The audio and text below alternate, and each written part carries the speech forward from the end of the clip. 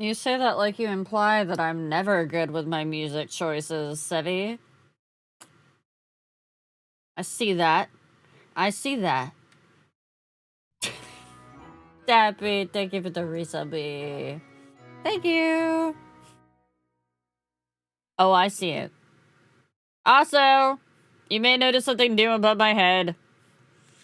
I decided to, if you guys are going to go along with your little bit, make sure that you're investing in the right thing. Hi, Kool-Aid. How was lads? Yeah, if you're gonna go along with your little bit, invest in the right thing at least, okay? There you go. I put that up there instead. Hi, Chili.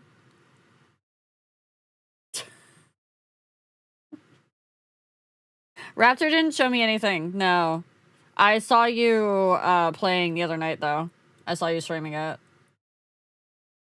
New mattress for the FCU. That's not how that works. It's not for the entire Fluffernutter community universe. Oh yeah, I kind of figured you didn't hate it. And welcome in, everybody. I hope you had a good Saturday. I don't know what tags you're on today, but Twitch made me go Brit in the camera. Wait, what did Twitch make you do? To prove I'm not a child? Oh! I have the sexual content theme on, or the sexual, yeah, the sexual themes content label on, because on Sinful Saturdays, we sometimes get a little bit spicy, and I would rather, unfortunately, have to have that label on than get bonked by Twitch for, talking about, you know, maybe doing certain things with Silas's body parts. Oh, you got the Xavier Fluffer or Fluffy Bunny card? Nice. Only Saturdays? Shut up, chat! Saturdays is where I take the filter almost completely off. Okay? You got to play with his tail. I think they just started doing that, Kiwi. And we didn't have Sinful Saturday last week, so. Sometimes the sin overflows a little bit. What's a filter? It's a thing that makes it so that I don't get banned off of Twitch. Am I prepared? I don't know. I've heard so many people be like, "Oh my god, this emotionally wrecked me," and I'm like, from what I've seen, I don't know if it's going to emotionally wreck me, but I've also tried to not see a lot of spoilers. I'm also not feeling that great, so I might be a little bit underwhelmed by things right now, so we'll see. Yeah, my stomach's a little upset, and my back is definitely not having fun. Did they not play the dog game? That dog game was a thing. I also have a friend who plays avidly, and she described it as destroying her in every way. That's what people keep saying, but here's my issue with knowing that people are saying that. It automatically, like, sets my expectation that I should be feeling that, and if I don't, I feel like either I missed something. Oh, that's a lot of, blinky blinkies. Chili! Chili! Thank you! Thank you for your contribution to the investment in Real getting a good night's sleep. Thank you, Chili. So I don't like how that blinked like that. I think I'm gonna have to go turn that bit off. Hold on. But yeah, whenever somebody gives me, like, an expectation, if I don't then feel it afterwards, I'm like I either feel like I missed something or that, like, I'm broken or something like that. I don't know. It's weird. Where did that go? Browser, gift overlay. Do not show... You know what? Don't show the QR code. That's dumb. I hate that. Don't show...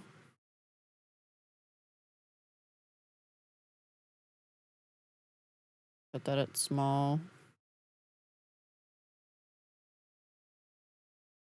It doesn't let me turn off the thing that shows up when people contribute to it. That's weird. Okay. Save. Do I have to copy it again, or will it just update itself? We'll find out. Your wall is going burr, burr, burr, burr, burr, burr, burr, burr, burr. That's fine. Chili knows Chili's limits. What type of mattress are you going for? It's a hybrid, so it's not like a full foam, but it's... I mean, it is foam, but it's like different types of foam. Because I have to have it delivered, so I need foam instead of having, you know, something that's going to not come in a box that I can unroll. Is it a plug-in hybrid? No, thankfully. I don't think I could even sleep on an air mattress anymore. Now that I'm thinking about that. I don't think my back could take an air mattress. Oh boy. Oh. That's a thing. Yeah, no, the past couple of mornings I've woken up like pretty sore. Rat's gonna help me tomorrow flip my mattress that I have, so hopefully that'll help, at least in the meantime.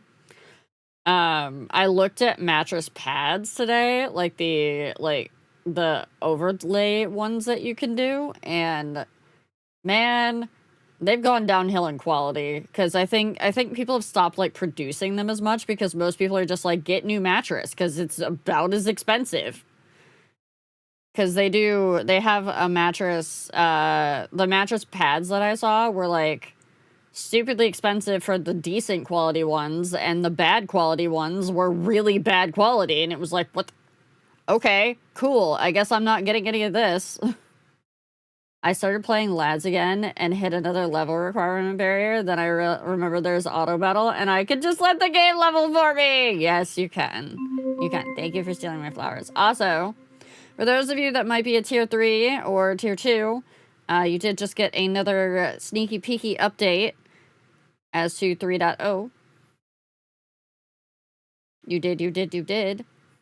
I got that. Literally, I was about to go lie down, and I got the message saying that the artist had sent me a message on VGen. I went and I looked, and I was like, I have to give them more feedback. Okay, let's go. So I had to go give them more feedback. But it was smaller amounts of feedback, so I'm happier with that. So I'm feeling a little bit more calm with the design. Did I get any nap? I got 30 minutes.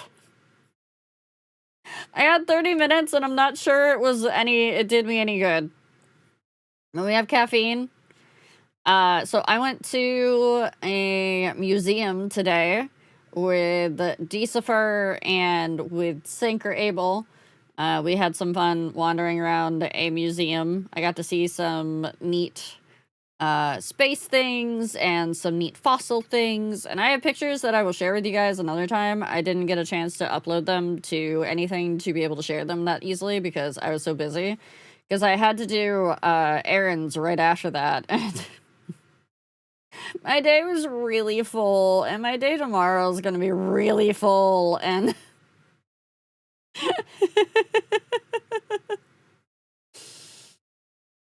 I'm not getting a break. I'm not getting a break, chat, until... What weekend am I taking off? Also, note, I am taking off a weekend coming up here soon. The 27th. The weekend of the 26th, 27th, and 28th. I will not be streaming. I know! I have to. I have to take that time off so that I can spend all of the time offline redoing my desk. Because something came in the mail today, Chili. And I have to set that up now, Chili. I don't know if you might know what that is, Chili.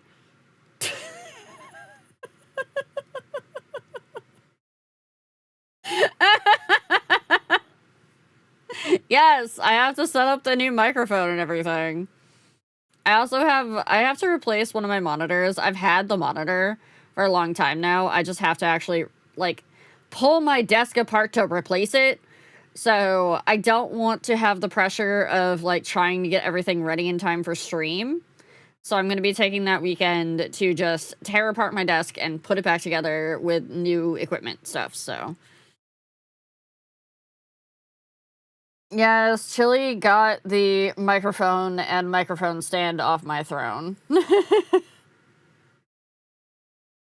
So I will have a new microphone. There's nothing wrong with my current microphone. Actually, my sound person is going to yell at me because I got a microphone that they were like, your microphone is fine. It's one of the best ones that I recommend, but I did other research and I was like, but I want this one. Because this one has stuff in it that I want that will make my life easier. So I put it on my throne and Chili did things. It's the Shure, I can't remember which one specifically, but it was like one of the highly rated Shure ones. Hi, Monkey. Yeah, sure. It's one of the podcast mics specifically.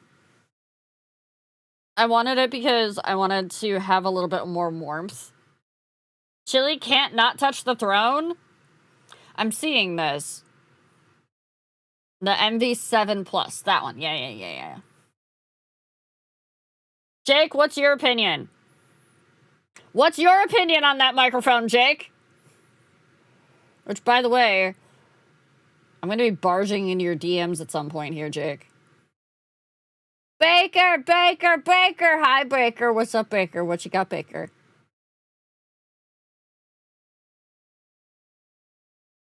I use SM7B, so I approve. Okay, cool. Hi, Undecade. Welcome in. Just meowing? You're playing D&D? Have fun with D&D, Baker. My opinion. That's a microphone. It is a microphone, Soren.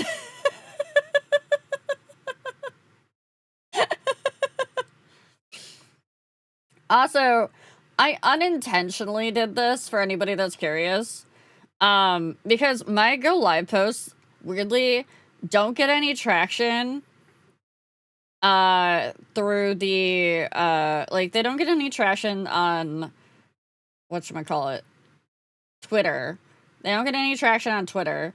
And then also, like, most of the traction that they get on Blue Sky is like after the stream is ended. So I'm like, okay. So I just stopped posting like a couple weeks ago, and then Deja Vu D was like, I'm gonna stop posting to test analytics, and I haven't noticed a change in my analytics, but I haven't really looked at them. But it was just funny timing. I was like, wait a minute, I just realized that, like, today I just realized that I haven't been posting Go Live because I was just like, I'm not getting anything out of it. Why am I doing it? Most of you guys know that I'm live when I'm live.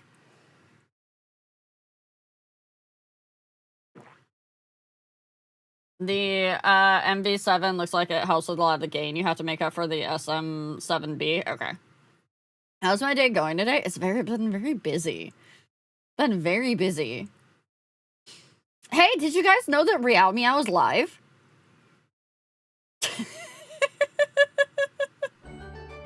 Dragon! Hannah! Why? Dragon, why 3? What did you do?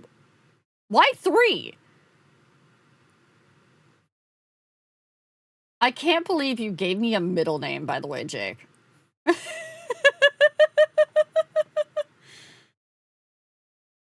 Does it...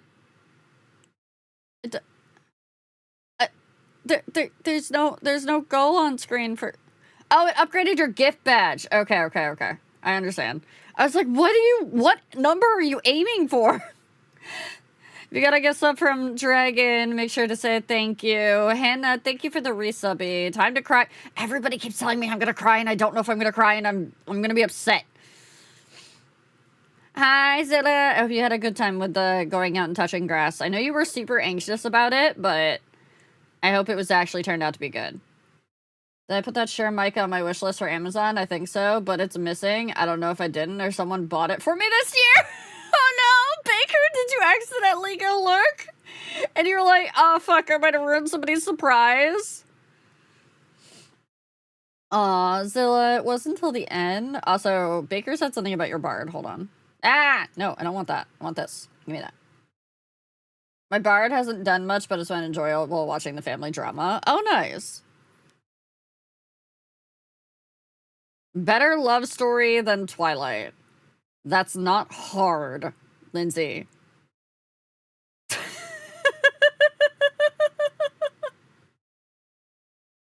Not much I've heard making her cry hard outside of 14 Shadowbringers and Endwalker. Those were the first video games that ever made me cry too, so that kind of opened the floodgates. I think Lindsay and I are pretty similar in that. I am writing now to give you a formal greeting of this day, the 6th of the 6th of the 12th month of 2020, 50. I can't read a whole bunch of numbers. I have the highest of hopes that your day is going well, and I hope that your fictional boyfriend bites your neck extra hard. Thank you, Proto. Thank you. I only cried in 5.3? I think that's what I cried too. I think that's what I cried too. Specifically, it was like when the when they did the rains thing with Elidibus. It was Elidibus.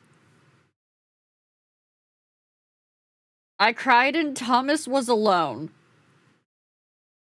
Is that about Thomas the train? I have cried of excitement in several video games though. I'll take that, Thorag. Yeah, don't you dare, Sevi. I've been part of the Kingdom Hearts series since 2003. Okay, that makes sense. I never really got into Kingdom Hearts, unfortunately. Crying? I could use a good cry. Go watch the VOD of the puppy game again.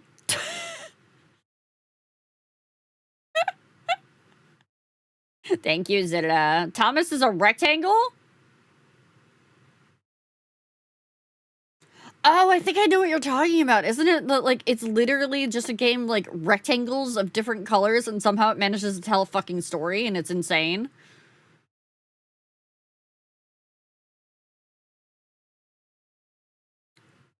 Yeah, I heard of that one. Yeah.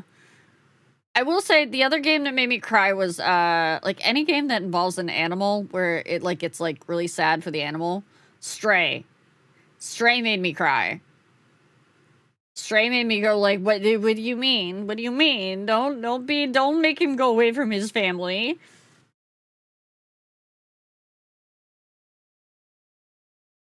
So that one got me.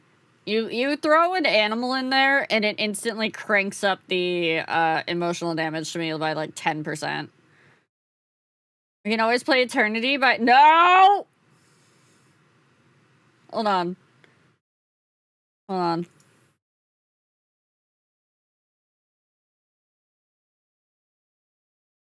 I got you. I got you, Hannah.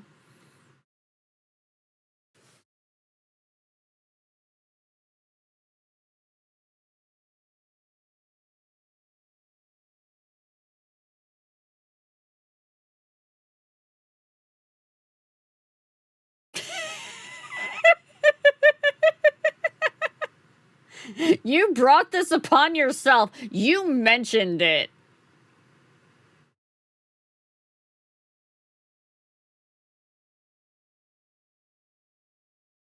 Eternity, since I had you here with me, since I had to learn to be someone you don't know. And with you in paradise, what I wouldn't sacrifice. Why'd you have to chase the light somewhere you can't go? As I walk this world alone.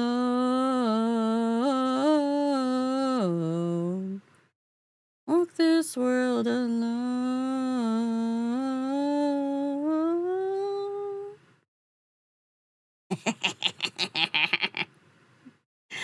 Hi, Crow. Welcome in.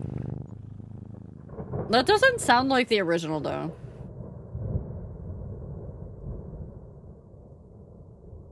That thunder's going for a long time. Thank you for my water. Thank you for my headpads. But no, I've also, going back to, it's not the, what is that one, the one that came up then? Anyways, I have, so I'll be taking off the weekend of the 27th and going back to that, I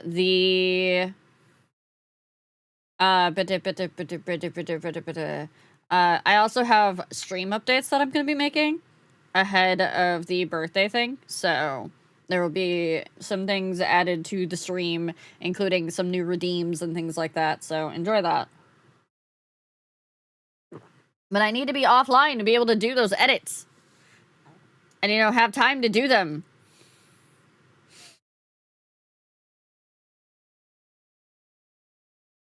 I need time to prep for the ritual for the new year.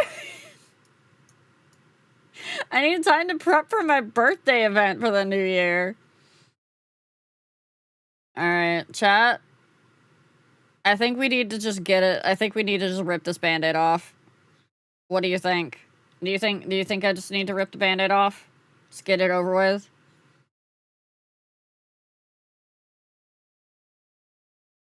Is it husband time?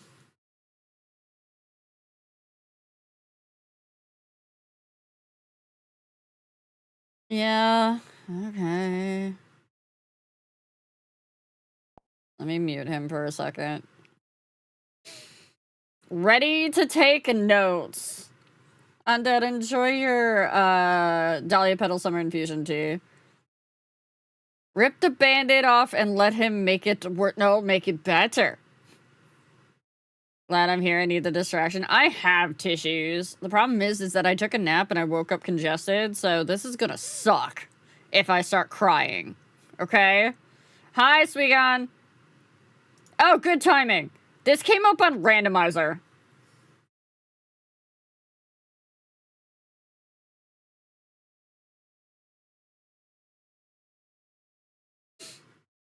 I just pulled and he came home. Nice, Anna. Let me switch my category too.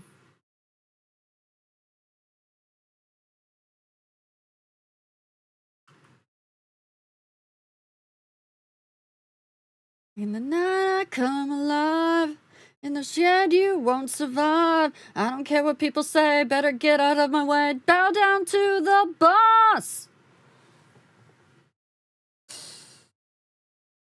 Oh no, now you have to R1 because you have an unopened box? Damn.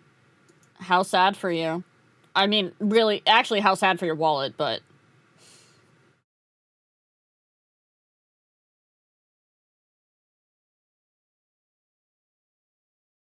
Alright. Let's get this over with. Let me make sure that he is at a good volume. Probably about there. Should be fine. And we will full screen him. But I'm gonna move this over here. Hey, he chose not to dress horribly today. Though he still refuses to use this new hair for me. He'll, use it, he'll use it if I put it on him, but he won't actually, use it. Ah, thank you for the follow. Welcome in. Welcome in, Celine.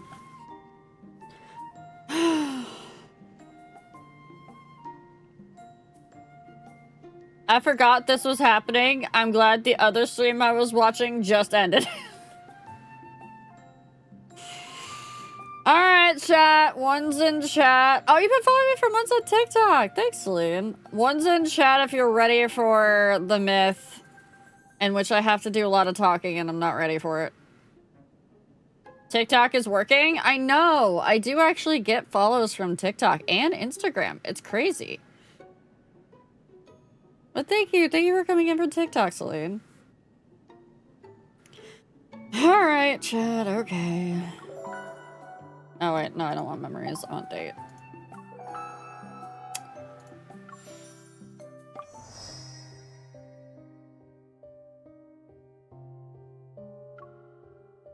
I feel like this is to death into life. Cool. Hi, Gail.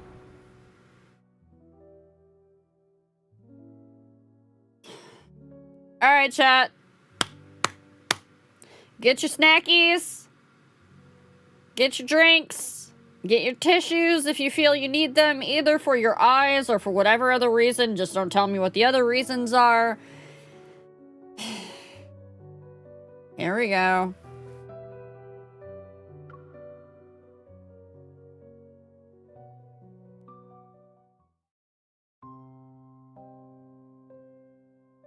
Oh, we're immediately pausing that, because that's going to auto through.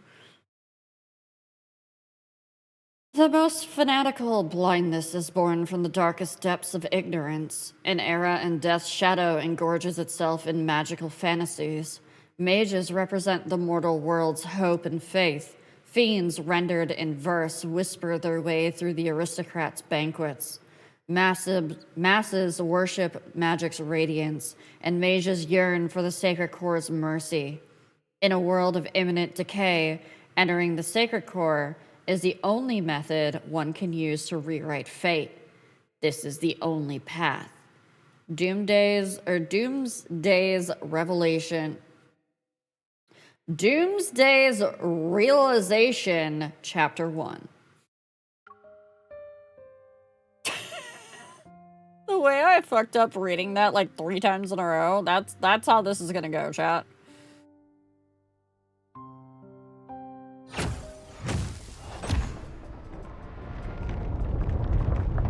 We know what this book can summon. A mere mage shouldn't use it.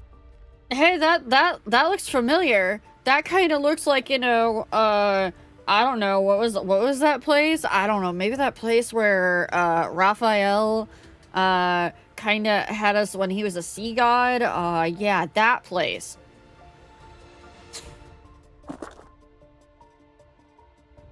I point my staff at a book's parchment as it peeks out from beneath his brown robe, its ancient silver markings revealing its authentic origin. I'm not after that. What I want is Silas. Damn! We're going straight for it! We're not even beating around the bush in this one. We're just like, we fucking want Silas. Okay. Alright. Let's go, girl. Are you aware of what happens to those who dare to summon the Archfiend Sovereign? Hi, God King. I don't care. No matter the cost, I must have him. The gem at the tip of my staff emits a faint red glow, and the book rises into the air. Excruciating pain akin to flesh being torn apart devours every part of my being. My curse is revealing itself once more. Why must it happen now? The fire mage notices the falter in my step. A magical glyph appears under his palm, and a creature made from soul fire leaps forth. And not only is it soul fire, but it's soul fire with a Y instead of an I, because we gotta be fucking magical and fancy in this. Fiendish flames! Curse mine enemies! Burn their spirit and bones!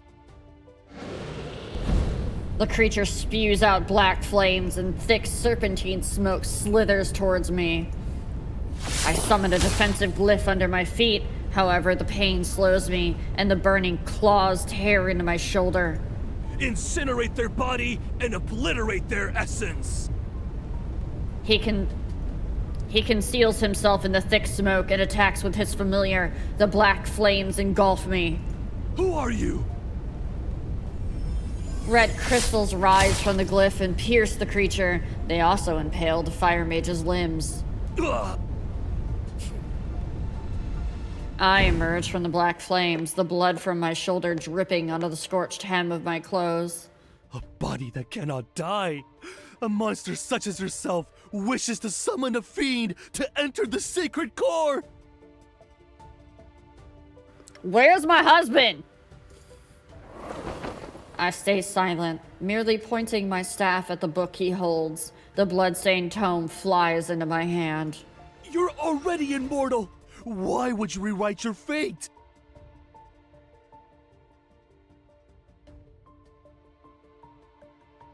He's late for mac and cheese. When the intense pain first struck, the agony and suffocation made me believe I would die. But I quickly discovered that I was immortal. Immortality only means being repeatedly tortured while on death's doorstep, but none of it will truly kill me. I want to save myself. Thus, for hundreds of years, I ceaselessly searched for something to end my torment. I submitted to being studied, willingly became a test subject, and traveled from one dynasty to the next. Nobles, political leaders, religious figures, and arcane houses who once viewed my immortality as a miracle branded me as a heretic and an evil spirit when they failed to unlock the secret of my condition.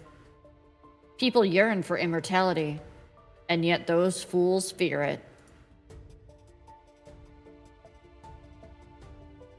I never trusted humans again. I could only rely on myself. I hid my identity and wandered the world as I studied the most ancient and profound magic. All of my efforts were directed to finding the source of my suffering. Time could overthrow dynasties and erase the memories of generations, yet it couldn't change my pain. Then, the woman who taught me forbidden magic told me my torment stemmed from an ancient curse. Gee, I wonder what curse that might be. Furthermore, no magic in this world was capable of removing it. Only by entering the sacred core and beginning anew could the curse be lifted. That was my only path. Maybe it's a curse that we placed upon ourselves in a previous life? Who knows? I'm just gonna...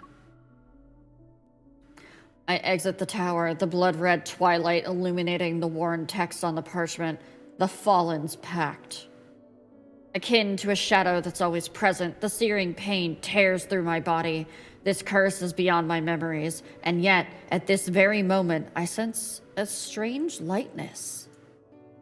I've lost count of how long it's been and how many mages I confronted for this tome. For an immortal, time and memory are destined to fade. Silas. I turn the tattered pages with my bloodstained fingertips, and dark ink rises. That name seems to awaken from its slumber.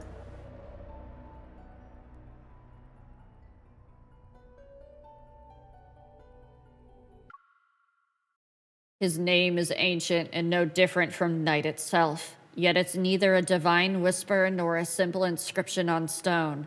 Depraved, he descended into seven shadows.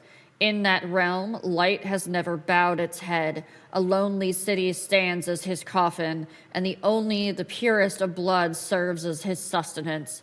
To summon an underworld's fiend, the ritual's glyph must use blood as its chain.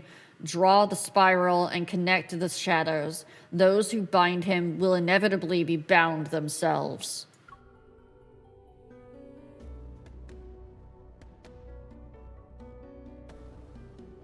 Yeah, it sounds like a demon pact. The underworld is where fiends exist, and it's a place humans cannot enter. However, powerful mages can summon fiends to serve them. Just don't break the circle. You break the circle, you let them out, and they're no longer under your control, and you're fucked. And probably not in the way you actually wanted to be to begin with. And Silas, a name whispered among mages for centuries, is the underworld's uncrowned sovereign. The pain inside my body temporarily subsides before the searing agony tears through me again. I must summon Silas. Oratrice mécanique de Nice Cardinal. Yeah. Joke's on you, I'm into that. Boss knows a thing or two about broken summoning circles. Hi, Pillow. Also, hi, Suful. Enjoy your rock dust tea. Pillow, enjoy your pink rose lemonade tea. I can only enter the sacred core with his immense power. I find an abandoned sanctum. Following the book's instructions, I use my energy to draw the summoning glyph. The wind rises as gathering clouds slowly devour the full moon's light. It will? Fuck! Hi, Loki. Hi, Loki. How's it going? You having a good Saturday? Silas.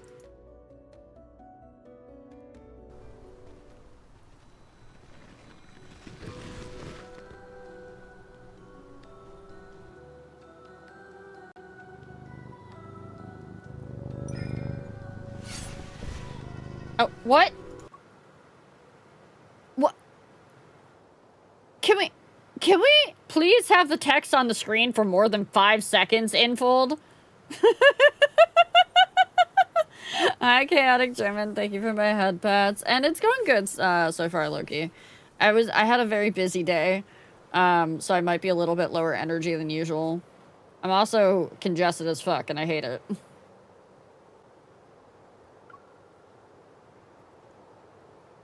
Aside from my blood, I need an incantation to complete the summoning. Yeah, that text bout went by so fast. They just, like, skip MC's lines. You gotta sing it? What do you mean I gotta sing it? What do I gotta sing? My face feels like it wants to explode and you want me to sing? I don't know what you want me to sing.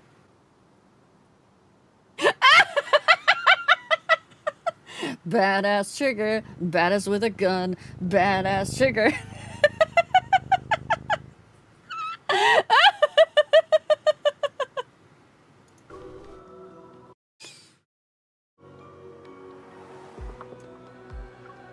Badass trigger, badass with a gun, badass trigger, boom, boom, boom, boom.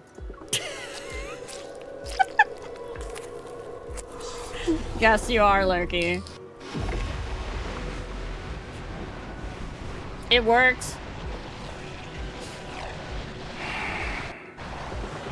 You used your blood as bait. I hope you're prepared to become my feast. I mean, you gonna end my suffering?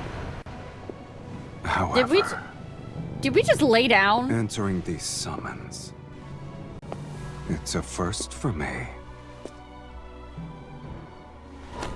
You're the one who awakened me. Oh! Oh! Oh! We're going for it right away! Oh! Oh! Oh! Hi, Silas!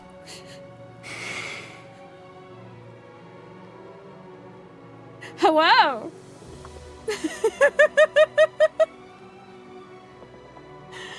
Oh, that smirk is too fucking good, though. That's being saved.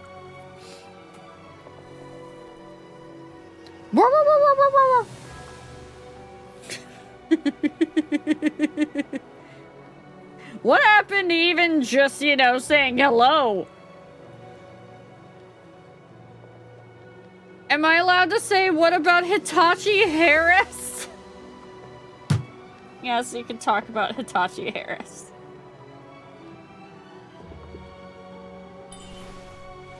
He actually wants to drain me of all my blood. Shall I give you a chance to resist?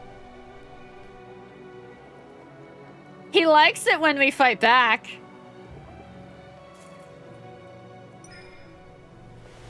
Once this linkage is formed between us, you're mine. An amateur's trick.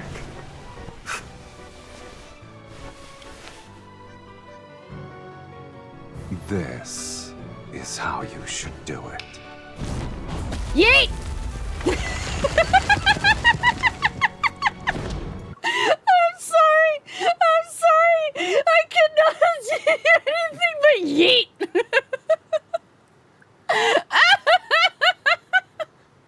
You know what? You know what Infold is really missing out of this? They're missing the fact that you need a rewind button. On these scenes, on the kindled scenes, you just need a rewind button so you can just go back and see something. I've heard of taking the wife upstairs, but this is ridiculous.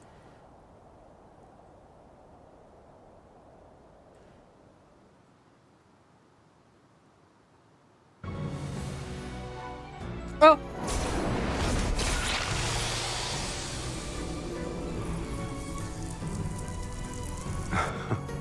An immortal. You have some worth. Time to fight! Hi, HK. Hi, Reverie. But this ends now. Huh! Hey, get down here! Linkage has been formed. You'll have to listen to me now.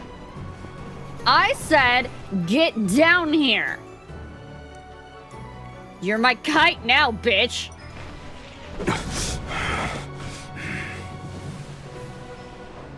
I paid too much money for you. You only have to... Wait, what did that... Hold on, what did that say? You may only have the blood that I give willingly.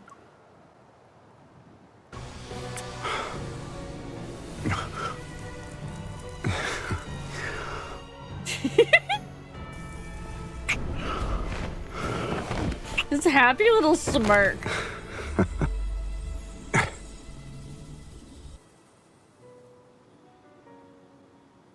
Yeah, you know, that's gonna get a picture too. I'm the victor here. Why did they have to make it sound like that? Your blood.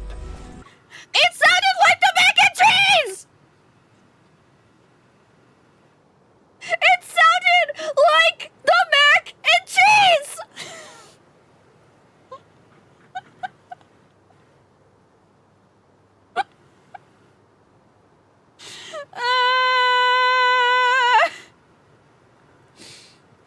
For those of you that don't know what we're talking about when we're screaming about mac and cheese, there are ASMR cards that get incredibly spicy. Not like porn spicy, but definitely like spicy in this game. And some of the sound effects they use sound like certain things. And one of the sound effects they use for Silas and MC getting it on sounds like when you stir a pot of gooey macaroni and cheese. So we call it, when they get busy, mac and cheese now.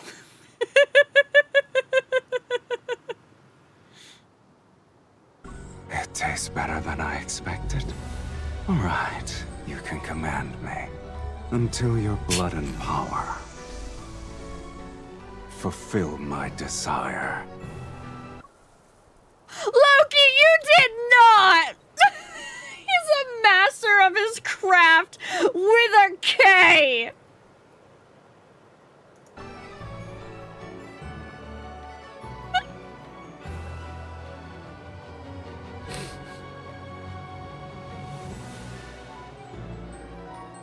Oh my god. Scripter, enjoy your lurk, bud. Oh, announcement for anybody that came in. By the way, you may see a little bar down at the bottom instead of our usual sub bar today, because you guys decided to go with your fun little bit yesterday about Riao's a charity, and if you just donate $10, you can help this poor little streamer. I decided to give you a thing to donate it to.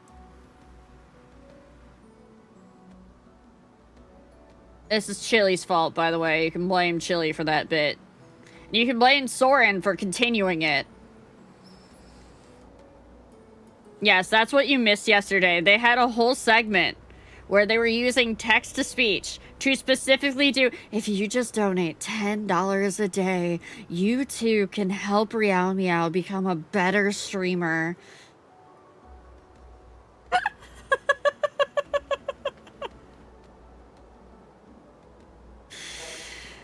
Clouds disperse and the blood-red moon returns to a soft yellow. His shadow looms over me. All I can think of now is those emotes or those pictures. Ah, damn it! That was not a... You should go do it, Reverie. Thank you. Thank you for the contribution. Thank you. Enjoy your investment in Real getting a good night's sleep. That's what you're investing in.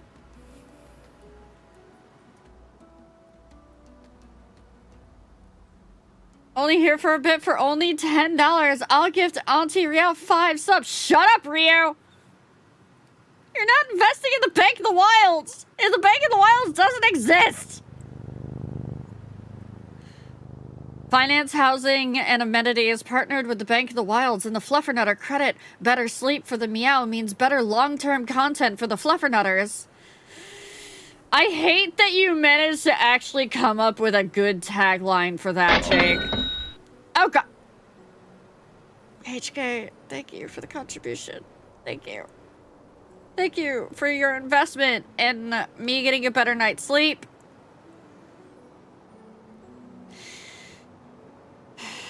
If you guys can't tell how much this is paining me by the fact that I'm not actually screaming at you, but I'm wincing every time you do it. Ryu! Thank you for the 5 gifty. If you got a gift sub from Ryu, make sure to say thank you.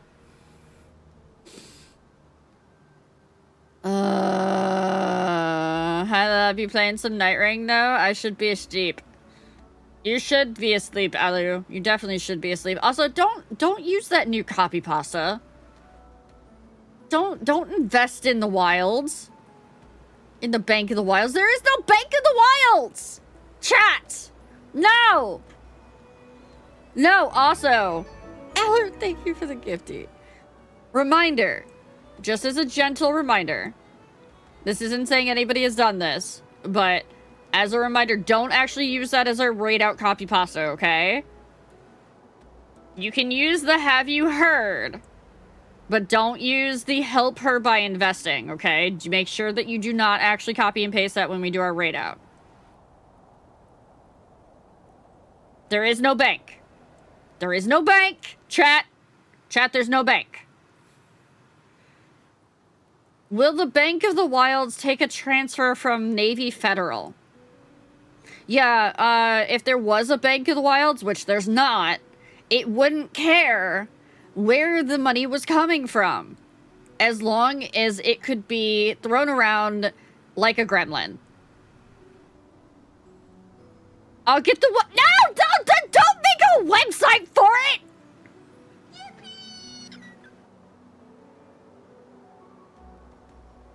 Why didn't that... Loki, did that have anything attached to it? Was there TTS on that? I did not hear TTS. I don't know if Loki did that on purpose. Loki, thank you. Let me go get it. Hold on. What happened? Where'd the TTS go? I got you, bud. Don't worry.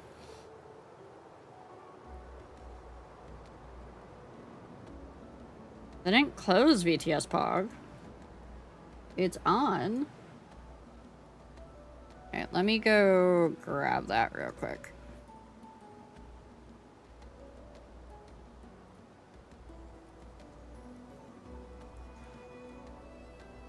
Loki, thank you for the $22. I'm going to scream when I read this, aren't I?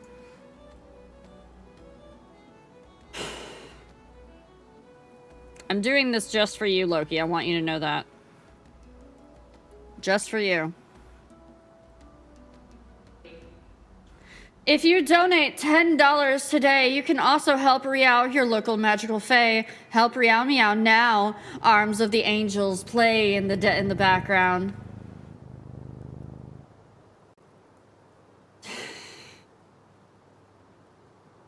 Thank you, Loki. Thank you. Where's my other button? In the arms of the Feywilds, far away from here. I don't know why TTS is unavailable. I don't know what it's doing. It should be available. I don't see anything that's telling me it's not available, so it's just being a butt.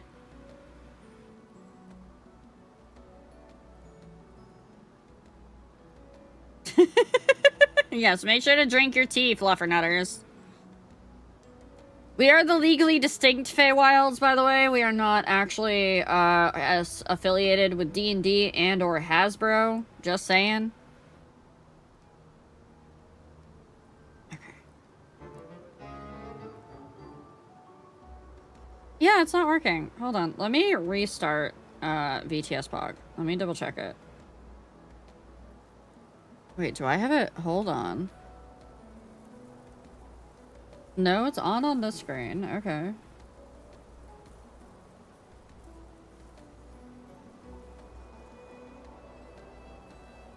Yeah, no, it's just not working. Let me reopen it.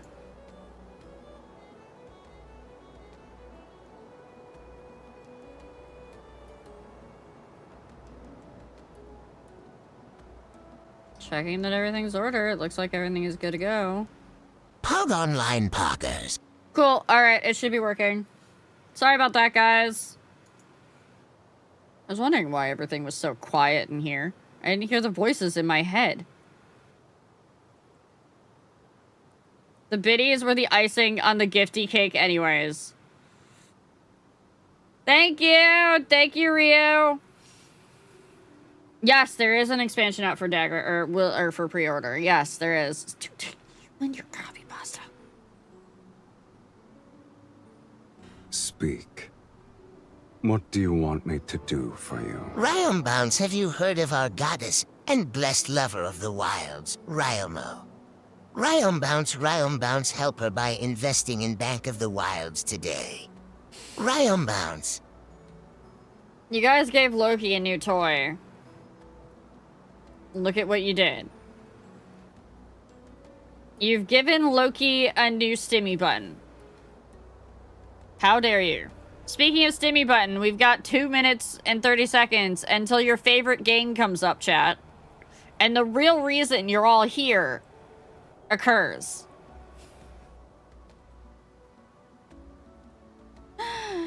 Bye, Rio. Have a good night.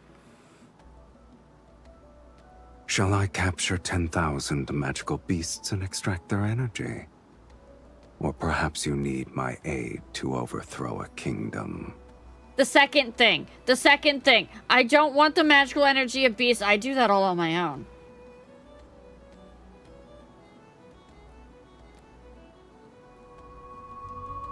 Before I can open my mouth, a subtle, strange ripple materializes in the air.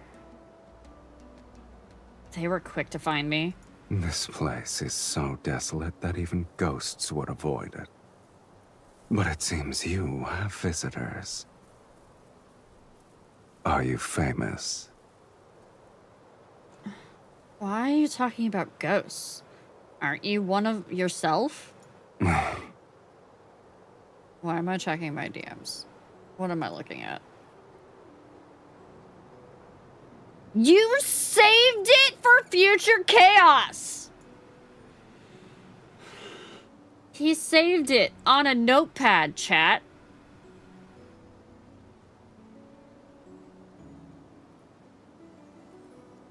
Saved it on a notepad.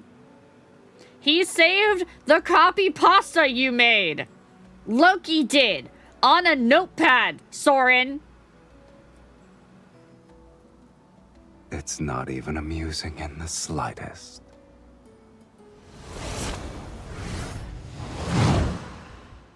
Several shadows materialize in the air before surrounding me and Silas. Wearing a robe, the man acting as their leader points at me. You're the one who killed the fire mage? I do not regret starting this Ryle KKW. Someday I'll find a way to pay you back for this, Chili. I turn to Silas. Kill them, Silas. Are you insane? I mean, maybe. Sneering, he taps his staff on the ground. You put on a spectacle to summon me. Also, you could order me to crush some insects. Yes. How ridiculous.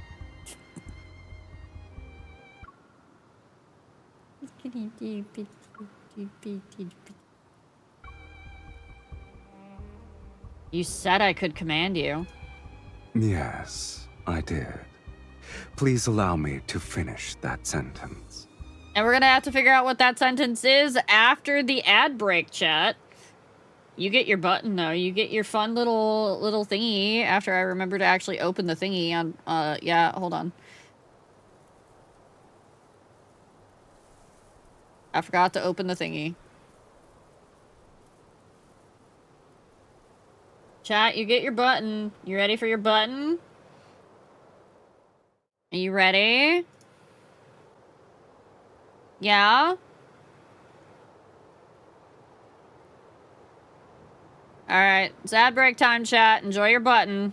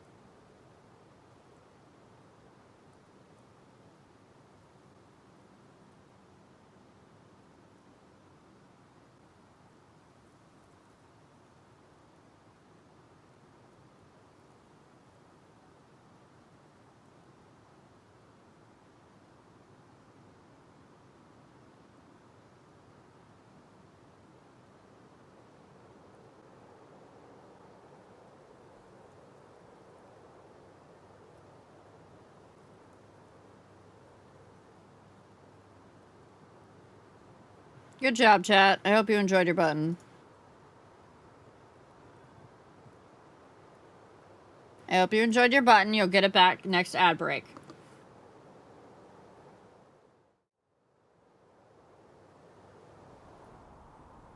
Now, we return to the myth to find out what Silas is going to tell us as to the end of that sentence. It's okay. I'm also bad at button, Valaris. You can command me. Though, whether or not I obey depends on my mood.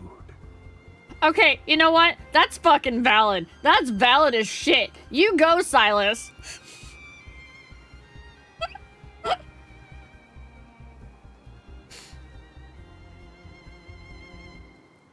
He leans against a stone pillar and idly twirls his staff to amuse himself.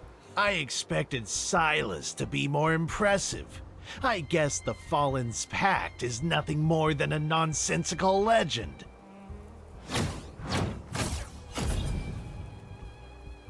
Flames erupt from the attacker's sleeve and transform into dozens of serpentine whips that lash out. Silas, you're making me look like a poorly executed joke. The summoner determines one's reputation. You are nothing but a nameless mage. Is that something like chat reflects the streamer? Is that... Did he just pull a chat reflects the streamer on me? Is that what just happened here? You don't know the saying, then? What a person uses reveals their taste, ability, and status. The linkage materializes around my wrist as I pull Silas's arm.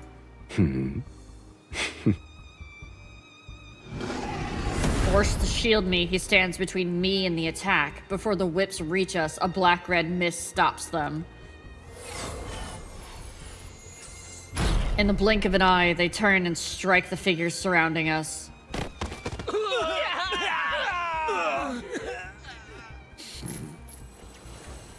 I dismiss the linkage and dust off my sleeves in Silas's direction.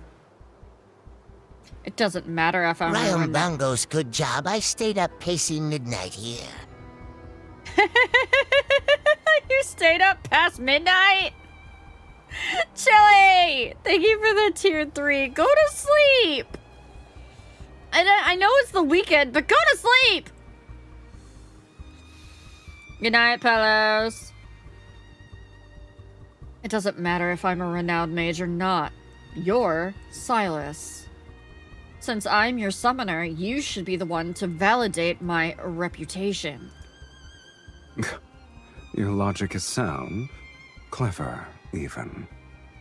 If I wanted you gone, Chili, I would time you out.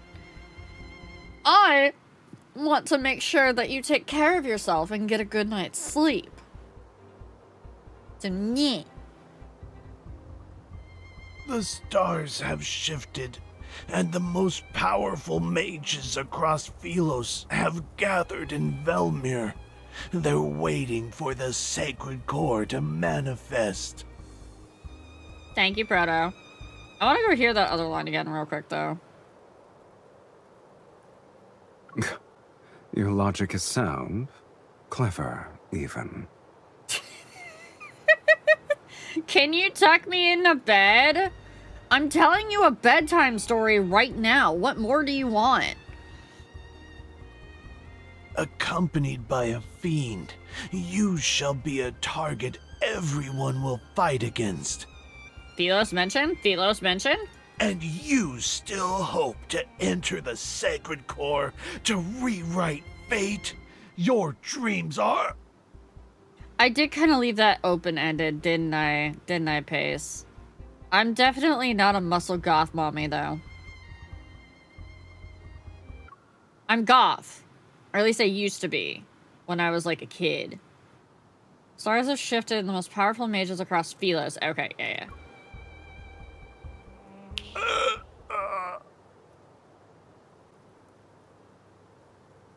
Can I just tell you guys?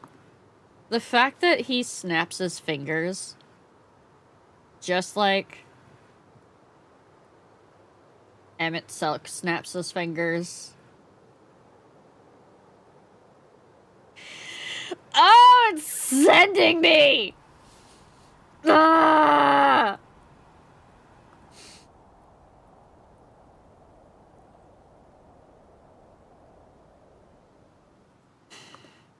Silas snaps his fingers. The assailant is interrupted. He clutches his throat in silent agony as if struggling against an invisible hand. But Silas's gaze remains fixed on me. You summoned me to enter the sacred core.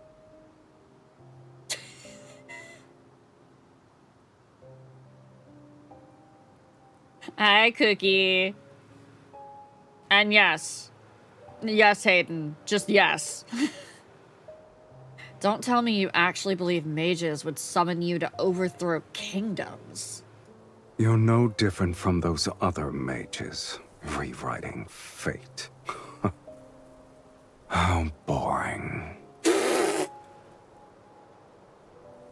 If you help me enter the sacred core, you'll be able to break the linkage between us sooner. I perform an insincere curtsy. Welcome to Philos, Archfiend Sovereign. It's the epitome of boring.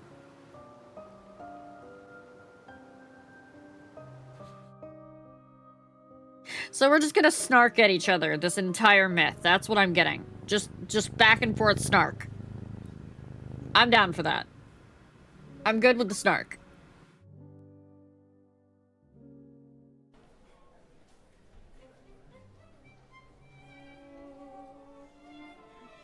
We're still some distance away from Velmure. I'm impatient, but this fiend is unhurried. I'm tired. I need to rest.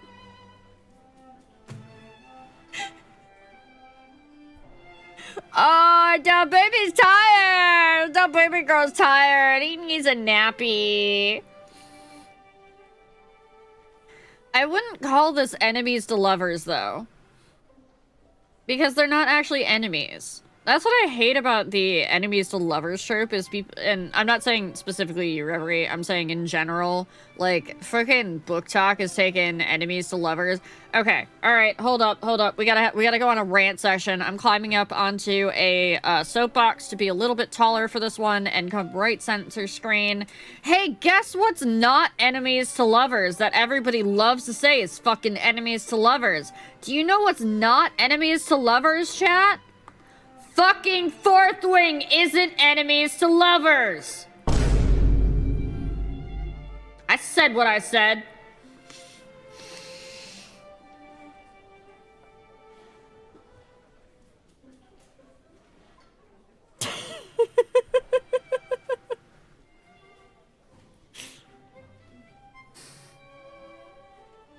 I hate that. I hate the fact that people call that enemies to lovers. They're not enemies to lovers. Their parents may have tried to kill each other once or twice, but they never had that issue between each other.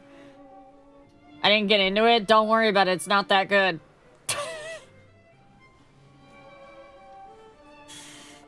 I look at the red and gold crystal chandeliers, the carpet with blue silver patterns, and the polished oak staircase. You led me to various places to find the most luxurious inn in the city.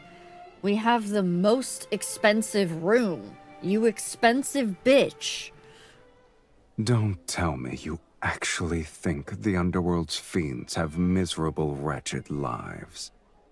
How dare, it's a good series? You want a good series about dragons? Try Dragonkin. That actually involves dragons. That makes fucking sense. None of the shit in Fourth Wing dealing with dragons makes any sense.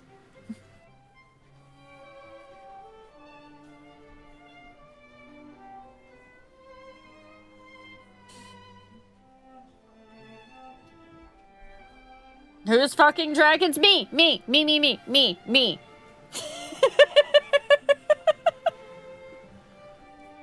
Many of the books are overhyped. Yeah, they are. And I'm not usually one to yuck someone else's yum. I will say that. I'm not usually one to yuck someone else's yum, but that book irritates me. I'm enjoying ACOTAR more. Okay, that's fair. ACOTAR is a step above Fourth Wing. I'm also not an ACOTAR fan. Which book? Fourth Wing. Only humans tolerate suffering. Fiends don't have the appetite for it. Oh no. Kool-Aid's never heard of it. Kool-Aid, ask Raptor. I need him. I need him inside of me right now. He's useful to me. You're wearing your thoughts on your face, my lady. No wonder you lost to other mages.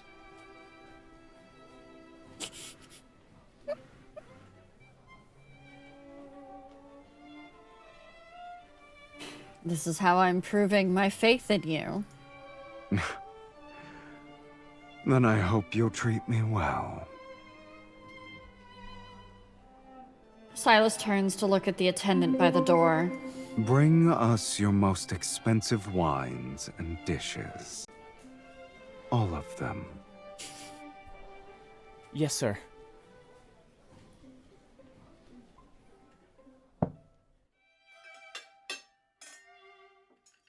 The enormous table is filled with exquisite dishes, separated by a dazzling array of silver platters and candelabras. Silas and I sit at opposite ends. I viciously hack at the steak on my plate while staring at him from across the table. He swirls his wine glass. Books say fiends feed on blood. I didn't expect your appetite to be so enormous. And expensive, I mean diverse. Your tomes are correct about the blood part. Then why did you order so much food? I have to make it special. This is our first dinner. That's actually strangely sweet. What? What? What? No! No, no, no! He was rage-baiting me and now he does the sweet thing! He can't get out of it!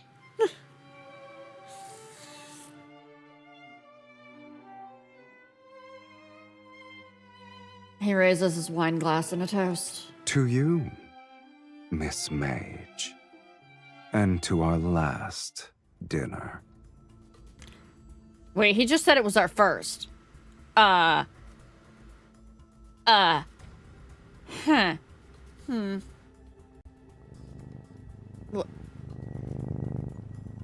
crimson wine moistens his lips. It gleams like fresh blood in the candlelight. Is there still a reason to give up? I told you. To command me, you need sufficient power and desires to satisfy my appetite. Your power and talent exceed those of ordinary humans, yet your desire is as banal as the other mages. He just called us boring. A crimson light flashes across his right eye. Then he narrows his eyes and hides his gleaming pupils beneath the shadows of his eyelashes. Good night, Alu. Have a good sleeps. Yeah, he just called us a basic bitch. The desire to enter the sacred core can't even provide a modicum to satisfy me. So in all of his myths, I was expecting, at least in one of his myths so far, that he wouldn't have the protocore in his eye, but apparently he does, and every single one of them all revolve around desire. I don't know why I expected him not to have the protocore.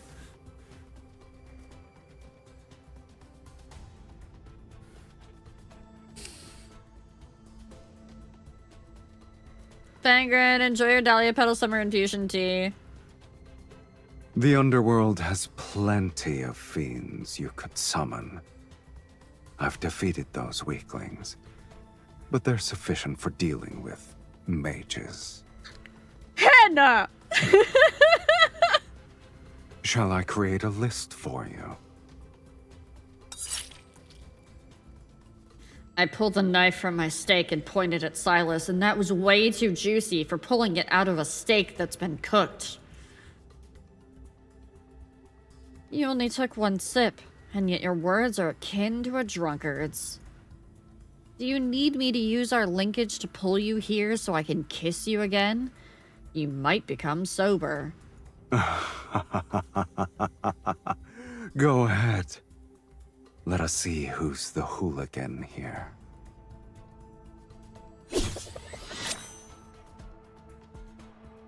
The linkage at my wrist flies across the table along with the knife I throw.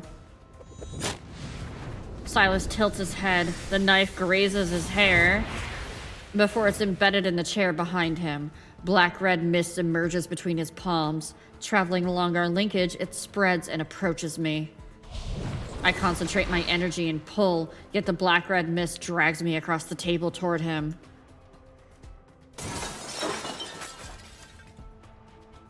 Oh, that was everything on the table. We just went chest first through it. His staff is pressed against my throat. I'm pinned down on the table amidst the chaotic mess of dishes. Didn't you want me to be sober? No, I want you to pin me down and do me right here on this table is what I want you to do.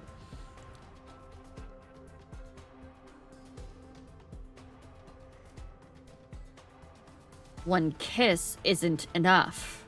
See? MC's with me. MC's fucking with me. Look. Look, right there. One kiss isn't enough. MC knows what she's about. I grab a wine bottle from the table and swing it at him, but he swiftly blocks it. Only wine spills out.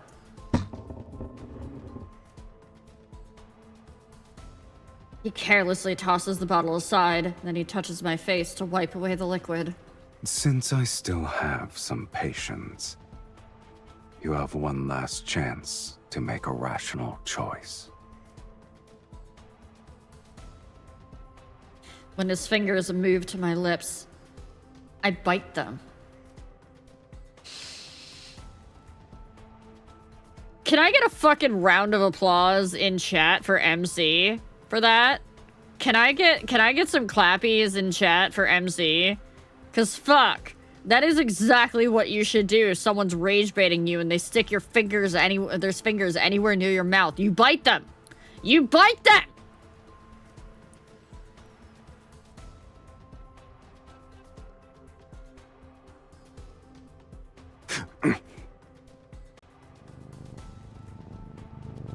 That sounded like your line, but I looked at the screen and saw it was the actual line of the game! Nolio, enjoy your hydration penalty. My teeth sink into his fingers as I meet his gaze with defiance. What else are you gonna do? Kill me? If you wish to know of matters more absurd than death, I'll grant your wish. Hannah, this is better than sex.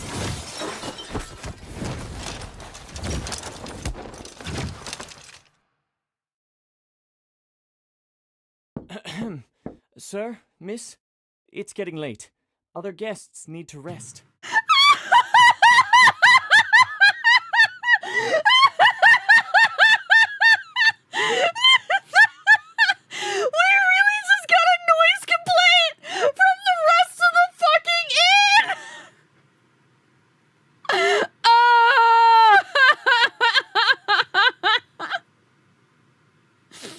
Of course. We'll finish this quickly.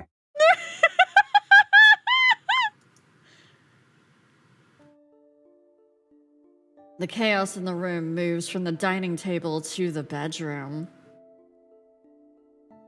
I barely dodge the energy blade from his swinging staff. Before I can launch a counterattack, I'm pinned to the headboard. Shh. I'm certain there are quite a few mages staying here. I wouldn't be surprised if their destination is Velmure.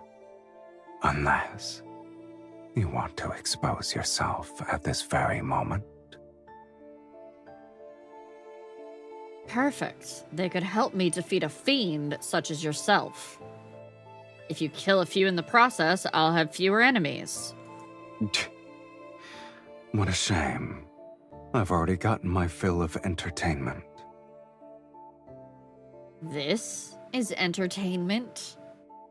Did you honestly believe this meager linkage magic could restrain me? I wonder why you didn't think about the fate of that tome's author.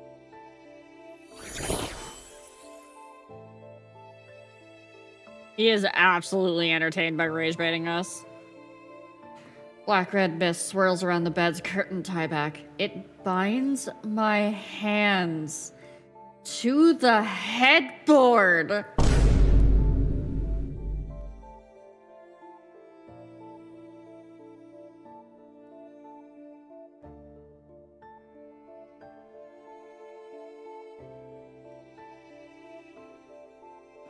Forcibly breaking our linkage will harm us.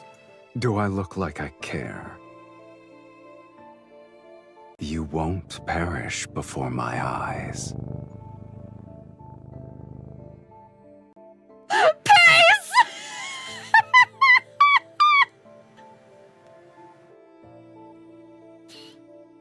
Dragon, how didn't you know that?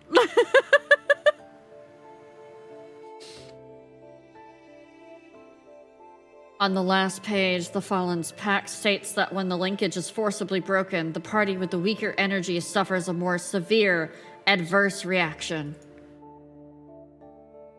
James, enjoy your pink rose lemonade too. Silas's energy is greater than mine. This bastard. He shakes the linkage on his wrist to taunt me, then he turns and walks towards the door.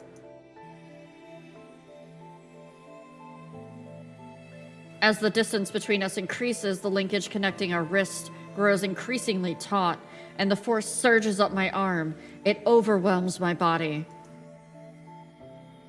The linkage's light gradually dims as it tightens. It's slowly being extinguished. Silas? Farewell, Miss Mage. May we never meet again. As the door is about to open, I grit my teeth in defiance. Only the sacred core can free me from this curse and let me begin anew. Countless eons have passed before my eyes, and I miss my chance to enter the sacred core every time. Summoning Silas is my last desperate attempt, for everything to end so pathetically. I refuse to give up. I'll find another way to summon you.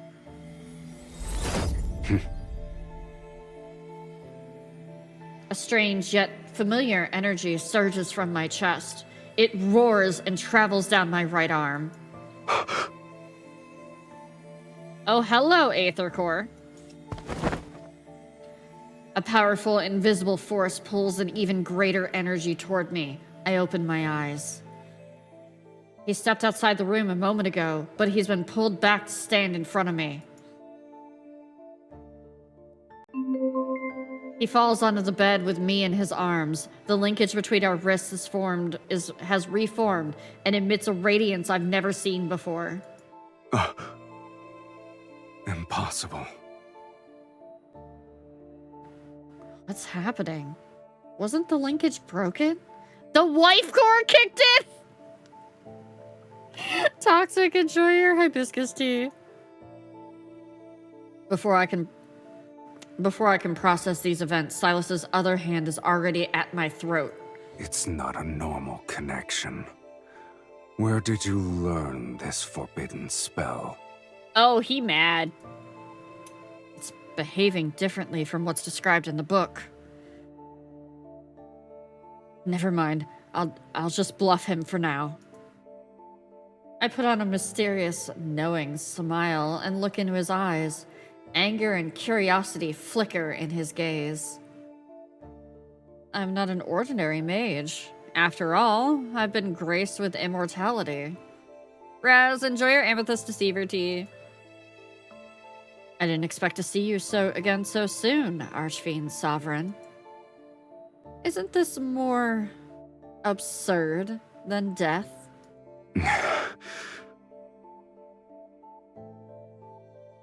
He doesn't immediately contradict me, so I seize this chance.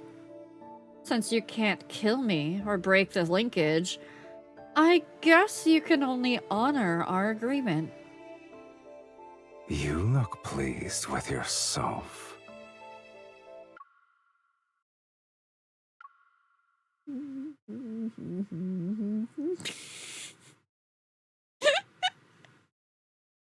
That one's going on the soundboard.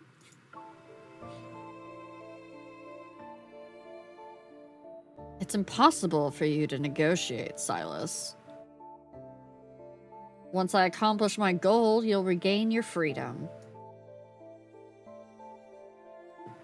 I meet his scrutinizing gaze without flinching. His gem-like eyes seem capable of capturing my soul. I shall temporarily withdraw my previous statement. Tay, enjoy your chrysanthemum Thai tea. Being summoned by you might not be that boring. He pulls his hand back, and I secretly let out a sigh of relief. Then I'm aware of the lingering warmth his fingers left on my neck. And the heat that's enveloping my entire body. Untie these ropes first. Also, I'm sleeping on the bed. You may have the couch. He unhurriedly helps me undo the restraints on my hands. However, he shows no intention of standing. I'm hungry.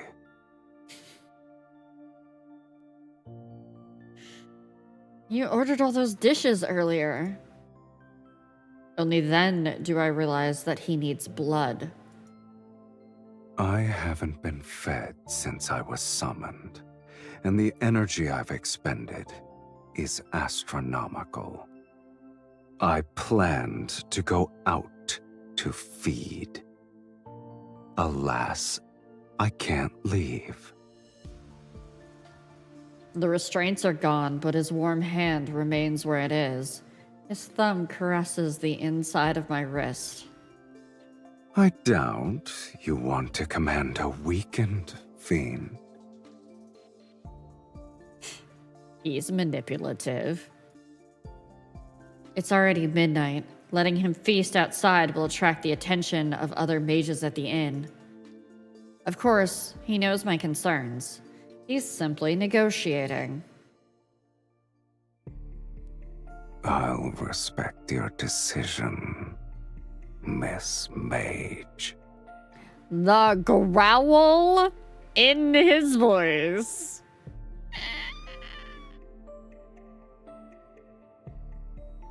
I take a deep breath and offer him my wrist. Hurry up and drink. I need to rest. Just so you're aware, I like the taste of your blood.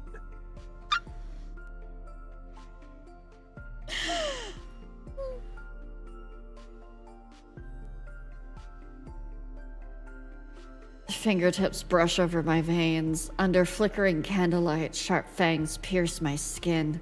They're neither brutal nor gentle. The scent of blood fills the air, and I watch him. His eyelashes slightly tremble, and his Adam's apple bobs. A crimson hue stains his lips. Not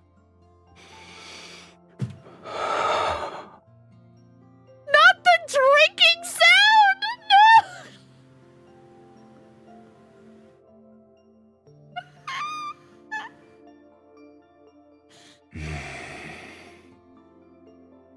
It's been so long since I've tasted blood that satisfied me this much. Thank you for your generous hospitality. Where's Because Vicky's taking her slurping gimmick.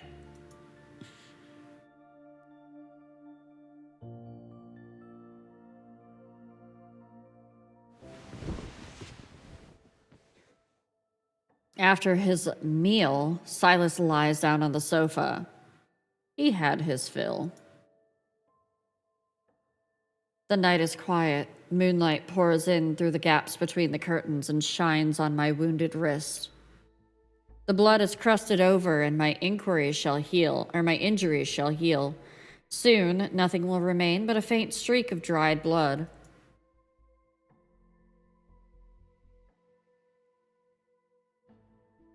This is the immortal body everyone yearns for. Akka, enjoy your spring rain shower tea. Once Silas helps me enter the sacred core to rewrite my fate, I'll become an ordinary human, one that dies after their blood is drunk.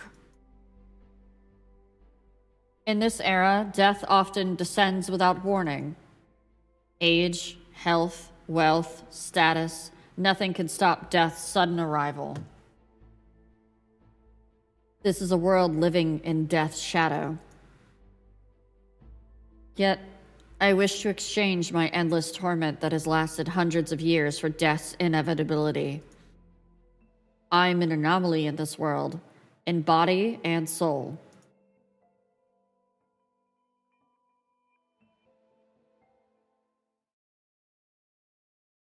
Ooh. That's a new backdrop, I think. It's very pretty. After that night, Silas and I agree to a temporary truce. Our long journey ends and we arrive at Velmure. Worn and weary, I lead him to an estate perched on the city's highlands. At last, I have the honor of meeting you. Welcome home, Countess. I'm sorry, I got jump scared by my own last name in the game. I forgot. I was like, wait, who's Shadowclaw? What? Oh, me. That's my canonical last name. Y'all think it's Meow. It's not. It's Shadowclaw.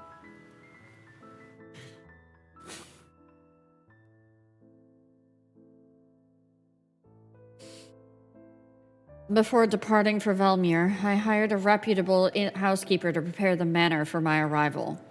As per the instructions in your letter, I hired servants to clean the premises and buy the necessary provisions. It jump scared you too, Sweegon? I thought it was butt now. Real Meow Shadowclaw. No, it's not Real Meow Shadowclaw. She is Ramau. It's a shame this magnificent manor was empty for a long time. It's wonderful that you've decided to claim your inheritance, my lady. Portraits displaying generations of refined women hang along one side of the hall. The housekeeper gazes at them with an expression that reveals reverent admiration.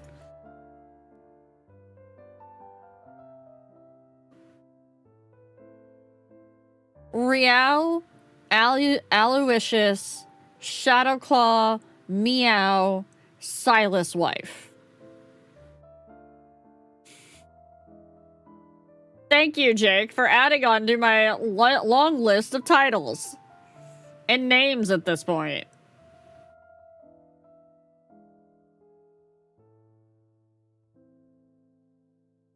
I had to check and make sure we weren't close to ads. This is my great-grandmother. Here, my grandmother, and this is my mother. I point to each portrait as I introduce them to the housekeeper. Your lineage is unmistakable, my lady. You're the spitting image of your mother and grandmother. I bet I look fucking nothing like them. Silas, don't do it. Silas, don't. Silas, I know what you're about to do.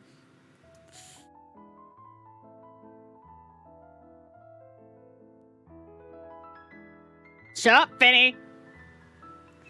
Silas, who's been standing behind me, lets out a soft chuckle.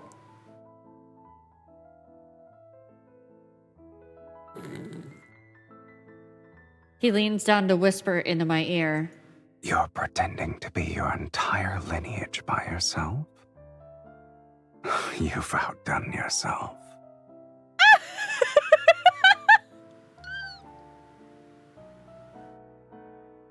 Yes, really, that's exactly what we're doing. We're pretending to be ourselves as our mother, grandmother, and great-grandmother. I resist the urge to turn around and glare at him. Instead, I maintain the proper decorum that's expected of nobility. The hiss only comes about the Please fierce forgive cat. my negligence. May I ask who this gentleman is? He is my I'm her husband.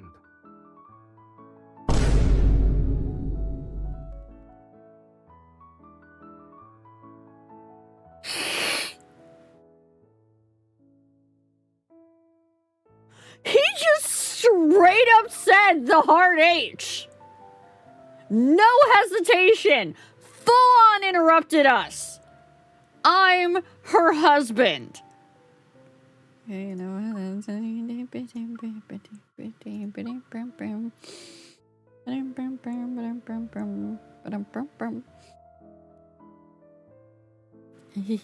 Yes, we're married. You may address me as Count Cyrus.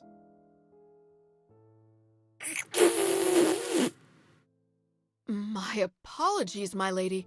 You didn't mention your marriage in your letter. I thought... I shall prepare the necessities for the Count at once.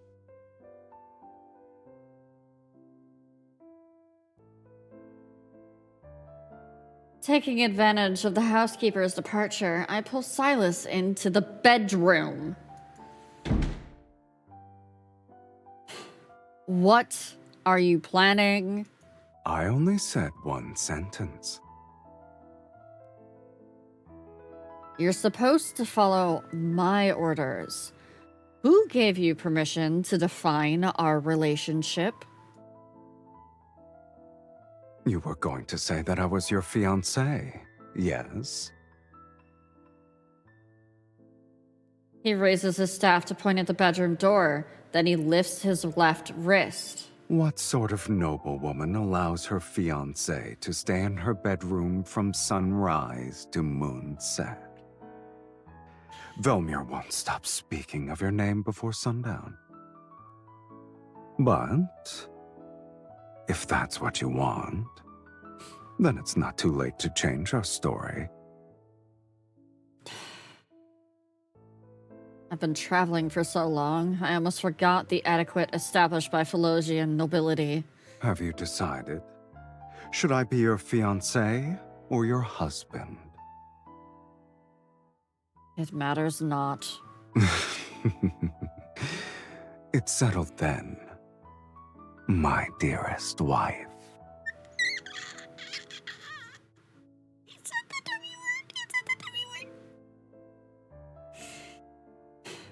I suppress my annoyance and point to the couch on one side of the bedroom. In this room, your place will always be there. As you wish, my lovely wife.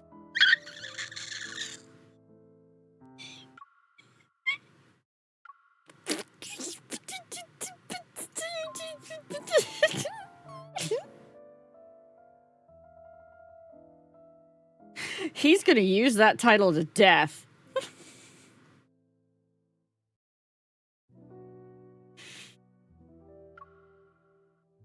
I'm gonna save so many of my wife lines. I know! Oh, this is super pretty too. The next item in our collection has been salvaged from shipwreck relics. Here is a tortoiseshell incense box with relief carvings. Based on the engravings at the bottom of the box, this appears to be a precious treasure used by a previous dynasty's empress. Remarkably, it still retains traces of its original fragrance.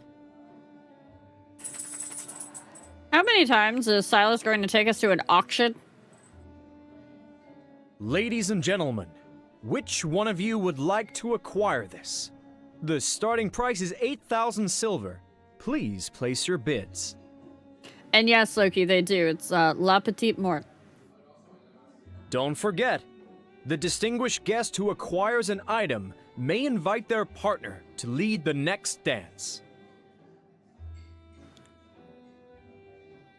Okay. For Daria, my beautiful daughter, I'm willing to offer 10,000 silver.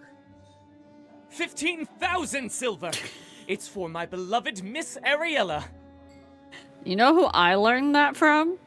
I learned it from the band Korn because they put it into a song and I was curious what the lyric meant.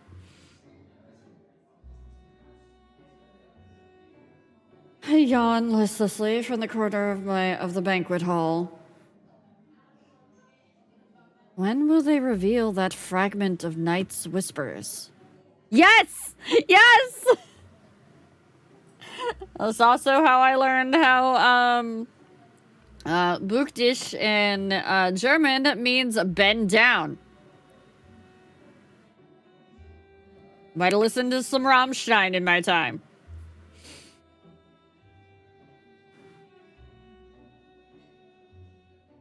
I didn't expect there to be this many mages present at a ball.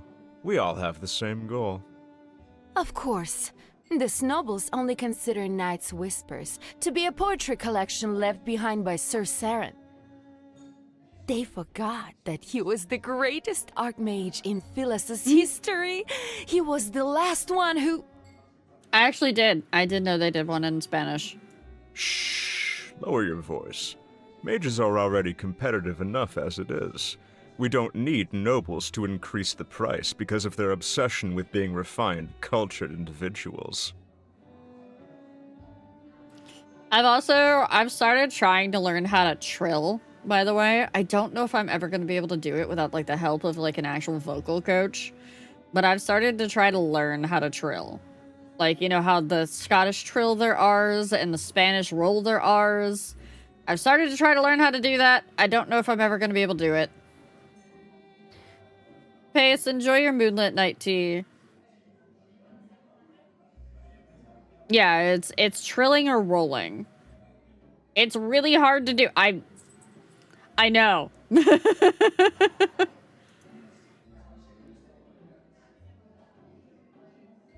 So, that's why you're enduring a boring social gathering. What does the poetry collection say about the sacred core? This chat is a learning experience. I've learned a lot here. I don't know if that's a good thing or not. You should learn the virtue of silence. It's a shame I'm not a fiend you summon to blindly follow orders. If you won't tell me, I'll find out through socializing. Silas glances meaningfully at the group of nobles whispering around us. Perfect. The nobles here believe a count and countess who have returned from foreign lands are intriguing. Bastard. One must be evil to know another villain.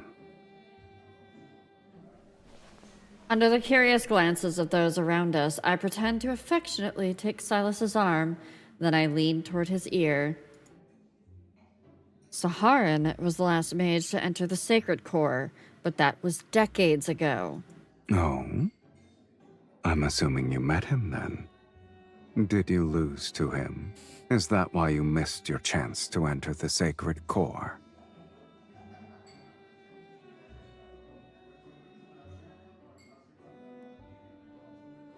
Unhurriedly caressing my cheek, he savors my silence. I guess the mages believe he wrote a prophecy that tells of the sacred core's next appearance. I just can't use the big fancy words. You can use the big fancy words, Pace. This arrogant fiend must have an exceptionally brilliant mind. Your goals are all so banal. But my curiosity is piqued, I admit. How do you plan to outbid these mages? A noble repeatedly bidding against them would raise suspicion. I'm not that foolish. Besides, who says I have to bid? I see. I've underestimated your intelligence, Countess. We don't bid, we just go take it from the person who gets it. An attendant carrying a silver case steps onto the platform, and the Marquise speaks again. The next item is a fragment from a poetry collection written by Sir Saron. It's called Night's Whispers. The nobles show little interest, which makes it easy to identify the mages as they reveal eager gazes. He was more famous as a mage. Several of his poems circulated in a royal court. Here's my chance. Holding a wine glass, I stand up with my back to the crowd. With the slightest movement of my fingers, the barely perceptible traces of a spell form a tiny glyph in the air. The starting price is 1,000 silver. Please place your bids. In a spot that no one has bothered to glance in, an invisible rift appears. It leads directly to the silver case. 5,000 silver. 10,000 silver! Are we really gonna steal it right in the middle of the bidding? I'm willing to offer 20,000 silver! I channel my energy into the folded space woven by the glyph. I'm ready to silently extract the poetry collection. I wonder which poor soul will end up paying for this empty case. Just as the text is about to pass through the rift, the spatial boundary suddenly falters. What? This isn't my spell. Is someone tracing my magics? I hold my breath and add a barrier to the glyph so I can accelerate the flow of energy. If I can complete the transfer before they track me, the rhythmic chorus of competing bids comes to an abrupt halt. Suspicious gazes discreetly fall. Some are directed at me, while others observe the subtle ripples in the air. I didn't expect so many to have a great interest in a poetry collection. The latest bid was 60,000 silver. Would anyone like to place a higher bid? I think that's exactly what just happened, Thoreg. A stream of magical power from the center of the hall surges through the rift. It's attempting to clamp down on my energy. It's suffocating. I can hardly breathe. I pretend to be a delicate noblewoman. I press my hand against my forehead as if I'm about to faint. Then I strategically wave the feather fan in my hand. A few feathers silently detach themselves and transform into semi-transparent threads that dance through the air. They trace an invisible glyph. Beams of light begin to warp, ripples appear on the wine. The edges of the carpet undulate like water, and the curtains gently billow. Did someone open a window? Where is this breeze coming from? The tracking glyph has been destroyed. I continue my performance as a dizzy noblewoman and slightly sway. Someone steadies me from behind. My lady, why don't you tell me when something catches your fancy? You wouldn't need to be so stressed.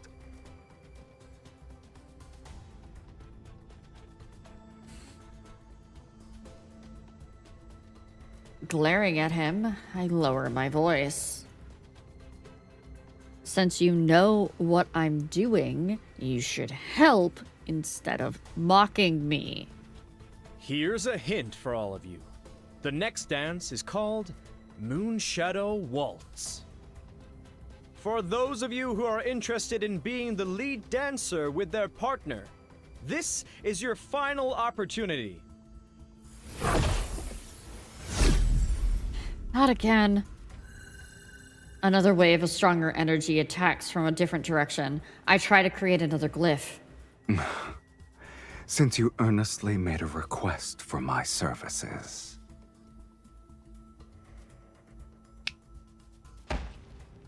Silas snaps his fingers behind me. On one side of the banquet hall, an elderly man suddenly collapses. Sir, what's wrong? He's dead. What's happening? Someone has fainted? Quick! Call for a physician! I shall abide by your wishes.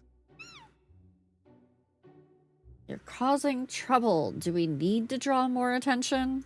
You asked for my assistance, yet you're unhappy with my methods. I didn't kill him. That's already being discreet. Sir Saren's poetry collection for 60,000 silver. 60,000 silver going once, going twice. 100,000 silver. God damn it, Silas! Did you say 100,000 silver? Where am I supposed to get that Sir. money? I'm Count Cyrus, and I am willing to pay 100,000 silver. After speaking calmly, he looks at me with an enigmatic smile. I'm going Since to you've kill been you. compromised, I might as well buy it legitimately.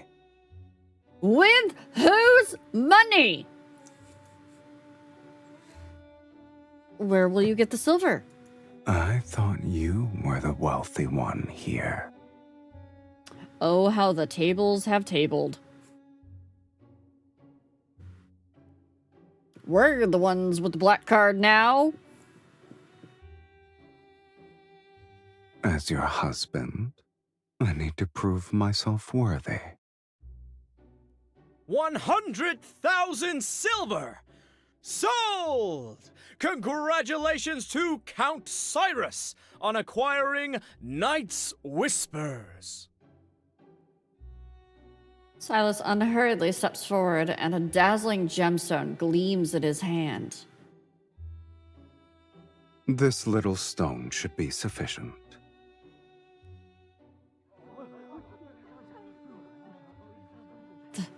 That gemstone is worth at least 200,000 silver. Where did he get it from? Velmir hasn't seen a noble spend so lavishly in quite some time. I heard only mages have an interest in this poetry collection. Could you be one as well?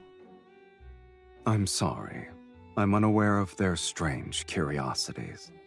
The story is what caught my eye. He takes the silver case from the attendant's hands, opens it, and removes a worn, unremarkable book. Supposedly, this archmage witnessed the death of his lover in his youth, and she was a poet.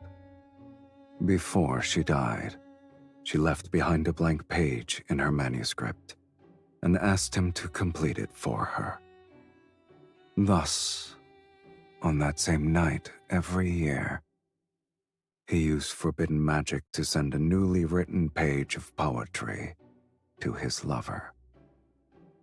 Oh, that's probably not good if that's true. Eagle, enjoy your spring rain shower tea. Until they formed a complete collection. These pages are his lover's epitaph. Silas opens the poetry collection to a random page and begins to read out loud. Beneath frozen tears' firmament, the rose in the mist eternally sleeps. Her petals bloom with the illusion's blood. She guides those marked by destiny to a place where none dare to venture. Hey, Silas, what if you don't read the entire prophecy out to every mage that's in the room? A rose in the mist. I inexplicably react to those words, and in the depths of my heart, something trembles. I didn't know the poetry collection concealed a beautiful tragedy. It's the first time I've heard of it. I was only made aware of the tale a few days ago. yet I knew I had to obtain it. Regardless of the price I must pay, I needed to give it to my wife. He loves her so much. Chat, it's also about that time again for you guys to get your button. So we're going to put this on pause. I'm going to get up and stretchy and whatnot, because that's what this is doing. That's what having your new little button allows me to do, is get up and stretch, because otherwise I wasn't doing that, and that's not good for me. So you guys get your button.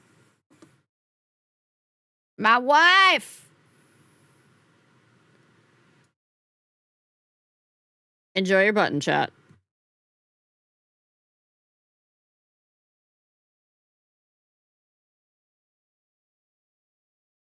Damn, that's a hard one.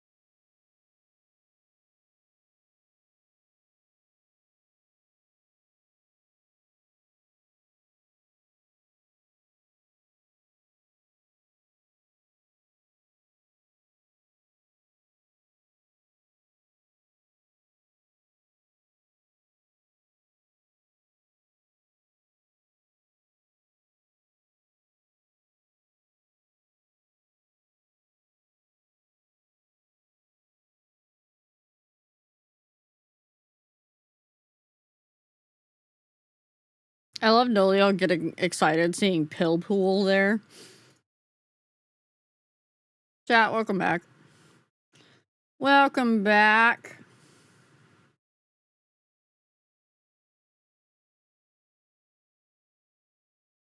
Did you have fun with your button? Hi Asta. Hi Shepard. Did you guys have fun with your button? Are you ready to get back into this? So it's weird that I don't hear any sound from it. Oh, it's because it's paused. Okay. The first word being sorcerer was pretty good. A bit eepy, so you're lurking. Hey, oh, what did I miss? A lot. Hi, Kaz. I always have fun with my bottom. Who said I'm yours? Excuse me, Asa.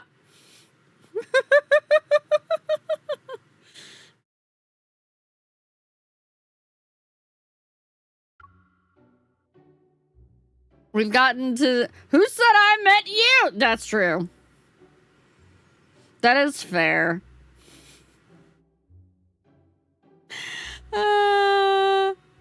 The fact that he keeps saying wife is sending us. Loki! Did that go off? Why didn't... It broke again. Realm Bounce, have you heard of our Oh, goddess and blessed lover of the wilds, Ryelmo? Realm Bounce, help her by investing in Bank of the Wilds today. There is Realm no Bounce. Bank of the Wilds! There is no Bank of the Wilds! Stop telling them there's a bank! The only investment there is down in the bottom right-hand corner. You can invest in Riao getting a better night's sleep.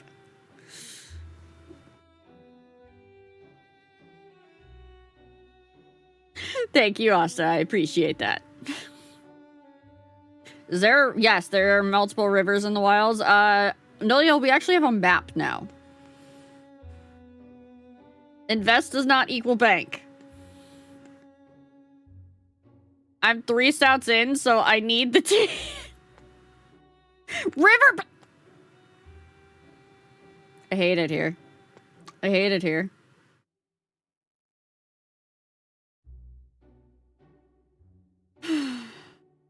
Yes, we have a map.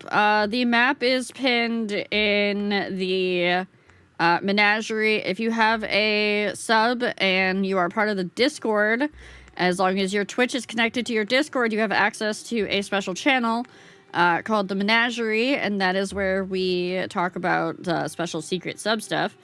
But also where you get to have sneak peeks and you get to have access to the deep door or the deep lore.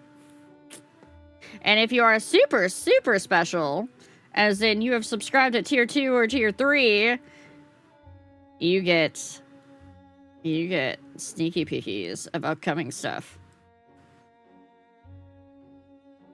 On the bottom right of my screen is the emote button. I meant the bottom right of my screen. Yeah, secret sub stuff. Uh-huh. Uh-huh.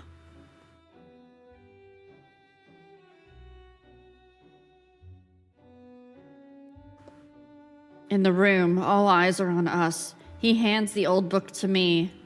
My lady, we have only tasted the beginning of marriage's joys. However, my commitment to spend my lifetime with you surpasses life itself.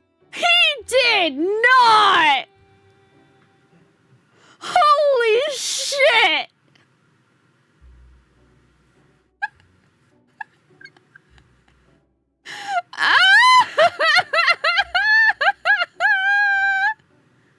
Don't tempt you with what? Don't tempt you with what, Cass? Yeah, lore. There's lore. You have a sub, Cass.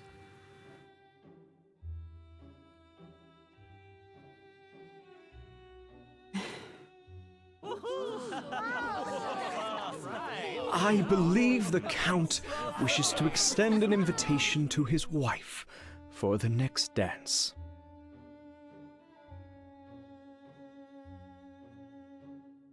My dearest wife, would you be so kind as to dance with me? I can't believe he turned wife into rage bait.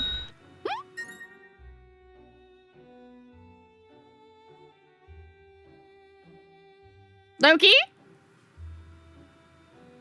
Loki? Loki, that was supposed to everybody be contributed. Loki!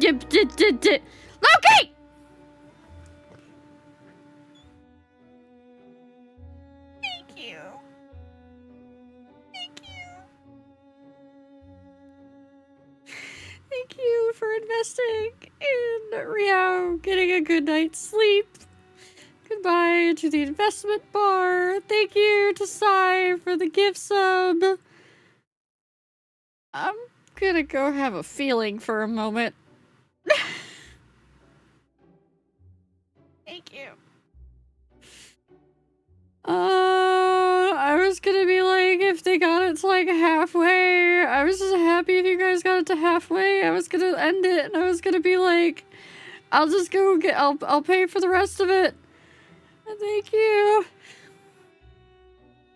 Thank you.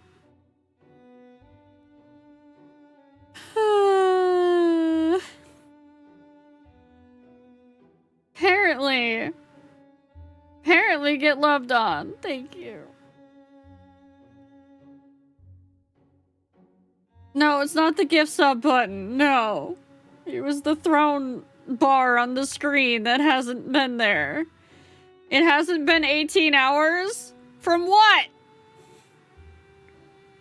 Deal with the appreciation? I'm bad at dealing with the appreciation! Thank you. There was a bar. Yes. It's gone now.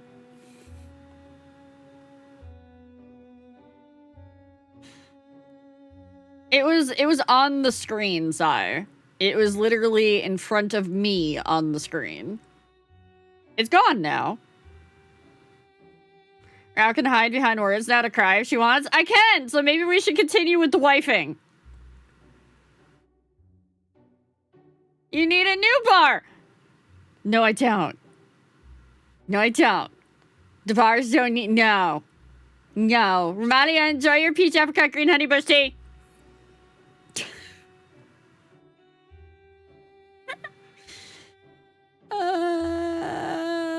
I have to finish the bit. I have to finish the bit. I have to finish the bit. I have to finish the bit. We got things to fun, though? Yeah, and they're gonna stay over there on the throne and not be talked about. No, they're gonna stay on the throne and not be talked about. You guys have January. Remember January. January is coming. Save for January. Save for January now, chat. Save for January. I am not good. The way I have been in absolute agony the past 2 days because my back has been killing me. I had the worst time walking around the museum today because my back hurt so bad. And my hips hurt because my mattress is giving out on me. And now I get to have relief from that, and because I was getting really concerned. Because I can't take a lot of pain meds because my GERD is acting up, so it was amazing. It was a big cycle. It was a big fucking cycle that was going on. No, you're not gonna max out the goals in a single day. Yeah, this was very much needed. I've had that mattress for like 5.5 years now, so... And it's not a good mattress, it's literally just a futon mattress, so that's probably why it's not that great.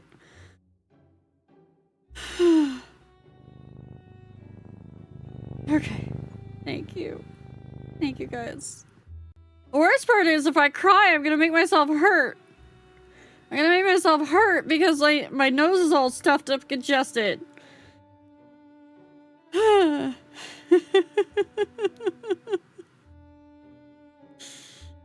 Yeah, that's what just happened. That's what just happened, Cass. The better mattress is now on its way.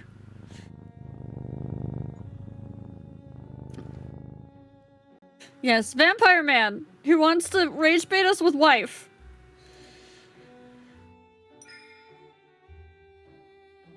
Everyone is watching our every move. I have no choice but to put on a blissful smile and place my hand in his.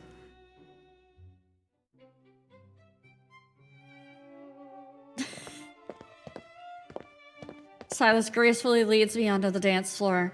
He then guides me into a gentle spin. My dress sweeps in an arc as every movement flows with practiced grace. When we finish the first part of our dance, the other guests join us.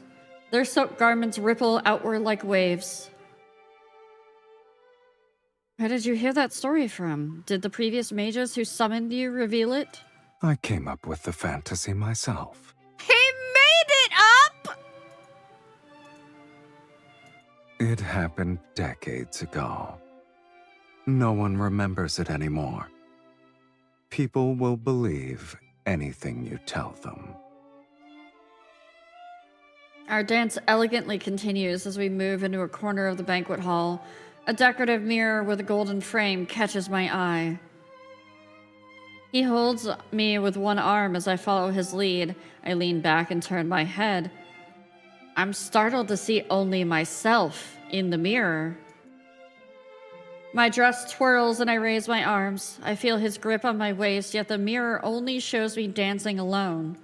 Mirrors in this world cannot reflect beings from the underworld. For some reason, his nonchalant tone stirs a certain emotion.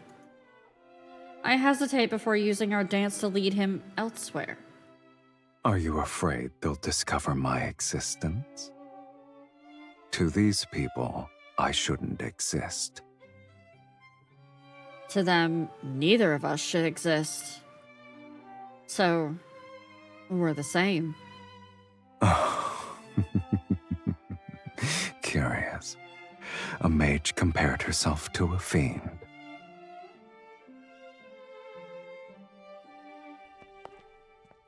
Women dancing in a room full of vampires? Van Helsing? Our dance concludes. Since today's objective has been achieved, I take Silas's arm and make an excuse to leave the ballroom. I'm still perplexed. If that person didn't trace my spell in the beginning, none of the other mages would have noticed me. That ripple was quick and precise. I have no idea how they managed to detect me. As I speak, I'm recreating the scene in my mind. The first ripple didn't spread from where the mages were gathered. It was within 3 meters of me. My heart almost jumps out of my chest as I look at him. Was it you?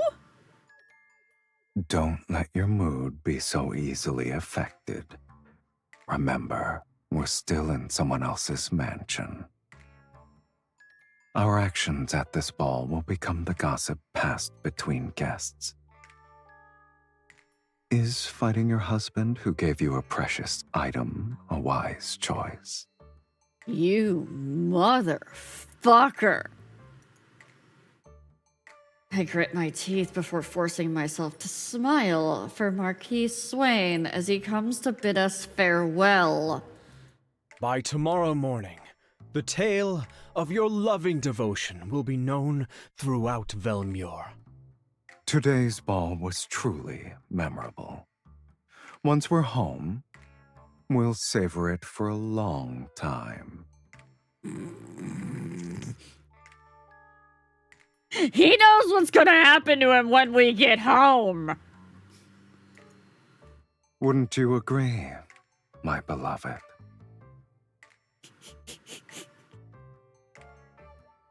Thank you for your hospitality, Marquis. This evening has been delightful.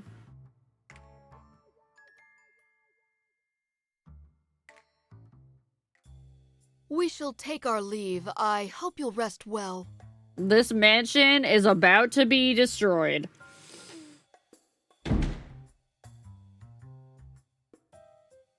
As soon as we return to our residence, I ordered the servants to retire to the East Annex. Only Silas and I remain in the main building. Go on. Reveal the reasons for your betrayal. Me? A traitor. I wouldn't refer to it as a betrayal, let alone insubordination. I suggest you call it a test. What right did you have to test your summoner? He slowly unbuttons his collar. You must endure these sorts of trials if you want me to stay. And to serve you, I must confirm your true capabilities. I scoff. With my hands behind my back, I begin to draw a glyph. Why don't we fight then? You're the one who should be tested.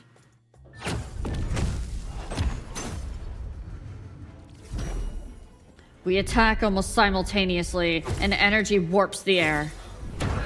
Currents clash as rumbling shakes the entire building. I told you guys this place was going to be destroyed.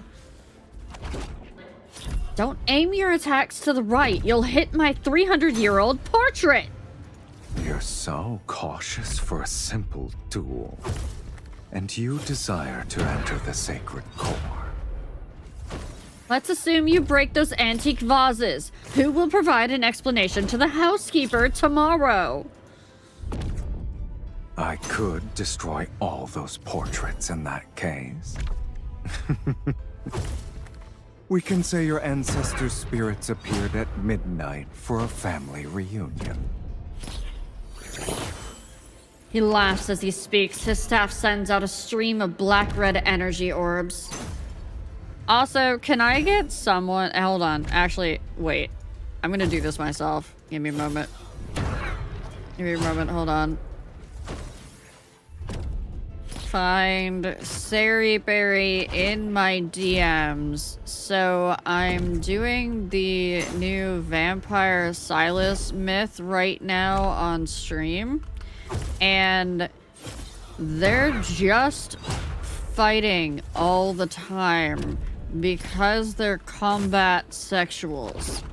Thought you'd like to know.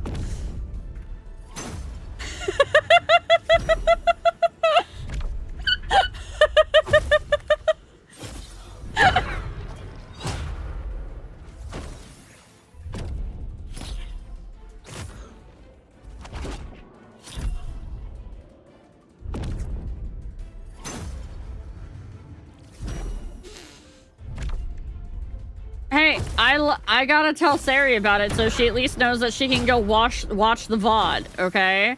She doesn't have to come to the stream right now, but she can watch the VOD at her leisure, so. Even if they did appear, they'll only remind you of your place. I study the teetering crystal glass with one hand while releasing a glyph with the other. I deflect his attack and force him to retreat to the staircase. Our battle moves beyond the Great Hall as we fight our way upstairs.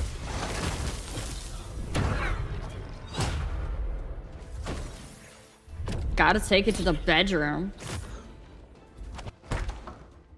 When the door to the bedroom is kicked open, we're already disheveled. Our battle has drained our energy. Having used too many spells, I sit on the edge of the bed to catch my breath.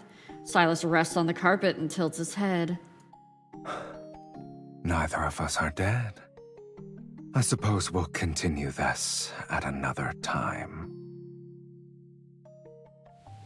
I don't respond, collapsing down onto the bed as drowsiness overtakes me. But he stands up and pokes my shoulder repeatedly. Gee, where do we, the MC players, know of the poke the shoulder move from?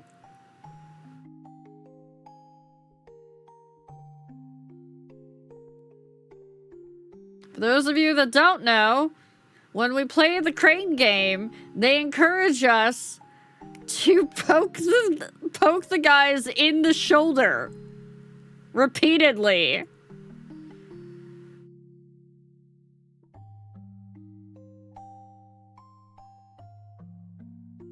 I'm hungry.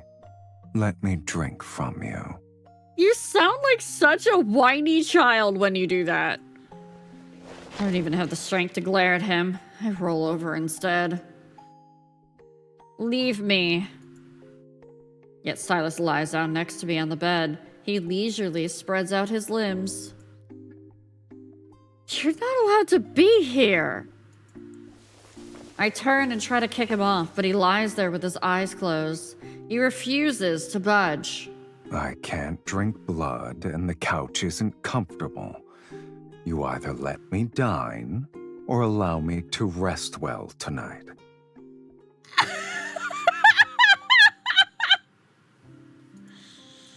Bastard!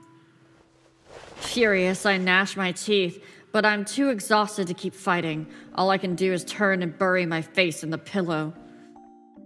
The fatigue from using my energy washes over me. My consciousness quickly blurs into nothing.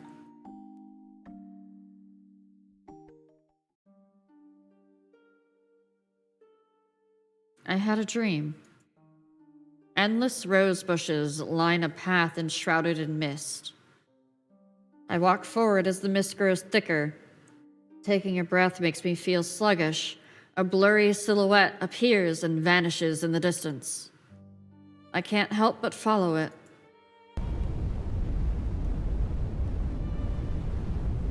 I don't know how long I've been walking until I reach the end of the path. Intense flames and blood-red mist swirl to create a sight befitting of hell. I see myself. Running between the blood-red mist and the raging fire, I run as thick smoke erupts violently from the ground. It pursues me from every direction. Don't look back. A voice that's familiar yet strange falls near my ear, yet it's seemingly from a distant place. I turn my head back. A pair of crimson eyes stares at me. They're so familiar that it makes my heart race with dread. But the face in the mist is akin to sunlight shattered by rippling water. It's impossible to focus on. The edges of the dream are burning.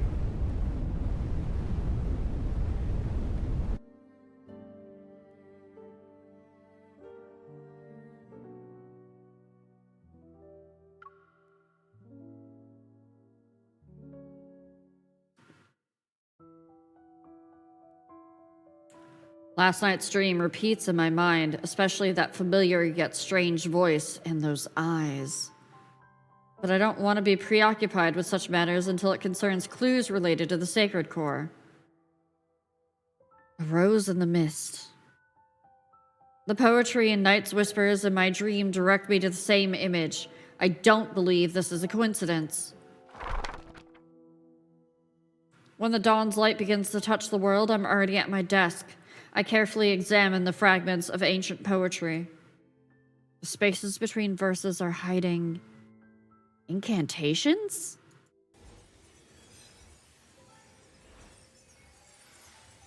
My fingers trace the faint magical residue within the pages. I follow the patterns of verse breaks, rhyme schemes, and the irregular arrangement of ancient grammar. The fragmented incantations are pieced together to form a map. Sauron lived decades ago. This map must be from that era. I approach the bookshelf, and search through my collection of maps depicting the royal capital. I must identify the exact location. You're already awake. I guess yesterday didn't leave you that exhausted. Watch your tongue. More sarcasm means I'm more likely to let you starve. My lady, may I come in to clean? Did they see the rest of the house yet? Ooh. What kind of threat is that? You're not the only one with flesh and blood. He won't target innocent humans. I warn him with a look as I tell the maid to come in. My lady, when I was arranging the bed before, I was worried you and the Count... I glance at the messy bed, then I force myself to smile as I link arms with Silas and lead him out of the bedroom.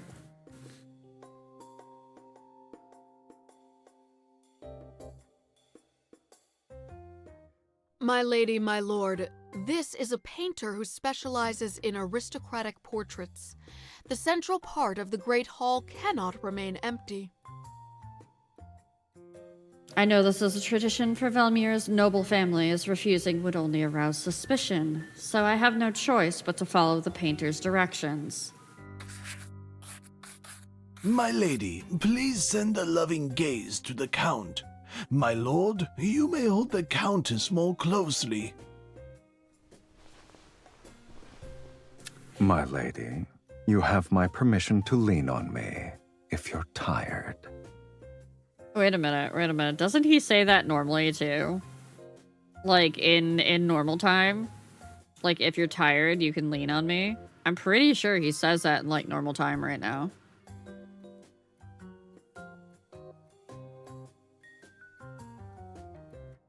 I think he does.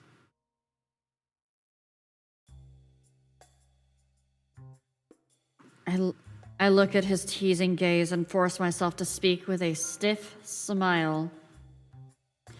We should have asked the painter to use a gladiatorial arena as our background. Really? Really, Infold? It's not actually blood. It's just the look of his fabric. It's not like bloodstained. It's kind of meant to look more like flames. They really just want to tease us with that gladiatorial arena stuff, don't they? Thank you, Amalia, for stealing my flowers. In such a landscape, it's kill or be killed. I don't believe it suits our marriage. I don't know about that! There's a little bit on the other side. There's like a tiny bit, which is why I'm saying it's probably more flames. Trying to make you more comfy for when you lean against him.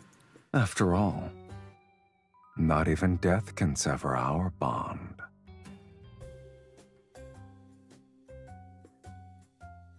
I know why he's saying that here, but right after the fucking gladiatorial arena comment, Infold, you know what you did. I can feel the passion in your gaze alone. It's rare to paint a lively couple. I will ensure your portrait captures your essence perfectly. If this is one of those myths where he doesn't remember us, I'm going to be upset.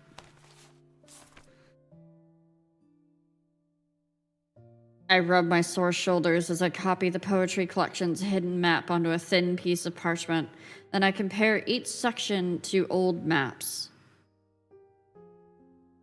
The convergence point is on the outskirts of the former dynasty's royal capital. This is an underground vault in the old royal capital. We're leaving tonight. You're well acquainted with it. Living a long life does have its perks, I see. No amount of sarcasm will change the fact that you must obey me. I lift my wrist and wave it threateningly. Save your strength for when we enter the vault. Remember that your freedom and hunger are in my hands. Oh, your arrogance is second to none. And that's where me and MC will always differ. He pulls me to my feet. Let's go. Between freedom and hunger, you'll have to satisfy at least one. I love his laugh. I love his voice actor's laugh so much. The entrance to the ancient royal capital's vault has been sealed. Its wards are stacked upon one another to serve as an impenetrable barrier. I use the incantation I decoded from the poetry collection to break through several layers. Silas impatiently waves his staff and tears through the final seal. A hidden stone doorway opens slowly. Behind it is a painting lying on the ground. At its center is a small path intertwined with wild grass and overgrown with roses. In the depths of the mist, a lone figure walks into the distance. It matches my dream.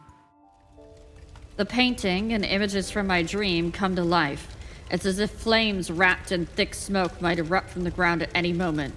Don't let it affect you.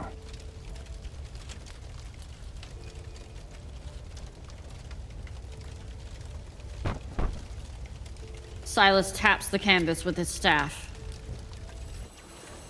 It's been infused with energy and appears to contain a seal.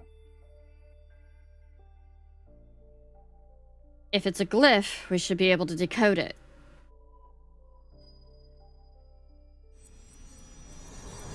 One end of his staff begins to glow with a crimson light and reveals the faint outline of a glyph under the painting.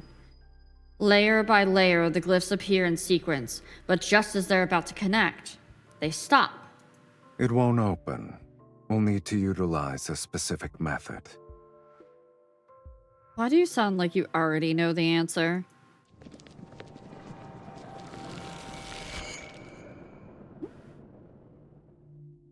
Fluctuating energy in a place like this. Wanderer? Subtle ripples put me on alert as several figures burst in through the stone doorway. I can sense their murderous intent before they cast their spells. Oh, other mages. You won't escape this time.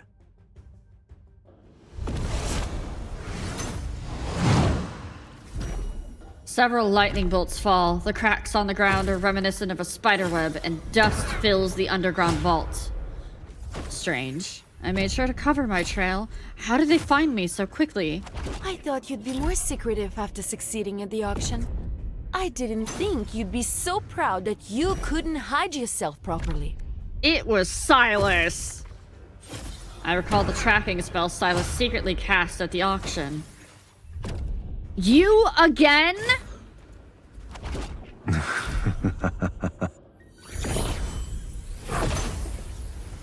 Another mage raises his hand and releases black threads from his fingertips. I'm forced to set aside my anger to focus on the fight. Are you going to stand there and watch? I can't help myself, my lady.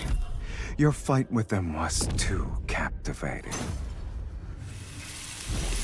He twirls his staff to effortlessly block a lightning bolt, but he shows no intention of striking back. Draining my energy here won't break our linkage.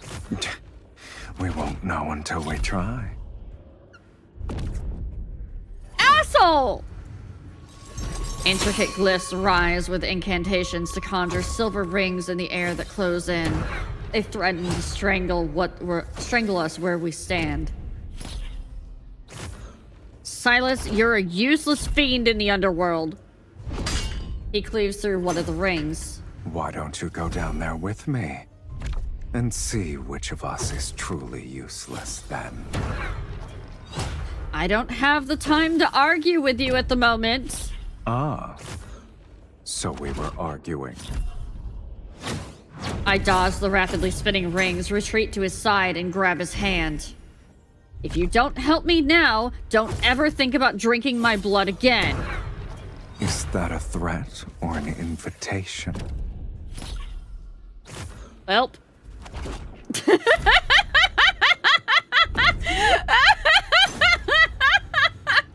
I know chat's gonna get a lot of use out of that one.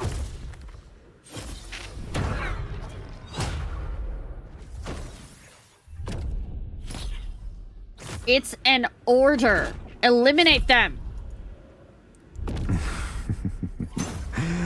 As you wish, my dearest wife. Really? Back to back? You gotta do this? You gotta do this to me?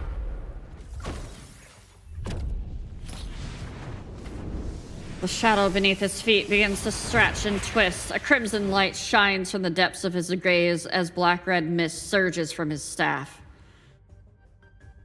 Give me that line, I'll give bits.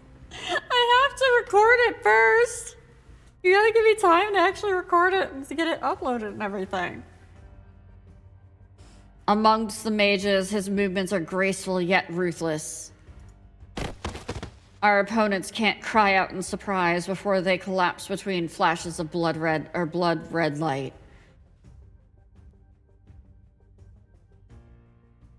Don't worry, there's a lot that have been saved that'll go on the soundboard. As the last mage falls to his knees, Silas suddenly bends down and bites the man's neck.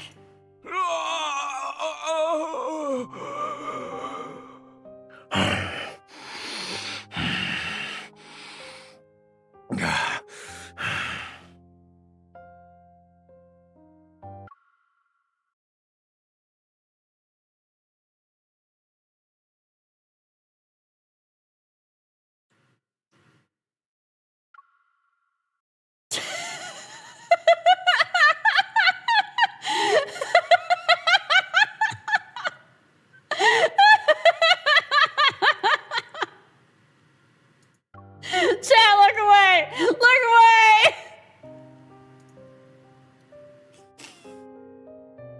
Blood overflows from the wound. The man doesn't even have time to struggle before dying. Noticing my frown, he wipes the blood from the corner of his mouth with a silk handkerchief and calmly walks to the next mage. Your furrowed brow reminds me of an intricate glyph. Can you blame me, though? I haven't eaten in days. If this continued, the Archfiend's sovereign would have become the sovereign of hunger. He picks up another unconscious mage. Your blood is special. One sip is worth half their lives. But since you're unwilling, I'll have to make do. You lured in these mages for that?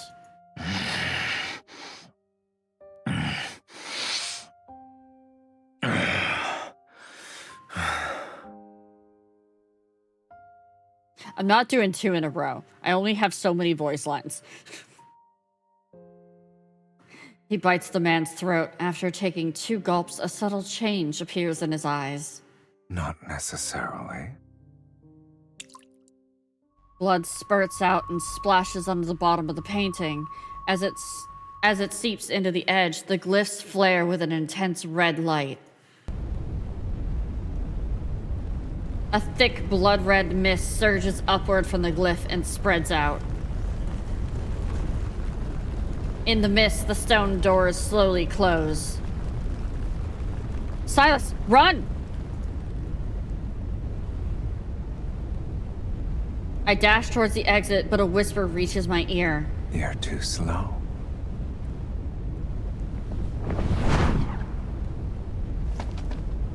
Embracing me from behind, he unfurls his silver wings and flies away. He breaks through the ceiling to reach the night sky.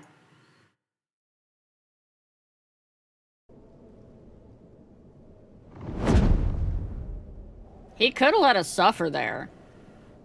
Just saying. We can't die. He could have let us just burn.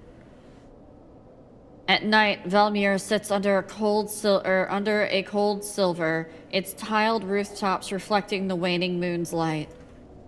Blood-red mist silently encroaches through the streets and alleys and rises towards the sky. The cold moonlight is slowly stained.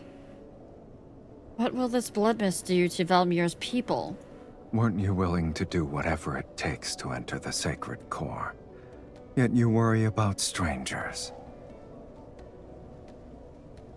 Despite his sarcasm, he holds me more tightly.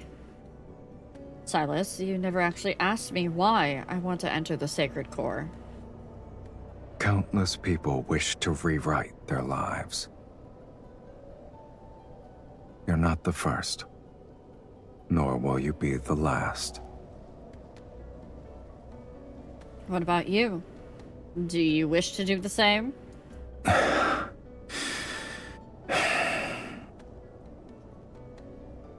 The blood mist churns in the wind. No longer a mere shadow encompassing the streets, it's an omen unfurling across the sky. Yet within me rises a tranquility I haven't felt in ages. It's as if some distant past I had looked upon an ebony city like this.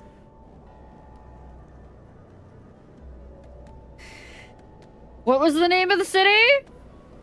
What was the name of the city? What was it? What was it? I don't remember what its name was. I remember there was a city, I just don't remember the name. Taurus? Yeah, there we go.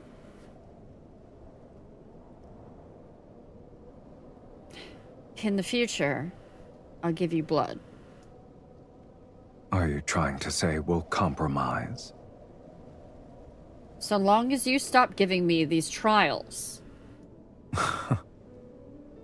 Your offer for a truce is more sincere than I expected. You'll accept it? An agreement this important needs a proper acknowledgement.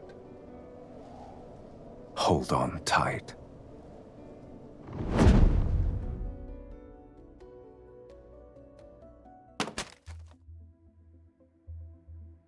Silas lands on our residence's rooftop with me in his arms.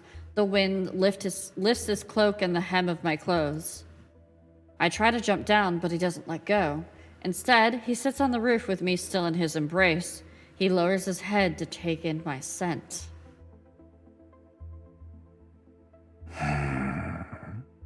Has anyone ever told you that after you cast spells, you radiate a unique warmth? It corresponds to your energy. Aside from you, who else would notice? If I'm the only one, that's even better. On a humid night under cold moonlight, he slowly licks my cheek.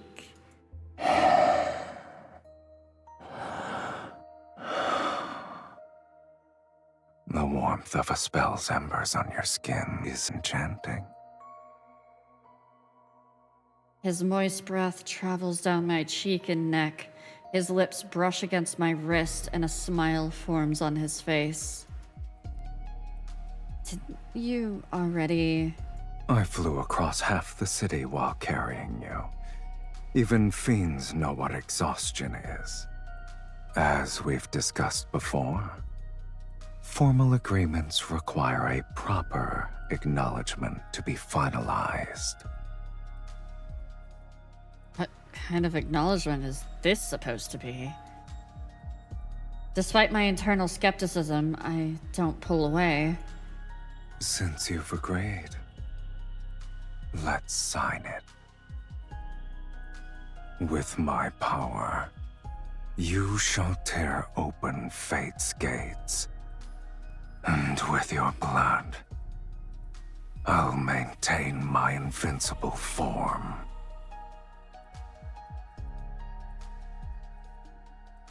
His warm lips gently press against my wrist. The moonlight Oh, will be that's our fine. witness on this night, at this hour. Throw wide the gates.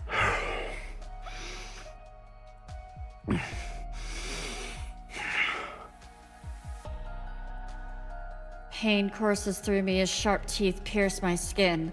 I shudder as a strange, tingling sensation spreads from the wound to my fingertips. His fingers graze my palm. They move in tandem with his lips and teeth as he sucks my blood. It's meticulous and slow, as if he's savoring a rich, exquisite elixir.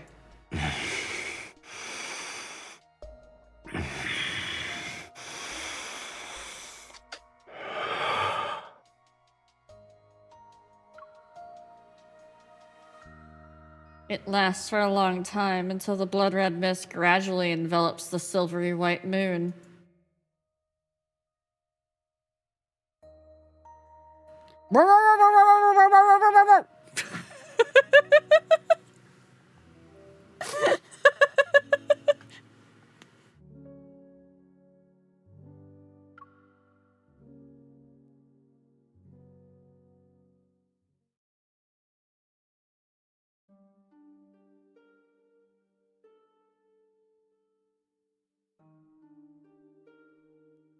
I once again find myself walking along that misty path of roses in my dream.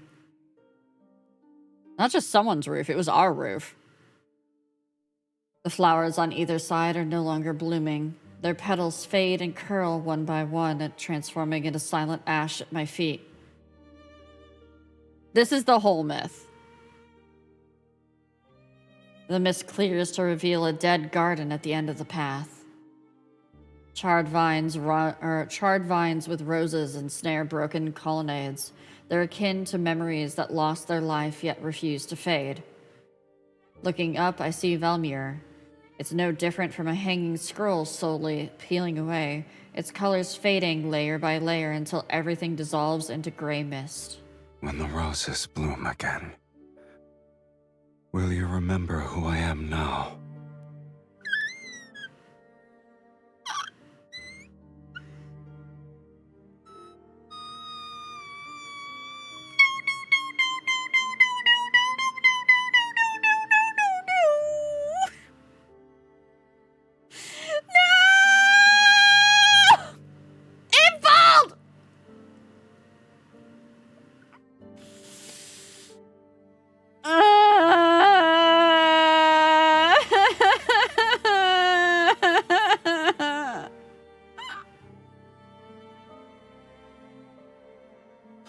I want to remember you. But will you still be there? Will you still be the same when the time comes? So long as our souls remain unchanged, we'll surely recognize.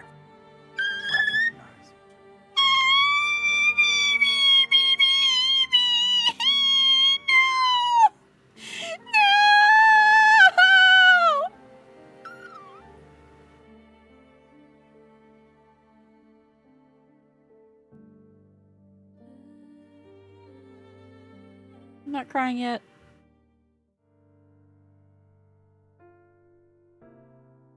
Not crying yet. I open my eyes to find blood-red sunlight filtering through the gaps in the curtains. There's a thin layer of eerie mist in the bedroom. Was that a dream? You're awake? What's with the sultry, low jazz music when you say, hey, you're awake like that, Silas? I try to sit up, put his arms around my waist, tighten. I'm pulled back against a firm chest. You... release me! Who said you could sleep here? No!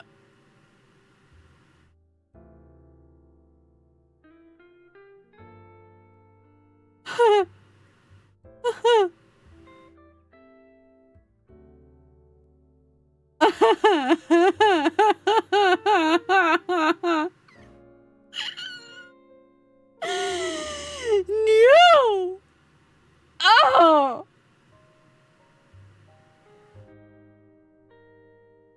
Smirk again. Smirk again. I'll take that one. I'll take that one. That's fine. That's fine. Hello.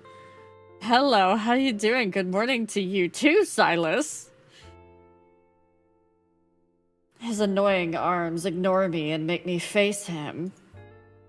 You slept so soundly last night that I couldn't wake you up.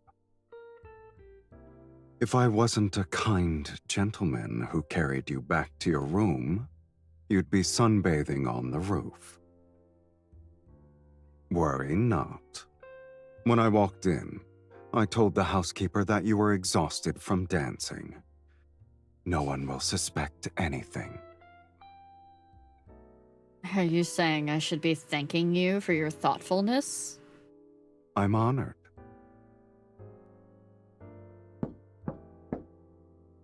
Oh, that poor housekeeper.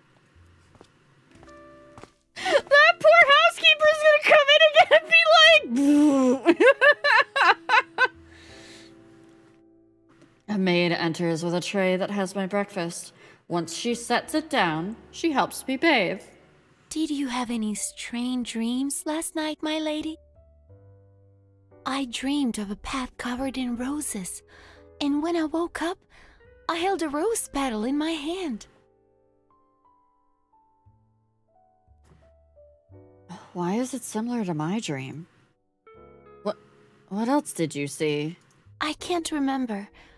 The path was hidden in a heavy mist, and everything was blurry.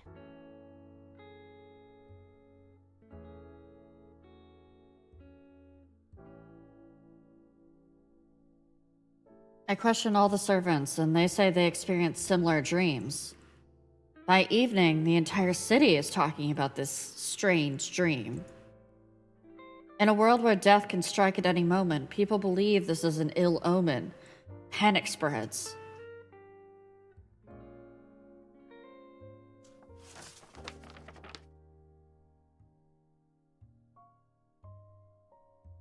In the flickering candlelight, I once again opened Night's Whispers and searched the fragmented text for the blood mist. When the mist kisses the rose and its petal...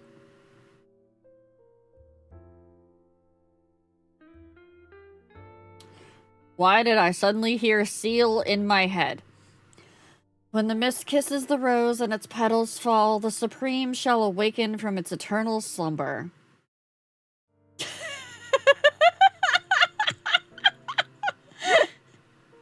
Come on, you guys know what song it is. Everybody that grew up around that time period heard it at every fucking school dance you went to.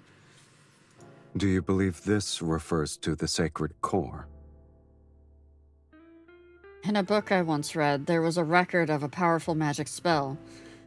Considered forbidden, it's called the Rose Dream Plague. I plead the fifth! It can force an entire city to witness the same dream. In other words, it's a disease that infects one's dreams. Oh, fuck. We just cast a plague. Only Sauron would have the power to seal forbidden magics within a painting from decades ago. Is he truly kind-hearted to show later generations the path to the sacred core? This could be him mocking people like you. At least his insults toward me wouldn't be as frequent as yours. What about you, Count? Did you dream last night? Are your dreams the same as humans? Or do fiends have no dreams? He gives a non-committal smile, but his eyes show no traces of amusement. Rather than concern yourself with whether or not I'm like you, you should focus on searching for the clues about the sacred core.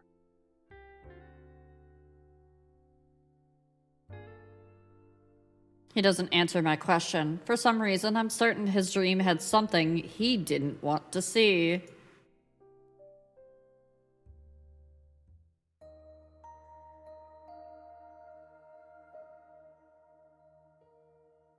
That night, Silas had a dream. In it, Riao died in blossoming roses. When he woke up, he thought it was ridiculous. Dreaming of an immortal's death was a cruel, ill-timed joke. But the lingering remnants of the dream prevented him from showing his usual mocking smile. He still remembered the complex emotions from the dream, chaotic, melancholic, and a pain tearing his soul apart. She is a mage who summoned him, and this is a game to pass the time in his long existence. How could your death cause me so much agony? Silas realized that although he was no longer dreaming, he was still affected by the emotions from his dream. Did I lose my mind after drinking your blood? He laughed at himself, his knuckles gently brushing over the girl next to him. Her skin was smooth, warm. He held this bundle of warmth in his arms as if to dispel the vivid despair from his dream. He thought it was just a dream. Yes, it was just a dream.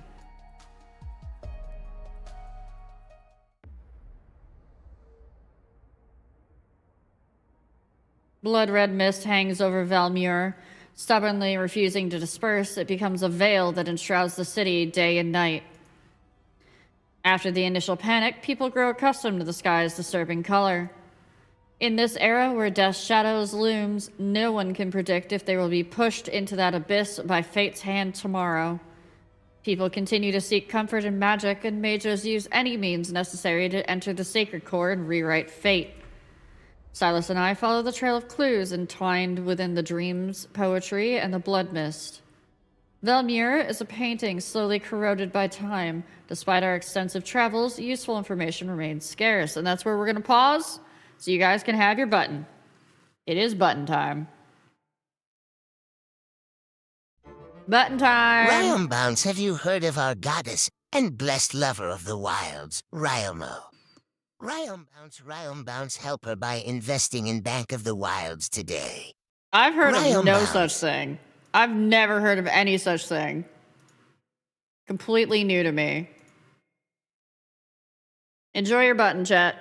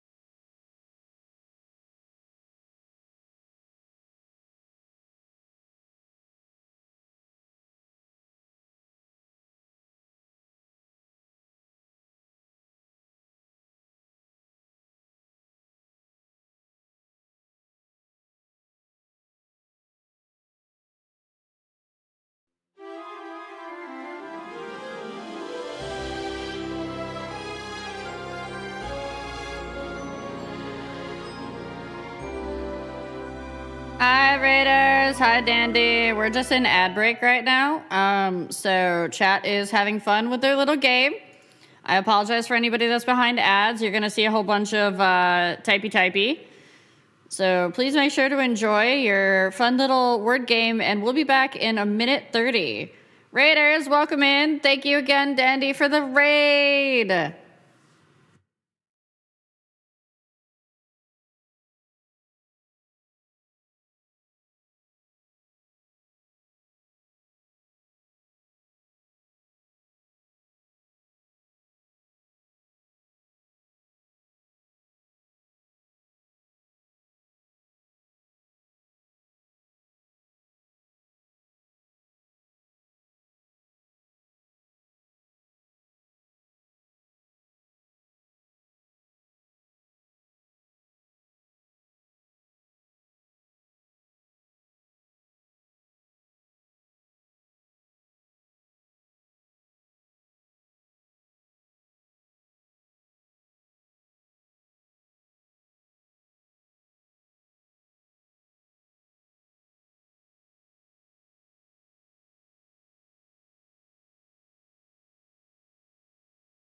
All right, chat, that's your button for this ad break.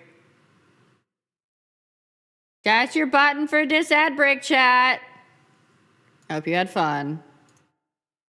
I hope you had fun. We're going to return. Raiders, if you're still here, welcome in. We are currently playing Love in Deep Space. We are going through the myth of Silas being a vampire. And we can get a little bit spicy at times, so fair warning. You've been warned.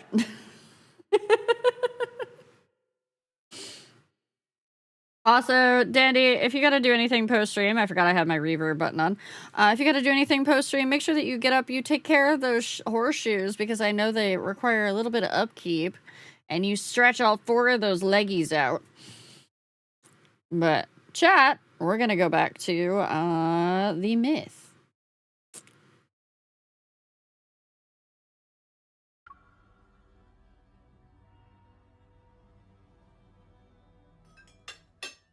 Oh, you like that song? Marquis Swain passed away from an illness several days ago. Oop. That wasn't us. It will? Fuck. My lady, my lord, you attended a ball he hosted when you first arrived in Belmure. Do you remember? At the dining table, Silas and I exchanged glances, but the housekeeper's expression remains calm as ever. He looked hale back then. They say his heart stopped beating. Such tragedies aren't uncommon, yet everyone believes it's connected to the ominous mist.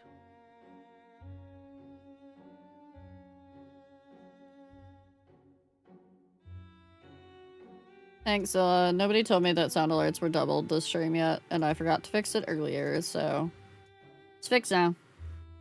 All the nobles are desperately inviting mages to divine their fate and extend their lifespans.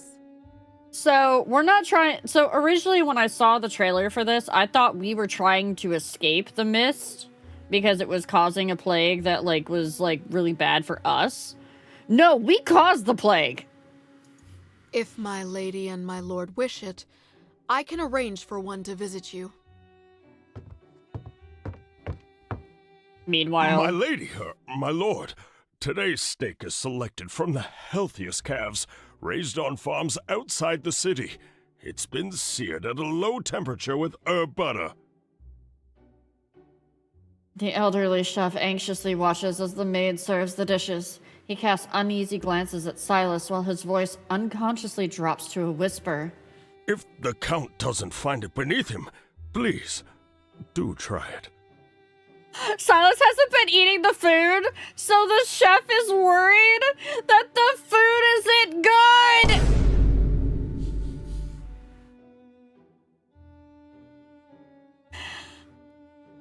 I glance at the untouched dish in front of Silas and can't help but pity the dejected chef. I wish I could tell the chef that the Count is only interested in blood. To my surprise, Silas picks up his knife and fork and cuts a small piece of steak and places it in his mouth to chew.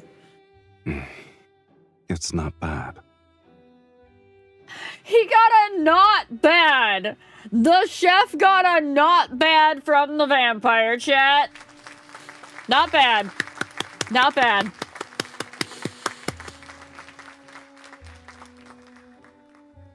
Thank you. I'll go ahead and prepare the dessert. The housekeeper and maid also visibly relax, and the atmosphere in the dining room seems to improve by a considerable amount. Oh, they were starting to suspect. Oh. So Silas can be like this too. What is it? It's nothing. I saw a hint of humanity in the Count, and I'm not used to it. Perhaps. I've been drinking too much of my wife's blood and was infected with the consumption. He was infected with humanity! I glare at him as the servant delivers a letter to the housekeeper. It's from Duke Bass. His Grace has invited you to a hunt. They still wish to hunt as blood mist covers the sky. Do they not fear death anymore? My lady, you may not be aware, but ever since the blood mist descended, extremely rare animals have appeared in the royal hunting grounds outside the city. Oh. How rare are they exactly? Of course! Of course! He wants the rare thing. They say deer with silver horns and pheasants exhibiting golden feathers were spotted, and they've only been depicted in books. All the noble families are competing to hunt them. Silas and I exchange a glance. We recognize the interest in each other's eyes. Unusual animals suddenly appearing, this might be connected to the sacred core. Since His Grace gave us an invitation, there's no reason for us to refuse. Besides, my lady should acquire new attire. A custom hunting outfit should do. He wants to see his wife play pretty dress up.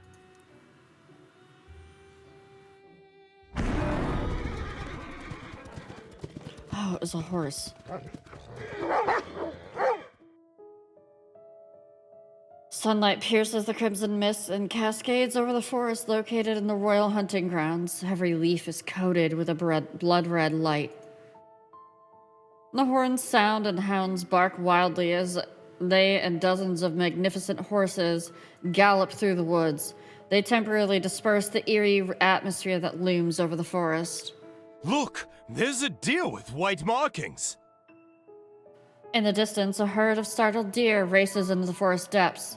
Their fur is adorned with vine-like white patterns. Is that a peacock? There are wild peacocks here? On the other side, a silver peacock stands on a large rock while displaying its tail. Its feathers shimmer with an almost surreal quality. The nobles are frenzied over the supernatural sights. Their servants and horses divide the forest into chaotic, noisy sections. Chat, don't forget to refill your tea. I guess none of these creatures are your actual targets. Silas rides a tall, dark red hunter horse. His posture is impeccable, yet he possesses ineffable ease. I could almost believe he's going for a casual stroll.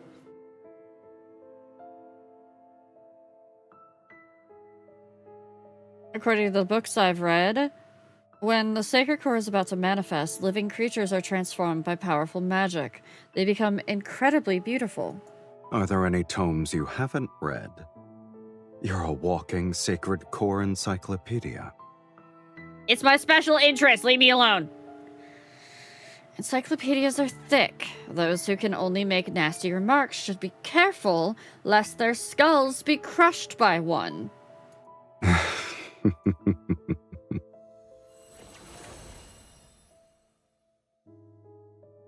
An unusual magic force slowly reaches out from the depths of the forest. It's akin to a slender, cold tentacles.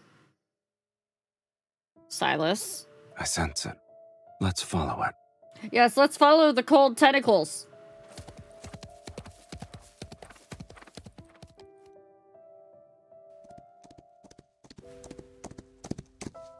We avoid the groups and track that magical force into the dense forest. The blood-red mist thickens and a streak of disturbing white flashes. It's a white crow, its feathers as pure as snow. A rose vine crawls out from its back. A semi-transparent bud grows on the vine, and thin streams of blood are flowing within it. Hi, Mephi! Hi! Mephi, we missed you, buddy!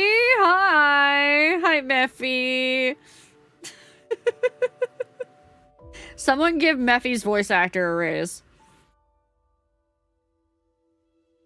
It's a magical creature.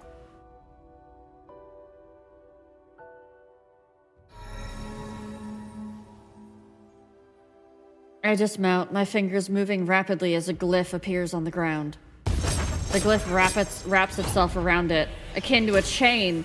It's about to tighten and trap the white crow.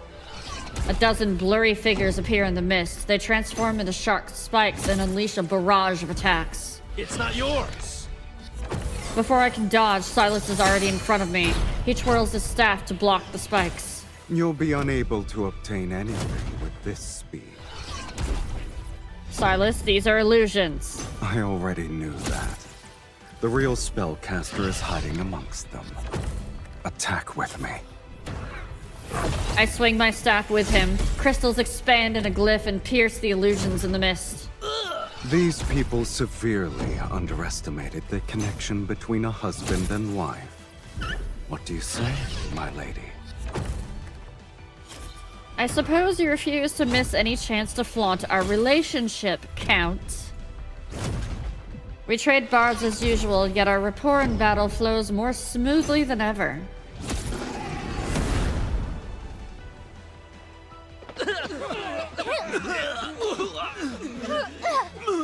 That sounds like more than one mage. The mages who want to take the White Crow are forced to retreat. Powerless, they can't fight back. I turn to activate another glyph. I'll capture the White Crow. A familiar, nauseating agony explodes in my chest.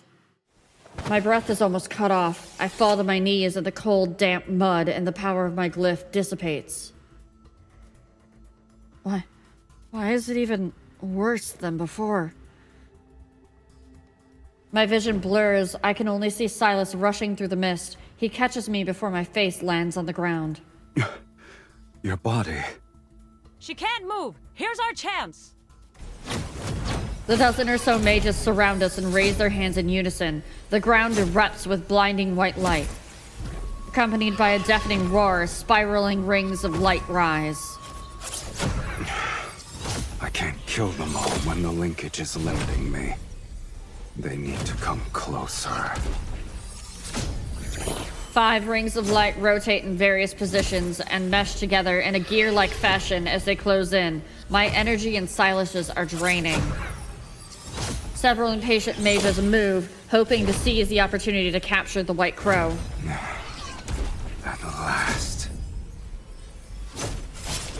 Within range, Silas cuts through the group of mages. Akin to a blade, his staff repeatedly pierces their chests.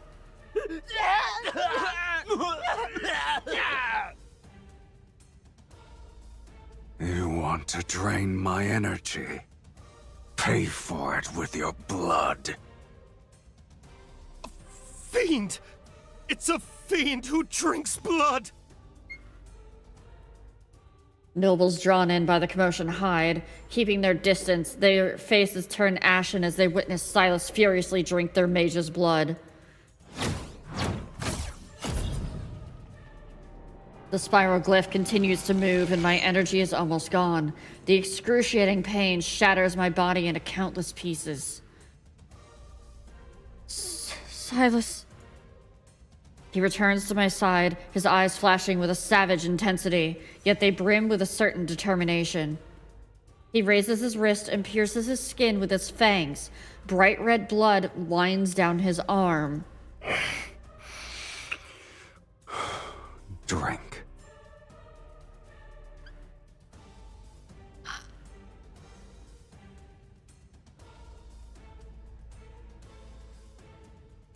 I feel a fear in the depths of my subconscious and use my last ounce of strength to shake my head. You don't have a choice. He grabs my jaw and presses his wrist against my mouth. When my tongue touches his skin, his blood reminds me of burning embers. It explodes within me and churns in my veins. My heartbeat is all I can hear as it's accompanied by a sharp, burning pain, yet it's quickly dispelling the weakness and oppressive sensation in my body. The mist around us suddenly churns and swirls as if countless hidden eyes are opening within it. The gear-like glyph is silent, its light dissolving into the mist. Lean on me. We'll leave this place. Our figures vanish in the depths of the blood mist as Silas holds me.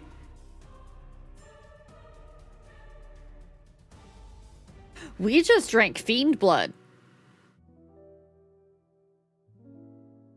Oh, that's gonna have an effect. Oh boy. Oh, that's gonna leave a mark. Possibly on our soul. Teehee.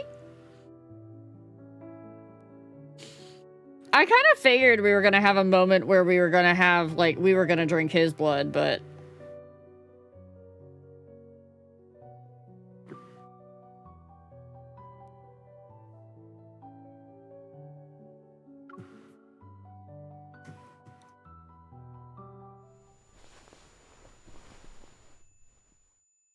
In my hazy consciousness, I can only feel a warm, thick, strange yet intoxicating liquid between my lips. My throat tightens as I greedily drink it. I'm savoring the sweetest poison drawn from darkness itself. A little more.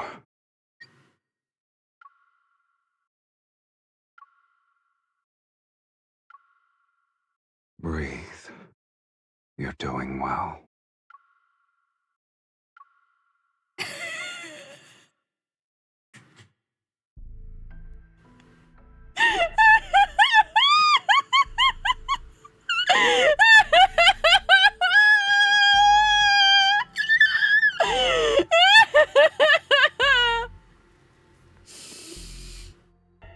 I slowly open my eyes and my vision is only filled with a dark crimson hue.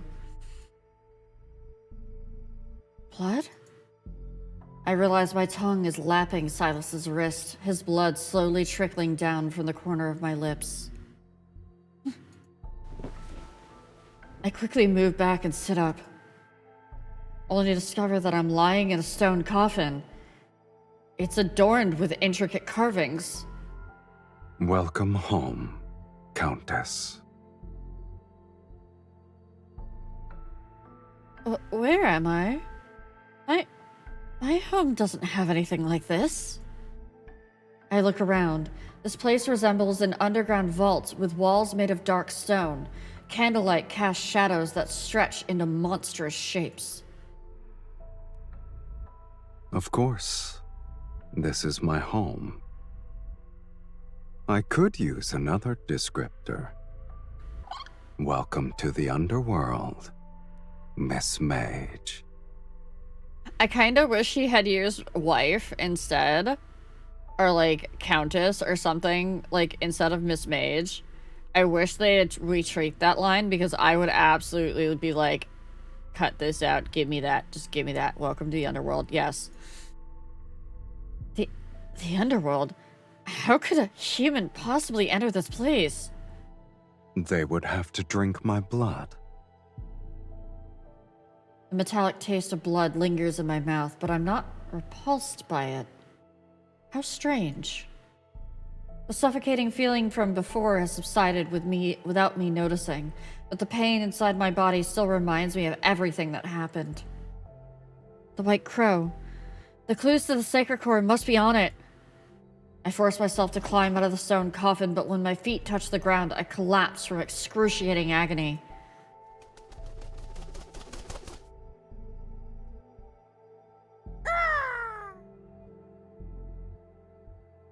A white, feathery figure flies across the underground chamber and lands gracefully on Silas's shoulder. Here's your clue. In your current pitiful state, you shouldn't be running around willy-nilly. This magical creature can enter the underworld too? Since it was prey that caught your interest, my lady, I naturally couldn't let it escape. I'll admit, it's peculiar. I've never seen a magical creature that can freely travel between the human world and the underworld before. You know, Maffy going between the N109 zone and Lincoln. Metaphor much infold. I see you. I see you right there.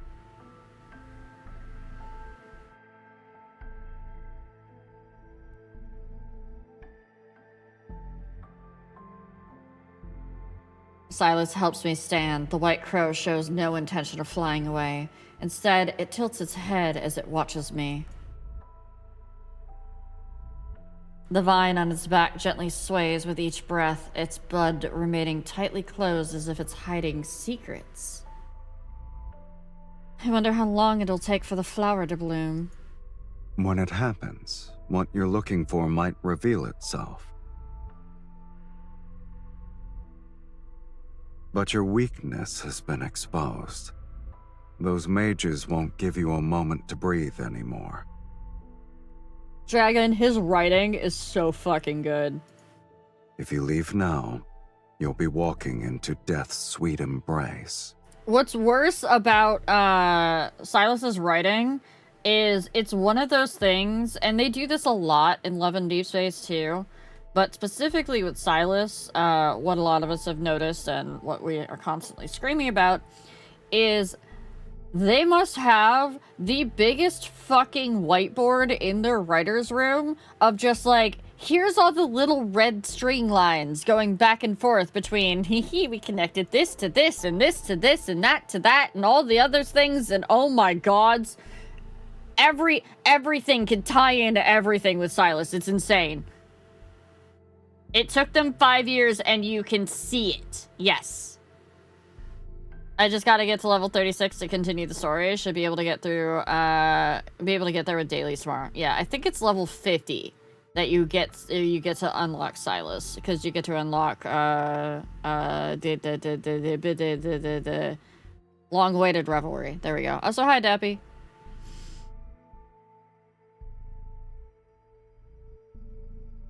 I would argue that, honestly, Silas may be the fave of the writers, but overall, Raphael is the fave of, like, the entire team. All the allies are written well, and then there's Silas.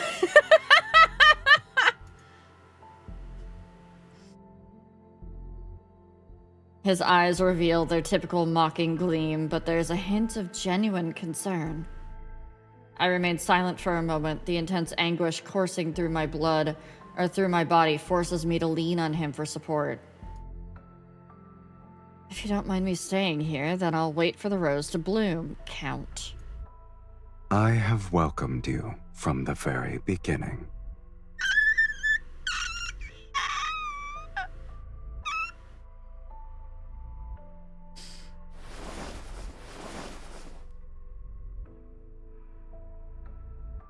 Suddenly, he picks me up. Carrying me, he climbs the stairs.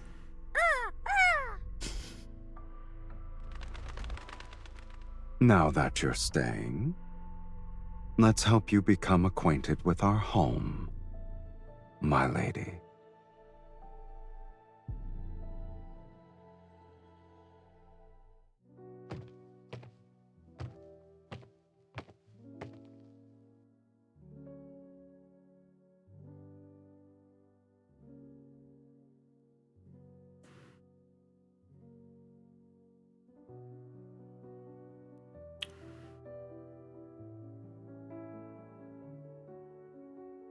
Really?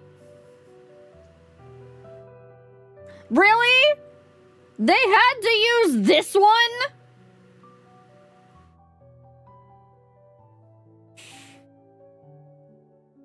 I see you, Infold.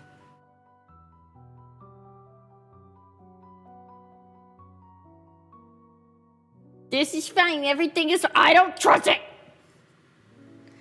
Silas and I reach the top of the staircase. The scenery greeting my eyes is so breathtaking that I almost forget my pain.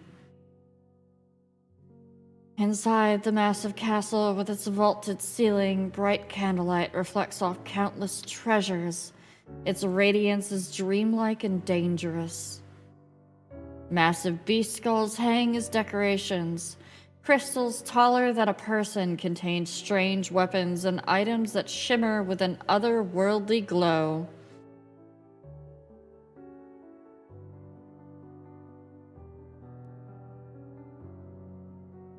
Don't worry about it, Dragon. You'll learn eventually. Is this how you live in the underworld? No wonder you hate being summoned. They're nothing more than trophies. Treasures. Opponents I've defeated here, mages who tried to summon me only to die. They're treasures. I always keep one item from each of them. Treasures. As a souvenir. Treasures.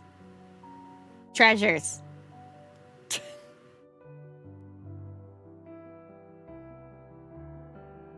His nonchalance sends a chill down my spine. So this place is actually a graveyard. Your sense of humor never fails to delight me. Even if this is a graveyard, it's been deathly quiet for a long time. I've run out of rivals in the underworld. There are no fiends who dare to challenge me. And I can count the mages who survived long enough to complete the summoning ritual on one hand in the past century. So, I'm bored. I'm also a mage who summoned you. Are you planning to take a souvenir from me? He glances at me. We'll discuss that after you're dead.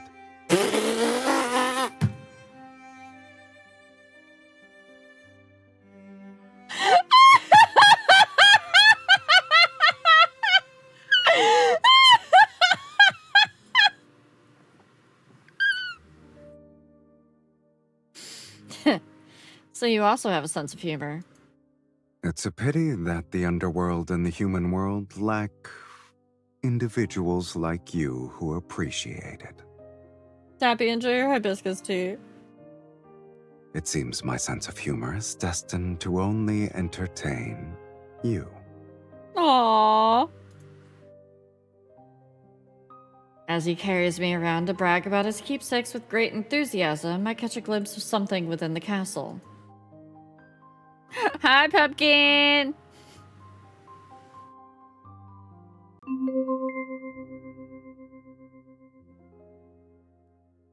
I just read the fucking screen. No! No, no, no! Infold?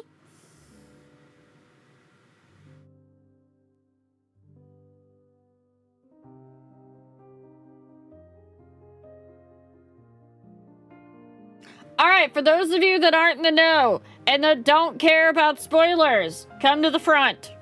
If you care about spoilers for the dragon myth, go sit your asses down. I have to explain this to everybody else and why it hurts.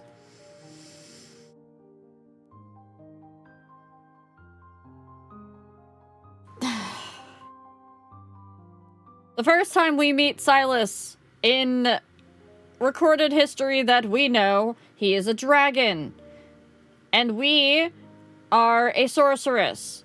And in that myth, there is a chapel that has a pipe organ. Because we teach Silas and get him to love us by not only our constant companionship, but also singing him a song, which then he wants us to play on a pipe organ. He tears through everything to find us an organ. And he finally brings one home. He brings one back to his horde. And we play him the song. And when he is in the throes of his madness, and he must be he's basically dying, we sing him that song again. And by the way, he remembers that song in his future lives. You can catch him humming it sometimes. It's also a funeral dirge.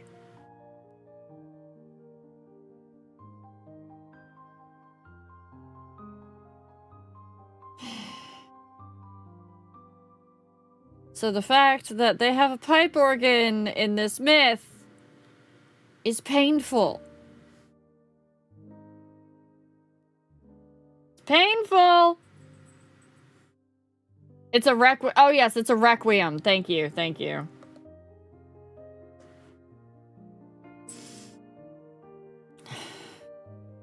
Is that a pipe organ? In the midst of the flickering golden light stands a silent, imposing, dust-covered pipe organ. Its wooden casing has long lost its luster, as if being forgotten in the depths of time. Ryan Tia. Gigi! Thank you for the resubby. Also, enjoy your petrichor tea. Can you play it? No! No! No, no, no.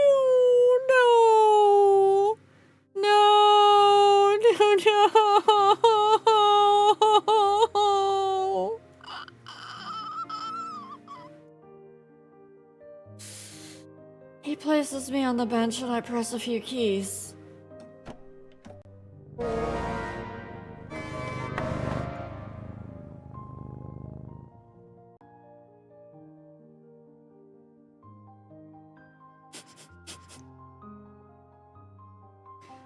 Unsurprisingly, some are out of tune. Others don't produce any sound. That's normal. No one has ever played it.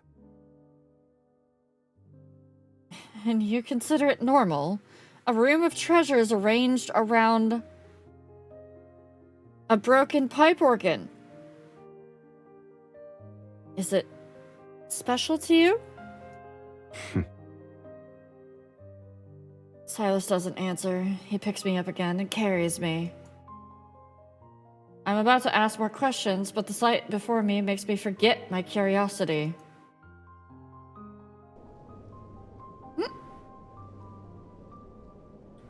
On the balcony, the wind is as cold as a knife's edge.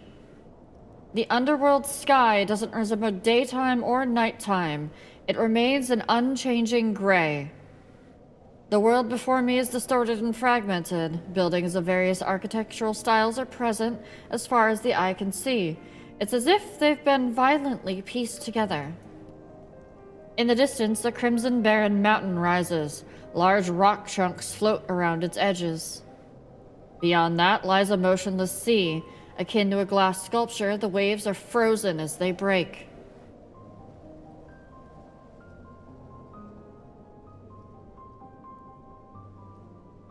The underworld described in various books is nothing like this. You should read less nonsense. These structures seem to be from different worlds. What exactly is this realm? I have a bad feeling. I have such a bad feeling. I have such a bad fucking feeling. Don't you dare. A graveyard. An indescribable shudder spreads from the depths of my heart. Don't you fucking dare, Infold. I don't understand. He slightly turns his gaze, his head, his gaze passing me like a wind. You're not the only one who wants to rewrite fate. And there are other timelines with people such as yourself. Okay. Have you ever wondered where those discarded fates go?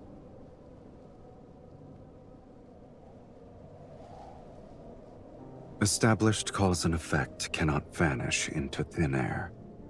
A place must receive these fragments erased from various timelines. When enough fragments accumulate, they form ruins. The underworld is a fate's graveyard. Okay, my brain's broken. In a good way.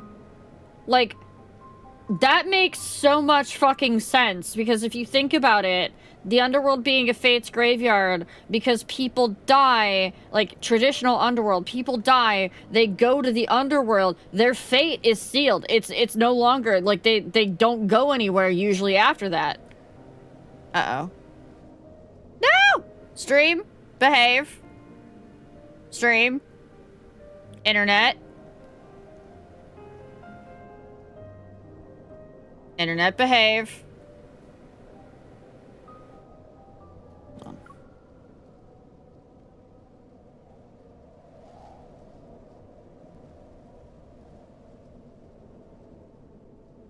The internet's being weird. I'm gonna see if I can just write it out. We're getting a little bit of stutters here and there. I'm dropping a decent amount of frames, and it's continuing.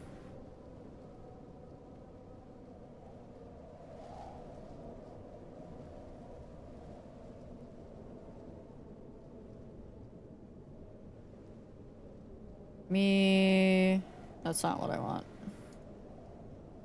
Yeah, deeply rude internet. Hold on, chat. Let me see if it's my internet or if it's...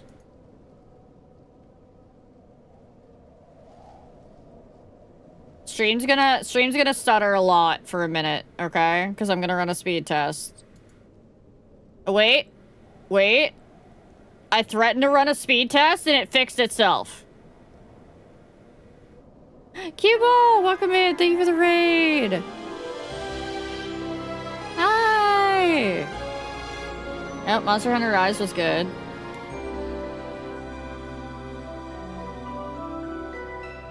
Okay, it looks like it fixed itself for now. I threatened to run a speed test, and it fixed it. Yeah, no, this is... This makes so much sense, because Fate go to die in the underworld. Graveyard. Graveyard. Zilla, enjoy your game. Keybolt, thank you for the raid. Welcome in, raiders. Keybolt, if you gotta do anything post-stream, by the way, make sure that you take care of yourself. I do appreciate the raid, though. Almost wrapped up 5-star quests? We talked about dead timelines and defied fates, and stream went, no, I know. I'm giving it just a smidge, just to make sure that it's not gonna do anything further. But I think we might be okay. I'm just like...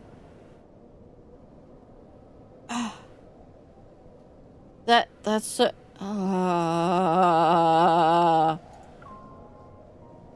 Okay.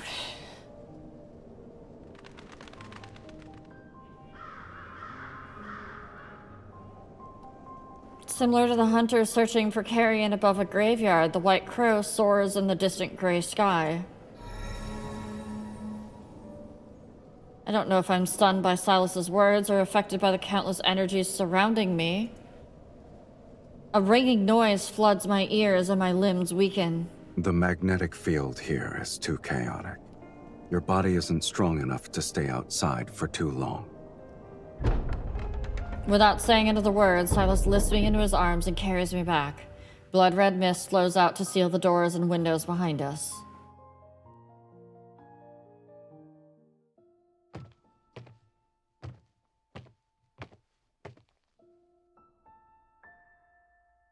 We haven't talked about it because they were waiting for this myth to come out. Back in the stone chamber beneath the castle, what was once eerie now feels comforting by comparison. It's suddenly quiet in here. The stone chamber shields me from the chaos outside, and even my breathing becomes steady again. Only being quiet isn't enough. He places me back into the ornate stone coffin. Noticing my look of protest, he pats my hand to reassure me. You'll recover faster here. No wonder you use this stone coffin as a bed. However, humans need plenty of food to recover. We can't just rest. You only require blood now. There's no need for regular meals anymore. Oh, shit. Oh, he fully, oh,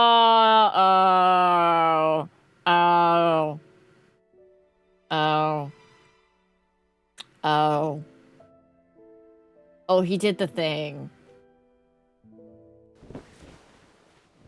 Dauntless, I grab his hand. I've been eating human food for hundreds of years. I can't quit. Even if my body doesn't need it, I still need food to sustain my mind. Otherwise, I'll keep pestering you. How troublesome. Hold on. Wait. I need that. There was so much affection in that. There was so much affection in that how troublesome. Listen to it again, chat. How troublesome.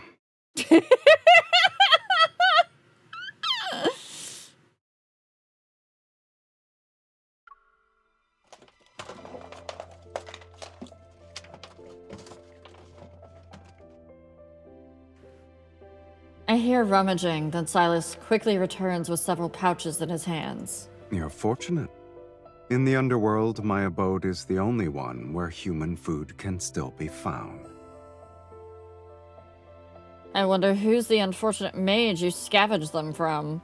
The food isn't centuries old, is it? It's 100 years old. It's fresh compared to you.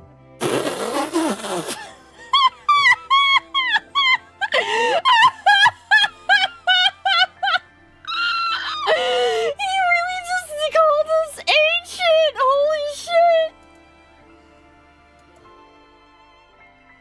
There are traces of magical seals on the pouches. Mages typically use this method to preserve food for extended periods.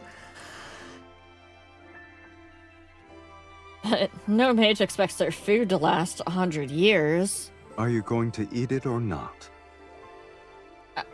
I'll try.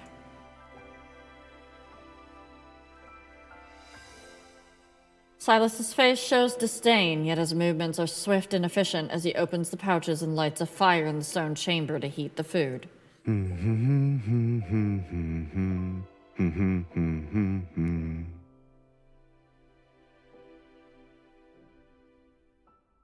I look at the cold, gloomy stone chamber and the coffin I'm lying in. Then my gaze lands on his busy, happy figure.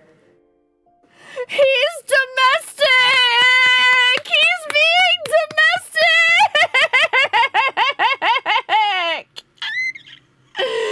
Ah, no, that wasn't the song. That wasn't the song.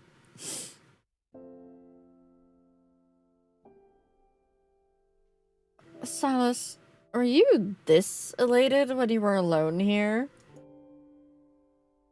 He pours the heated, sticky mass of food onto a metal plate and hands it to me. No. It's because I'm giving you this meal, so I can feast properly later. Then I must be the first dish that makes you happy. A gourmet delicacy. You're confident about your status. I taste the steaming substance. Although I'm not actually hungry, its aroma still brings me comfort and helps me relax. This isn't my first time lying in a coffin. I was suffocating and the people around me thought I had died. They hastily buried me in a coffin. Once enough time had passed, I woke up to find myself buried alive. I stare absently at the thick liquid on my plate, but my voice remains steadfast. I struggle to crawl out of the coffin. I bet that place still tells ghost stories about me. But this happened ages ago. After several eons, I doubt anyone remembers. Silas listens quietly. Surprisingly, his mocking expression is nowhere to be seen. Spinner, enjoy your hydrangea penalty. Is that why you wish to enter the sacred core? Yes. I lower my gaze. It's the first time I've told anyone my real reason for seeking the sacred core. Thanks for 3 comfy years, Ryle. 3 whole years! Thank you. Thank you for the resubby, Spinner. My suffering stems from a curse. I lost my most crucial memories and only vaguely remember that because of this curse. Only a certain person can grant me a true death.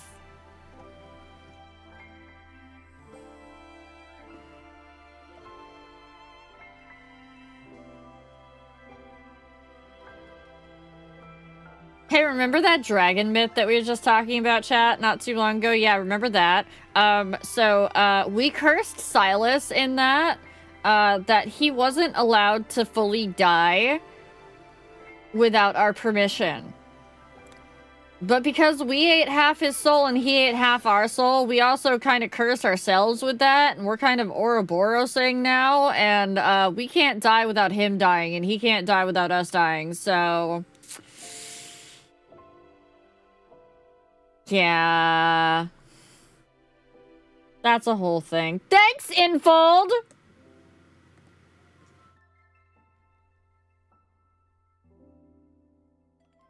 He quietly observes me as if he's looking at a reflection below a lake's surface. You want to rewrite your fate to escape eternal torment. Correct. Eternity for me is a nightmare I can never wake from. The flickering candlelight in the stone chamber casts a gentle glow on his face. It encourages me to ask the question that has lingered in my heart for so long.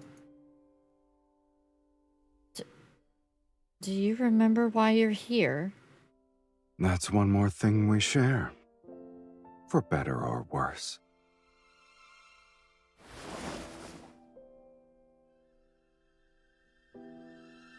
He sits down and leans against the stone coffin. I don't remember how I arrived here.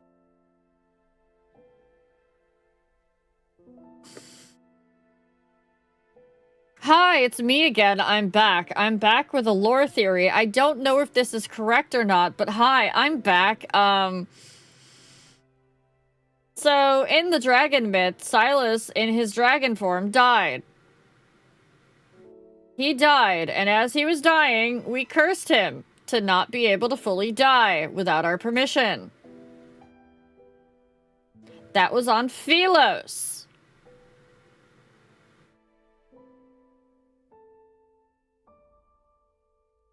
That was a planet known as Philos. And we have been alive for eons. We have been alive for eons. We were left alive. Hi, Mansfred Mangrove, welcome in. Thank you for the follow. Yeah, so,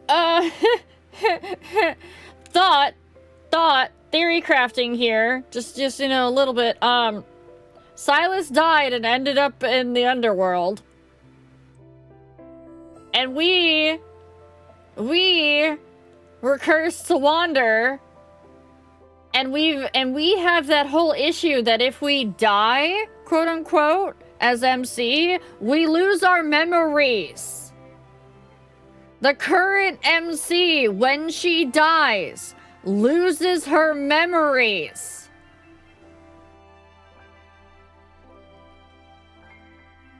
Yeah, and don't forget that on Philos, he was supposed to kill his beloved, and that would end the world. But he didn't kill his beloved, so the world didn't end. Thank you, Cass. So yeah, I think this is the same MC. I think she lost her horns and her scales. I don't think she's a dragon. I think she either that or she got so used to hiding them that Sorceress MC, now Mage MC, no longer knows that she even has her horns. Oh, this is Love and Deep Space? Yes, it is. We're going on about the deep lore of Love and Deep Space, and I'm going to go insane because they tied so many things together, and I'm going to happen to even... Sorceress, Mage, same word, different font. Motherfuckers. Infold! Again, it's just a theory. We probably don't ever get any confirmation about it. Don't tell me if we do, because I'm not done with the myth yet. Yeah, she did say she's been alive so long that her earliest memories are gone. And the only thing she knows, the only reason why she knows that she's still here is that she's cursed because only a specific person can kill her and grant her peace. Which, by the way, that specific person is Silas. But so far, he hasn't wanted to kill her in this form. He tested her. The only thing that throws this off is when he tested her about her immortality and he says, oh, you're an immortal too? He did stab her through the chest, but that wasn't a stab through the heart. It wasn't a killing blow. So I'm thinking he was basing it off of how fast she healed afterwards. Don't worry, Mansfred Grove. It's just a lot of story. It's a lot of story that breaks our hearts on a regular basis, which is why we call it love and depression. Sometimes, I think the underworld's fiends are simply people abandoned by fate. Oh, you gotta be kidding me. No. You can call me Chuck. I'll try to remember that. No. No. After I just went through that whole lore dump and now you're gonna be like the person abandoned by fate. No! Since they're not embraced by it, they're free from the mortal world's moral constraints. They only live for their desires. But you said you weren't happy before. I suppose when I defeated a fiend, I'd momentarily feel the zenith of pleasure. Why would you need to kneecap Manfred? If there's a reference, I don't know it. That's why I spent most of my time becoming the ruler of the underworld. But pleasure has always been fleeting. After the rapture passes, all that remains is longer periods of emptiness. Oh, no. I was reacting to what's going on in the game, Dappy.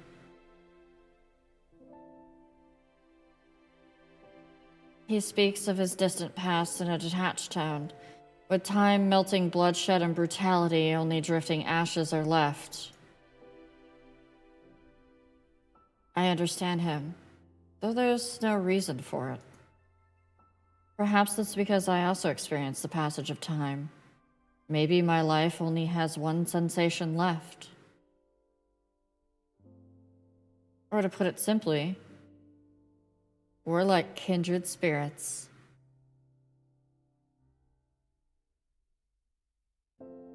We're the same, you and I! You must have traveled through many fragmented space-times before. I'm just gonna keep highlighting that bit with my mouse. Right there. Right there. Right there. That's the lore. That's the lore. That's the lore right there. Right there. Fragmented space-times. Why did you stay at this castle?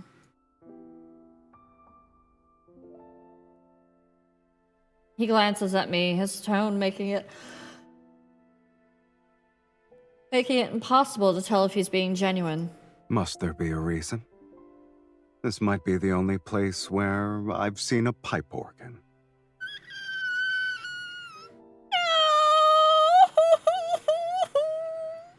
He remembers the pipe organ.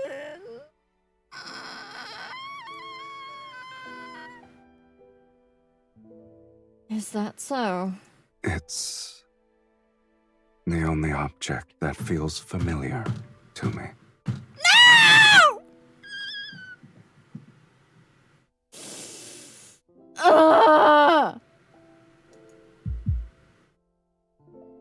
My heart races for no apparent reason.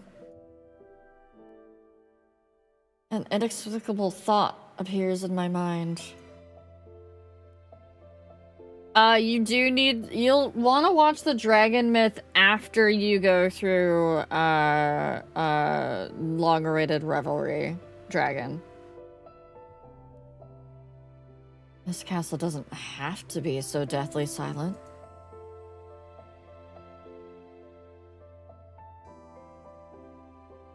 After all, its owner isn't cold-hearted.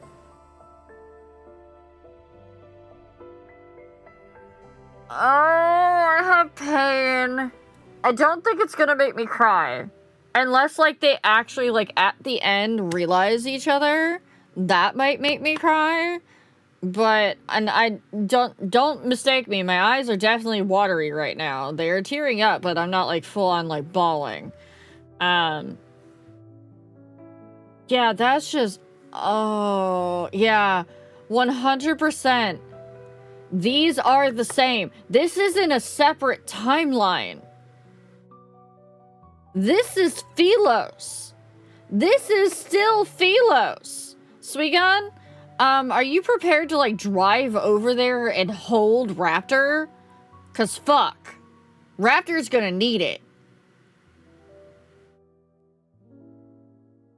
Yeah, we are literally just in the future. When Raptor realizes this, Raptor is going to break the fuck down into pieces. Holy shit.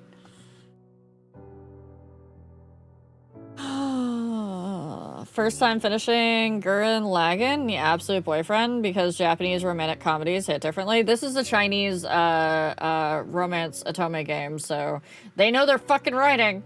Chat, It's about that time again, though, so you guys are gonna get your button again. Her Moo player won't work. Has she tried fully reinstalling it?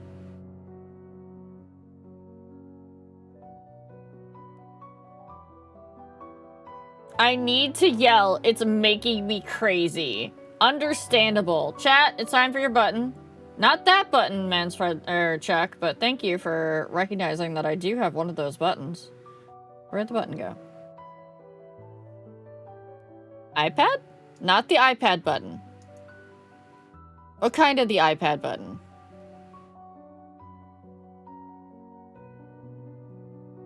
Oh, it didn't put you guys on the BRB screen. There you go.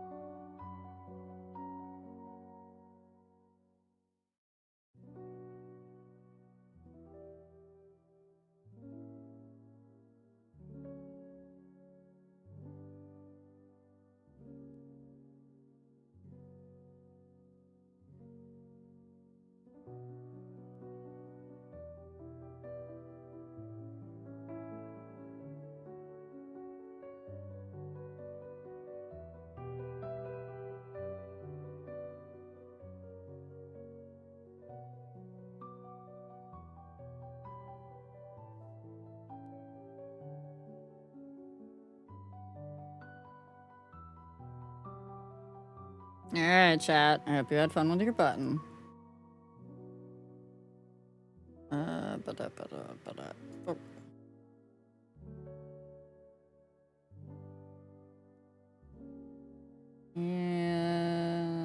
Where's the other one? There we go.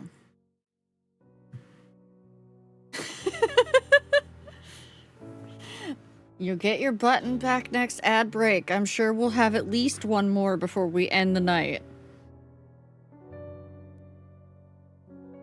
I wasn't planning on this taking this long, but I forget that we take breaks and we cry about things, and buttons should be button can be late. No!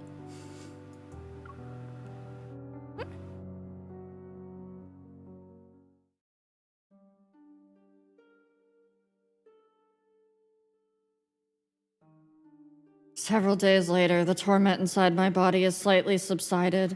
I can now leave the stone coffin and walk around the castle. Living alone in a large building must be boring.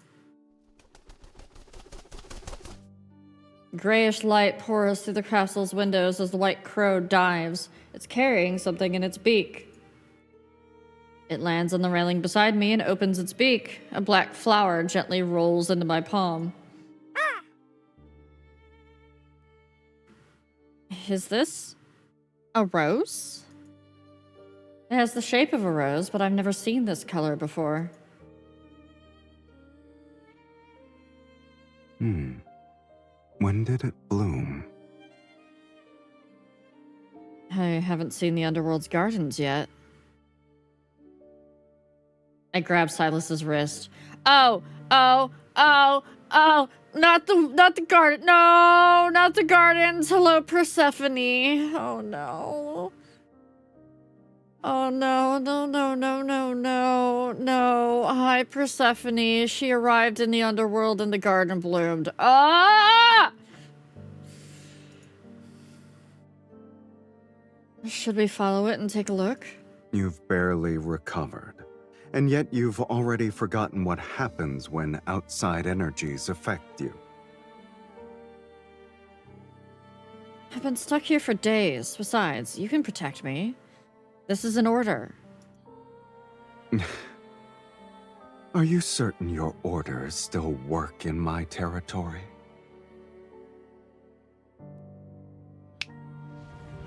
Several wisps of black-red mist faintly swirl around me as if to shield my body. In this place, I'll only abide by them once.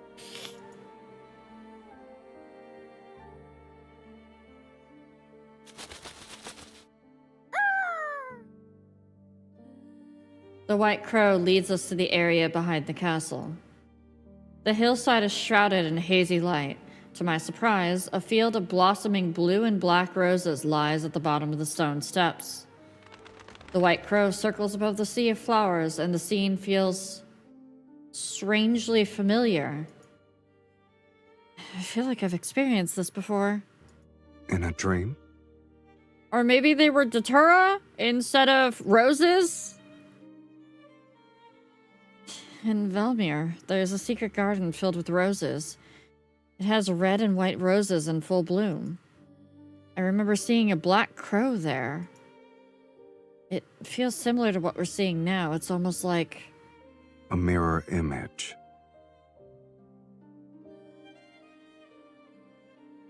I pick a few roses. Their rich fragrance is exactly like the scent one can find in the human world. It adds a touch of vitality to this cold realm. Perhaps the human world and the underworld aren't completely separated. How else could this white crow travel between them? And it carries clues about the sacred core. It could be considered a messenger. The sacred core's messenger is similar to an ominous sign. It deserves a fiend's name. Huh?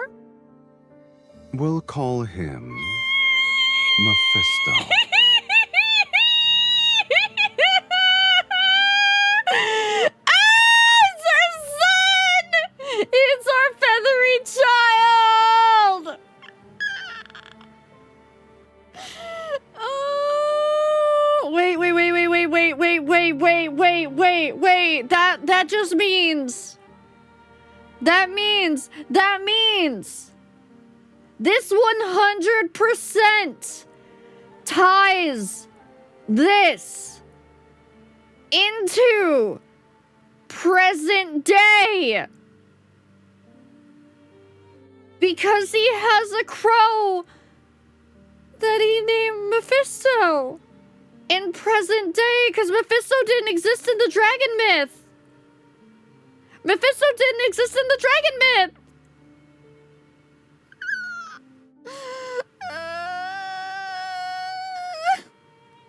I'm unwell.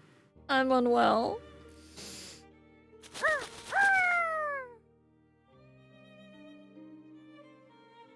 The white crow cries out as if he's approving of his new name. He lands on Silas's shoulder. The rosebud on the bird's back quivers slightly. It might blossom soon.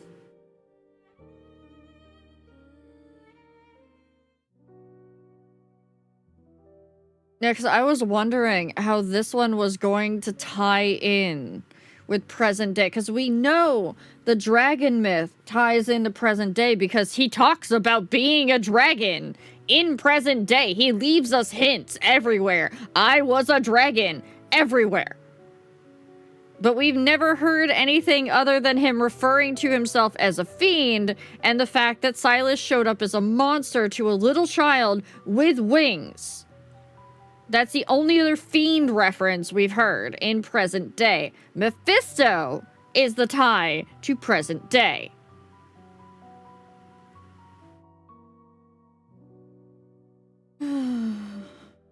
I gather blue and black roses and bring them back to the castle.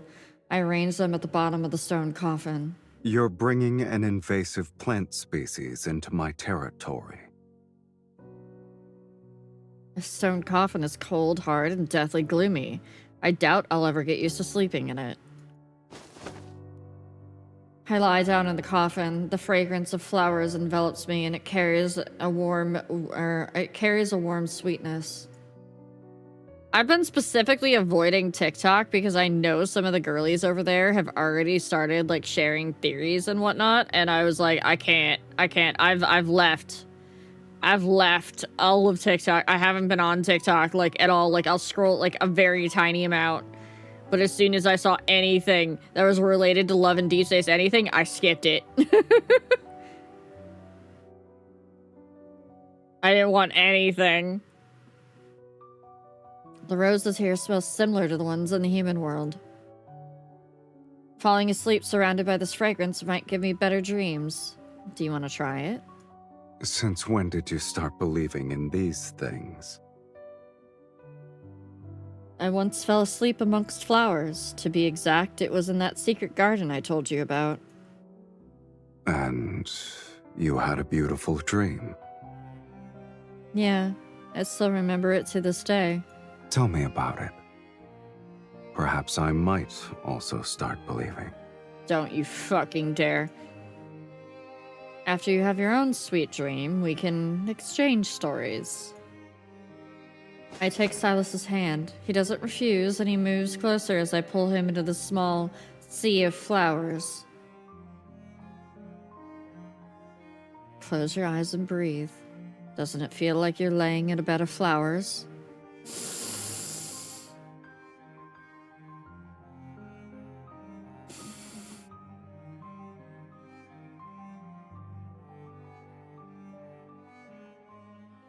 I'm okay. I can believe I'm basking in the sun. I'm okay. I'm okay. I'm fine. I'm fine. I'm holding it together. I'm just mad. His tone remains as teasing as ever, but there is a subtle joy in his voice.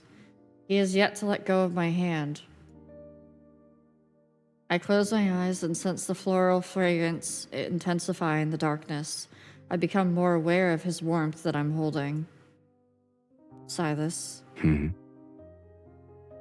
we return to Velmir, I'll take you to that secret garden and show you those roses. All right.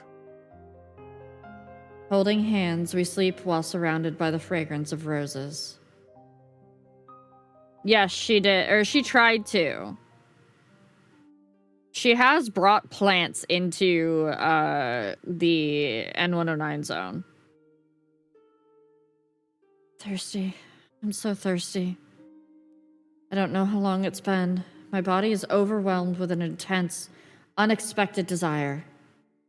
Dizziness, a parched throat, an emptiness in my chest. This isn't the suffocation heralding an approaching death. It's an uncontrollable hunger. I'm subconsciously drawn to the presence beside me. I don't want the scent of flowers, but this intense, burning essence.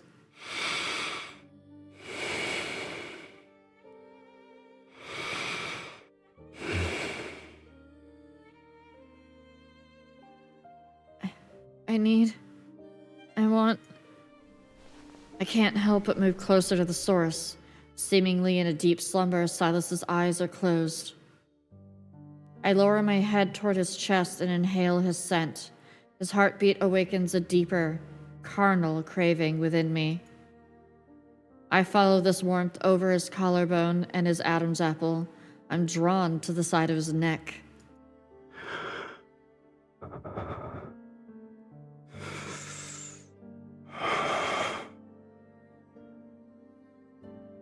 The essence is more evident, its warmth pulsating against the tip of my nose and lips. I want Silas.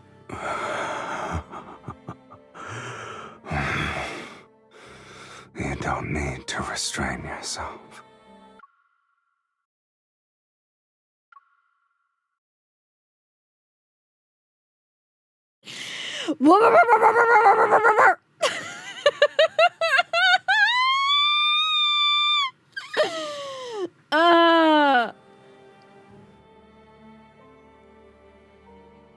Since we're the same now,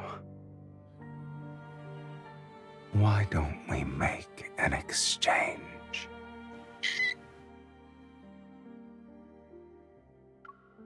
Yes. The wild, growing hunger inside me doesn't let me hesitate. I agree instantly. A faint smile crosses his lips as he unhurriedly opens his collar to expose his neck. Slightly raised veins pulse under his skin. Indulge yourself to your heart's content, my dearest wife.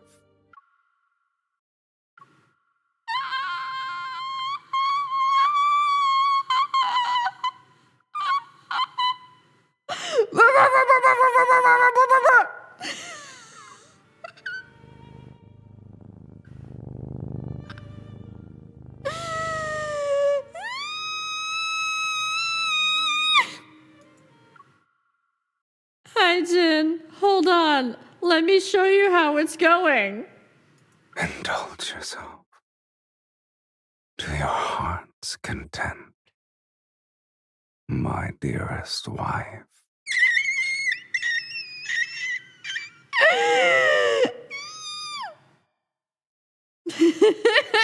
Nito.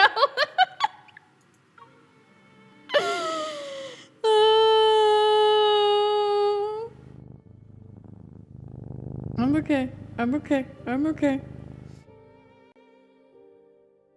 I lean forward, my fangs piercing his skin. Warm, thick liquid floods my mouth.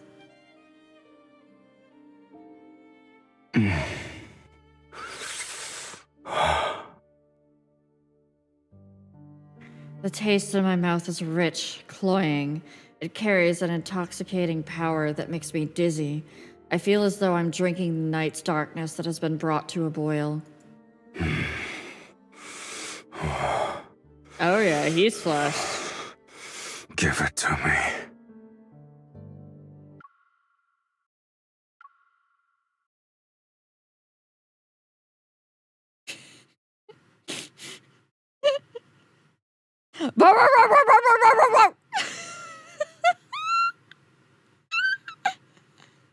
Hold on.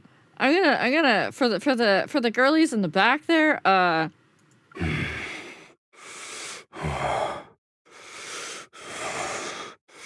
Give it to me. Holy shit! Ramalia! As I tilt my head back to catch my breath, Silas turns his head, opens my collar and sinks his fangs into the crook of my neck.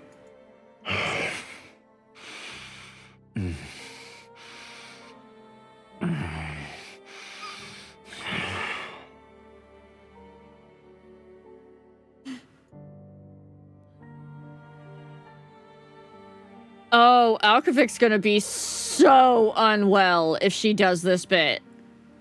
Oh no. Oh. Oh.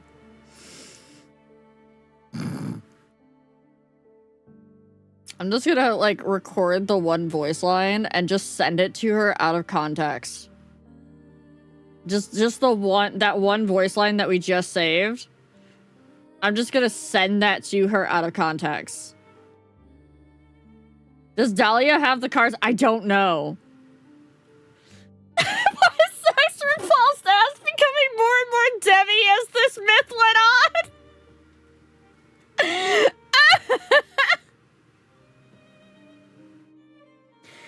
Pain and pleasure overlap and surge as our breasts quicken and intertwine. Blood and skin press against my lips and teeth. The scent of flowers and blood merge, and our heartbeats gradually synchronize beneath our skin.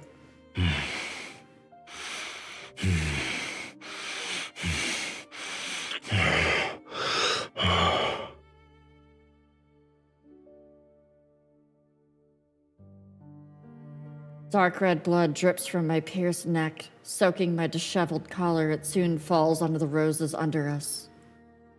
Petals greedily drink drops of blood, and a dark crimson seeps into those blue and black roses.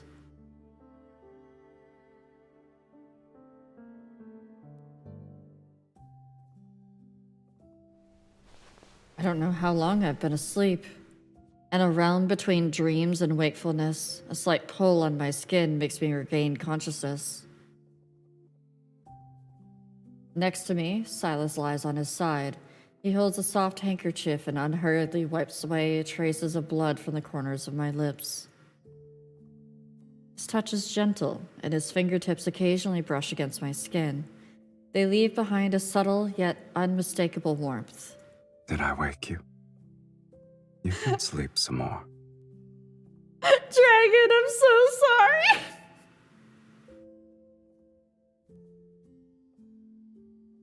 I lower my gaze. The edges of the rose petals beneath me are still stained with dark red blood.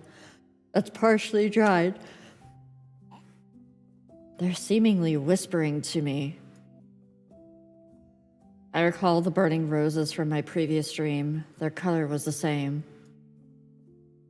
And the person beside me in that dream had the same warmth. Dreams and reality overlap. I can't tell which one is more real.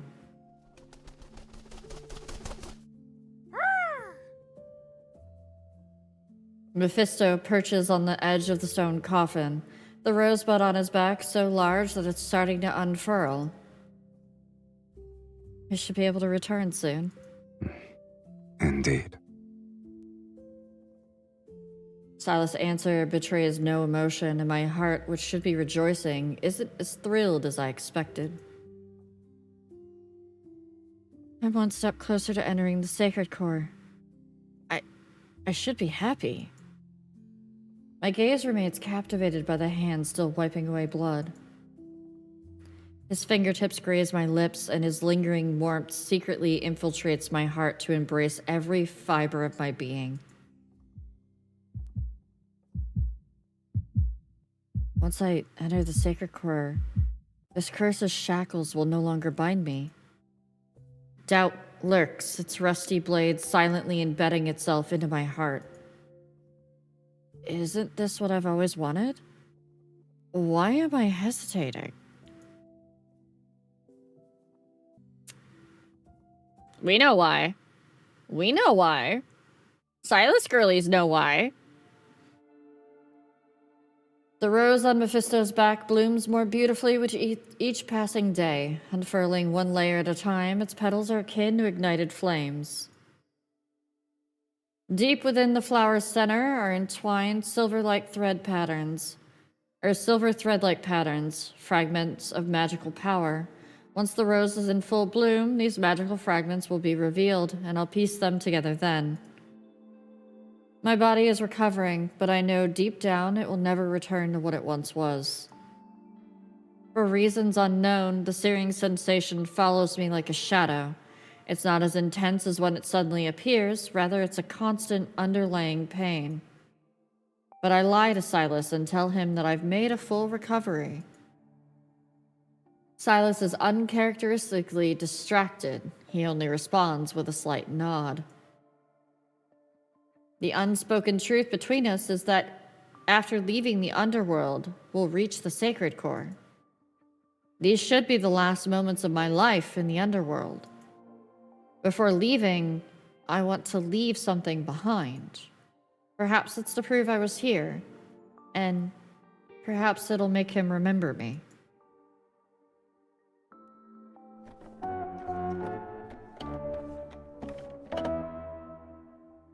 I wipe down the neglected pipe organ deep within the castle, open its cover, and clean down the pipes. You're already bored of this place? Or you have a rare hobby for repairing pipe organs? Not necessarily. In the past, I disguised myself as a devout choir member to find a book containing a forbidden magics. It was sealed in a chapel. Ah, yes. You do something of that nature.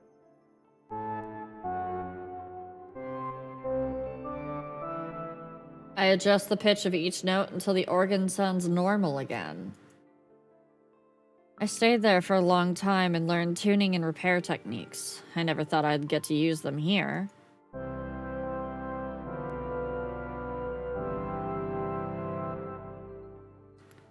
I think it's tuned. Do you want to try playing it?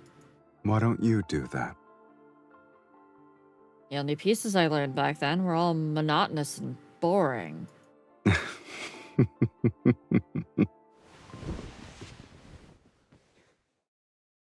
Chuckling softly, he sits down. His slender fingers rest on the instrument's keys. You play that fucking song.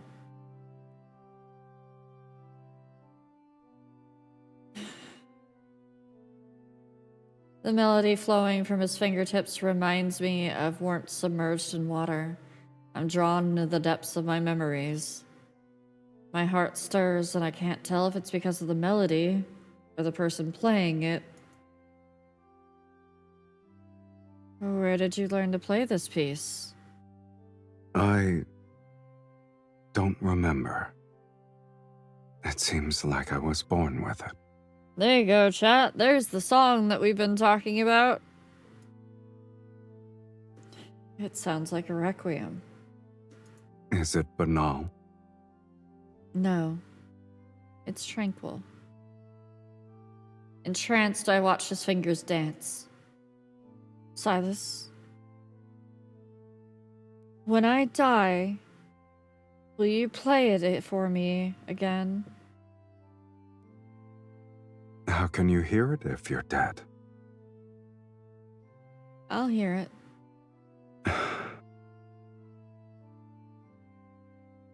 He doesn't say anything. He continues playing. Silas asked us to play that for him.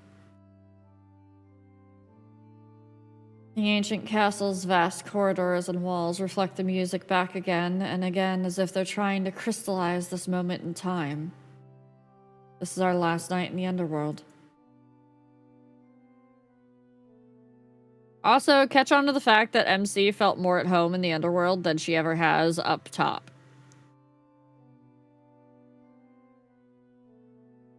That night, the white crow is perched on the castle window. A blood-red rose blooms along the vine on its back. The delicate lines of the petals converge into a silvery white spiral at the flower's center. It resembles a dissected nebula. I lean in. Deep within the spiral lies an illusory mirror, which rotates like a kaleidoscope. I see an abandoned courtyard with no distinct features. There's only a broken stone bust standing alone amongst overgrown weeds. At the end, a narrow path stretches into the distance. Blooming roses line it. The flower's shadows guide my gaze toward the depths of the mist. Something is waiting for me.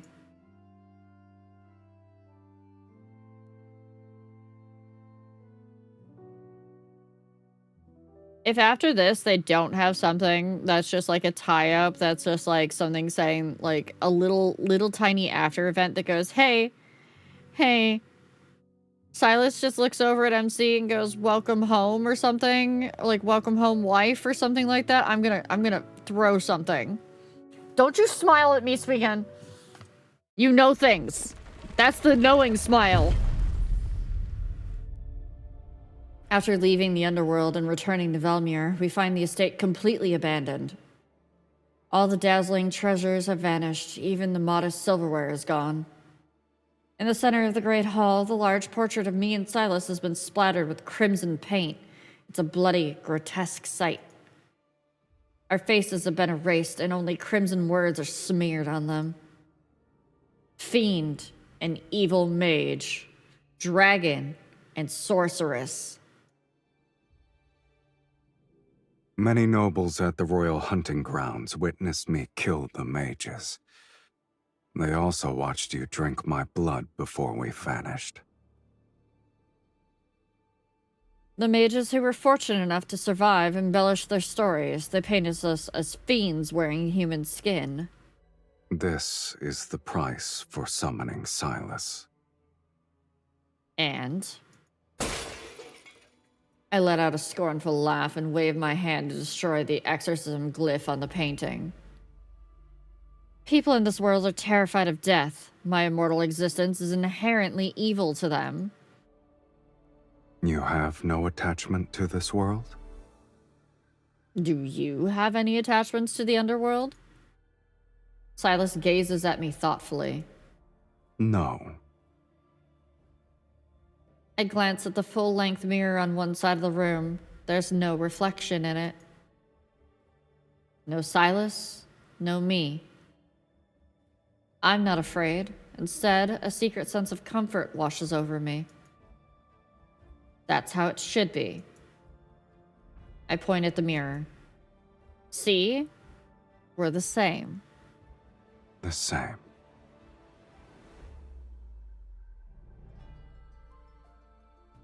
He leans in and I can see my reflection in his eyes. I like that. We turn and leave. We must find the prophesized ruined courtyard that's related to the sacred core.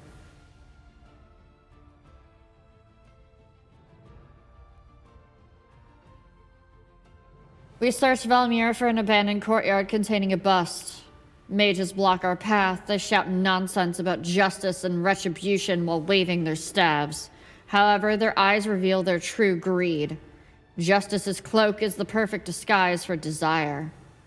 In merely a few days, the news of a fiend and an evil mage returning from the dead spread like a plague. Mages create rumors that we seek the sacred core to overthrow the world order and unleash fiends upon Philos. More mages rush to Velmir and use the vanquishing evil as a pretense as they compete for the chance to enter the sacred core. Our search for the desolate courtyard amongst ruins continues.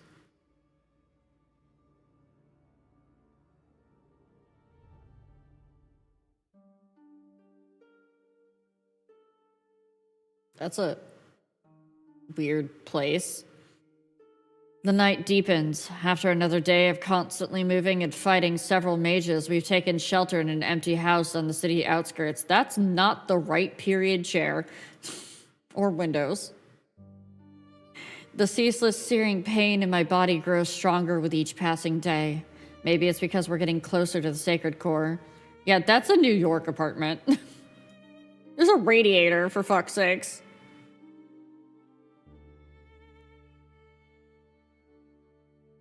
Silas offers his wrist to my lips. You've used most of your energy. Do you want a sip? You've also expended most of your energy. So many mages are handing themselves over on a silver platter. I get to enjoy a feast every day. They did spend all of their background budget. I firmly turn his face toward mine and look into his eyes. You liar. You haven't been honest with me either. Am I mistaken?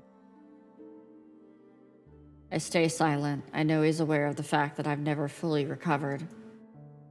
But he hasn't said anything about it. He absorbs blood from our enemies and offers his own to sustain me.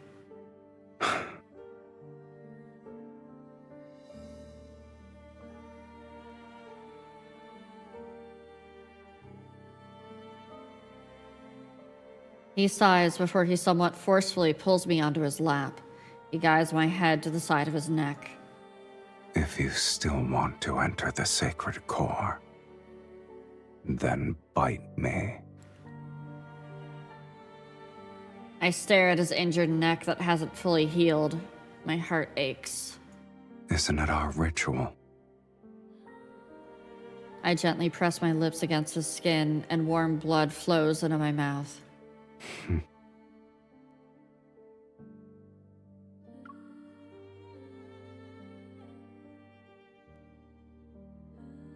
Moonlight veiled in the blood mist shines through the window. It illuminates his gaze, and those unfathomable depths swallow me whole.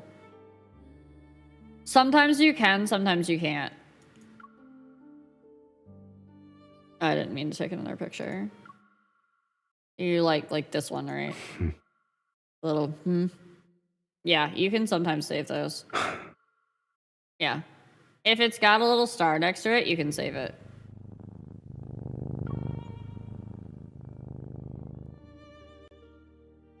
It was only a glimmer, yet it feels like 1,000 years have passed. A thought begins to expand. It's akin to a sponge absorbing water.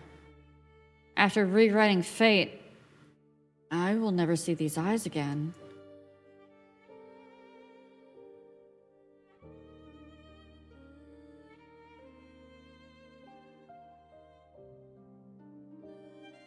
Riel slowly falls asleep in Silas's arms. But even in her slumber, pain is merciless. She frowns and her breathing is rapid as if an invisible hand is squeezing her heart. Subconsciously, she grasps his fingers before reluctantly releasing them. Silas pauses, then he holds her hand again. Their wrists touch, and the chain binding them flickers with every breath. Somehow, he no longer resents the linkage he wanted to rid himself of. In fact, he wishes it could bind them more tightly together. Supposedly, it's been a long time since he thought about returning to the underworld alone. In his eyes, his dreams, his imagination, her presence exists in his everything. But if their circumstances never change, the one who's staying by his side will continue to endure an endless torment. If bearing a curse is your fate, then rewriting that is part of your destiny. Fate isn't the only answer. After all, I never believed in it. If fate demands your suffering, then I will destroy it, no matter the cost. This shall be the price I pay. Silas, what are you doing? What are you doing? After searching through the most of Velmir's courtyards without any success, we arrive at an abandoned churchyard. Stone sculptures here are intact. Not all of them match the text in the prophecy. Isn't it odd? The buildings are weathered and old, yet the sculptures appear as though they were crafted days ago. An illusion?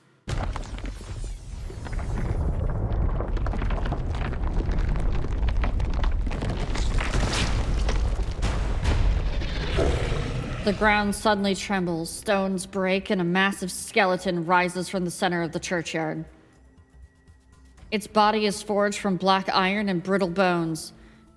Dark red flames burn within its chest cavity, and death's essence flows from its hollow eye sockets. Wanderer?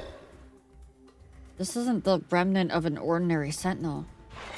The skeleton swings a massive rust-covered axe, which generates an overwhelming energy waves. Regardless of what it is, the fact that a trap was set means we're close to the answer. Silas stands in front of me. He binds the skeleton's arms with black-red mist, but the creature violently breaks free. Oh, it's not a weakling. He thrusts his staff into the skeleton's chest. I seize the opportunity to cast a spell as I press my hands against the ground. Glyphs appear and spread out from under the skeleton. It's bound in place. Now! Silas's staff pierces the skeleton's chest. Flames surge, but the beast doesn't fall. The brittle bones scatter only to reassemble. Larger than before, the creature stands once more. The giant axe sweeps across the ground and sends stone fragments flying. The attack makes me slam against the base of a stone statue. Blood trickles down from the corner of my mouth. Get behind me.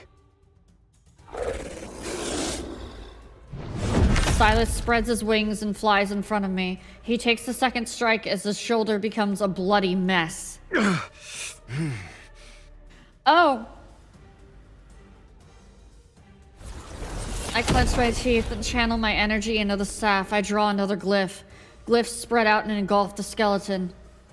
Silas and I grip the staff together and forcefully drive it through the creature's skull. Flames burst from its eye sockets and its massive body crashes to the ground. In the subsequent silence, only our labored breathing remains. Well, now we're both fucked up. I fall to my knees, my palms covered in blood. I gasp for air as the searing pain inside my body intensifies. Silas folds his wings and drags his injured body over to me. He supports me as I stand. What a shame. We almost died. Yes. We barely avoided that opportunity. In spite of our pain, we weakly smile at each other. Amongst the broken stones, a half-destroyed statue emerges. It matches the one in the prophecy. At the end of where the statue points, a narrow path lies hidden in the mist, the blooming red roses lining it. I've seen it in the paintings and in my dreams. This is the entrance to the sacred core. The goal that I've chased for hundreds of years is right before my eyes. I'm momentarily stunned. This isn't a dream. Yes? Silas stares at the misty path that leads into the unknown. His expression darkens. Since this is what you want, let's continue. I extend my hand towards him. Silent, he looks at it. Then he takes it. Hand in hand, we step onto the rose-covered path and venture deeper.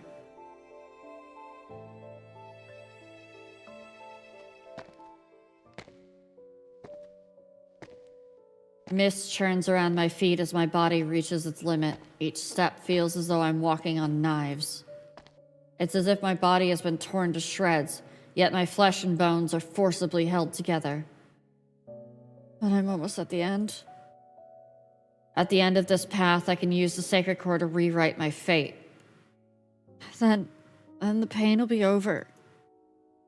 The linkage between Silas and me shall end as well. I look at our clasped hands. Once our connection is severed, Silas will return to the underworld. As for me, I'm uncertain of the life waiting for me. But it will be one without a curse, pain, and Silas.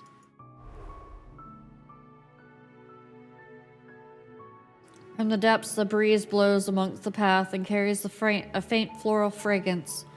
Rose petals scatter in the air. They land in my hair and Silas's shoulders.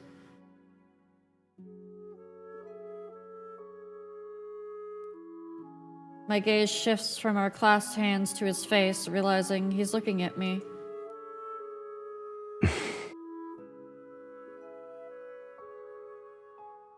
What is it? The entrance is beyond the mist. I know. I stop in my tracks. Hmm? Once I enter it, we might You're not eager have the to bid chance to... farewell. We might not have the chance to say goodbye. I want to do it properly. It's similar to a proper acknowledgement. You don't want me to see the sacred core? All right, then. I wasn't even the slightest bit interested. His tone carries his usual sarcasm, but there's no trace of amusement in his eyes. Should I offer my blessings for your inevitable death? I wish that you'll be free from curses and live an ordinary life without any sort of suffering. Or should I wish for us to never meet again? No, no, no, no, no. I take a step, pull his arm, and stand on my tiptoes to kiss his lips.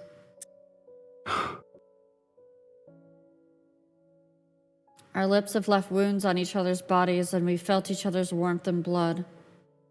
But this kiss is different. I still want to leave something behind in Silas's life, even if it's a mere moment. I should let him forget me just as I would forget him.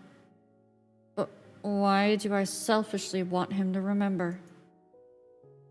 Let's sever our linkage. The path ahead is one I must walk alone. Without waiting for his response, I silently recite the spell. The linkage at my wrist begins to glow. With a lingering, gentle vibration, it stretches like a silk thread being pulled apart.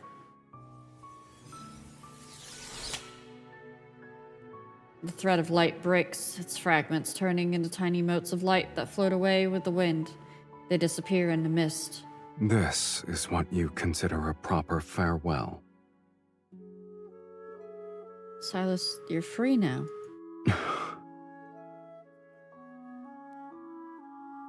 As I say these words, I feel an unfamiliar emptiness around my wrist. The emotion welling up inside of me. Is it reluctance? It won't be long before I'm forgotten. But what makes you think I'll forget you? Of course you'll forget me. It's a lie. He stares at me as if he's already seen right through it, yet he doesn't try to interrupt me. You can rule the underworld again. You'll live forever. I'm nothing more than a fleeting moment. Another lie. You're speaking as if you know what I desire. I hope it's what you want. You gave me another order. In the future, when you play that melody again in your castle, if I'm truly dead by then, my soul will still hear it. He takes my hand, his fingers caressing my slightly trembling palm. Is this the final testament you want to give me? Why not? He'll always abide by my orders. With countless unspoken feelings buried in my heart, I look at Silas and force myself to smile. Farewell, Silas.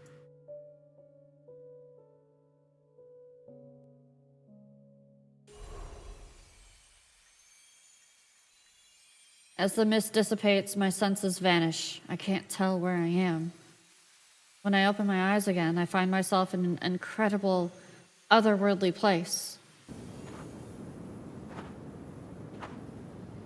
The place has no sky and no earth. There's only endless white sand that's constantly flowing. Sand cascades from an indeterminable height. Layers upon layers of it almost fill my vision.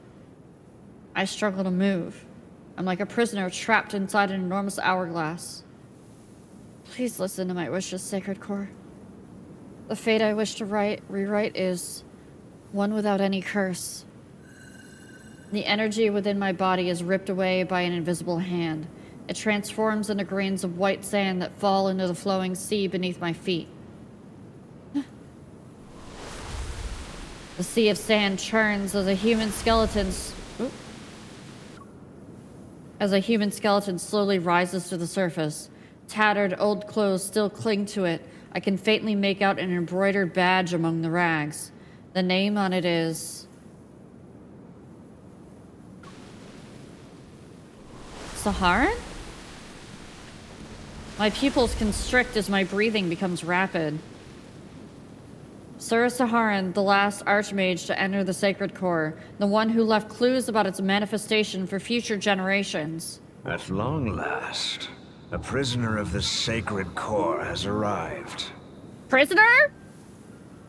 The skeleton's jaw moves slowly as it begins to speak. You've discovered that this is a lie. The sacred core could never rewrite fate. It's merely a vessel that devours the strongest souls. Oh, you motherfucker. All mages who enter the sacred core sacrifice their souls. Now it's your turn. Fear surges wildly in my chest. I struggle to stay calm as I create a glyph to slow the process of my energy being drained. Akin to a waterfall, sand pours down from above. Cracks begin to appear in my glyph as my scorching energy continues to disappear. I can accept death, but I refuse to be manipulated. A crystalline fragment detaches itself from my chest. It emits a dazzling light. My body feels weightless. The excruciating, searing pain vanishes, and centuries of torment fade away as if I wake up from a bad dream. Is this the source of my suffering? My curse? Is a fragment of an incomplete soul?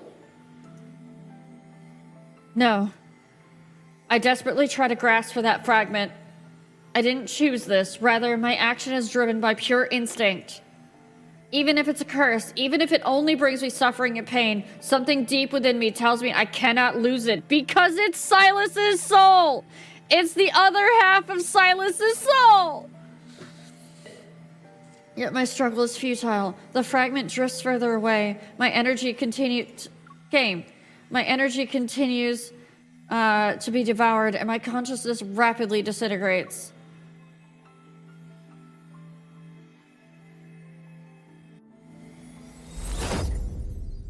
As darkness closes in around me, a familiar light begins to spread from my wrist. The linkage I had assumed was severed pierces the waterfalls of sand.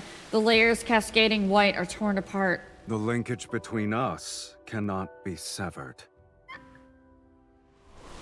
Silas advances against the sand's flow, his figure akin to a blade slicing through this false world.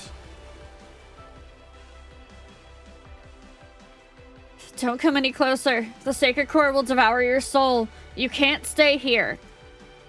What about you? Have you resigned yourself to your fate?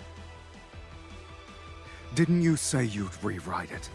Yet as we speak, you're willing to become a sacrifice?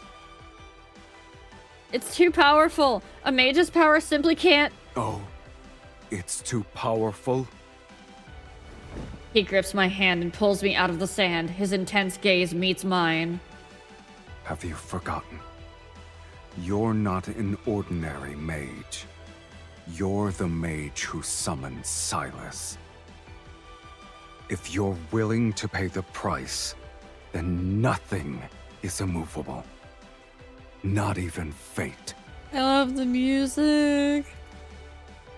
Intense dread washes over me as I desperately try to stop him.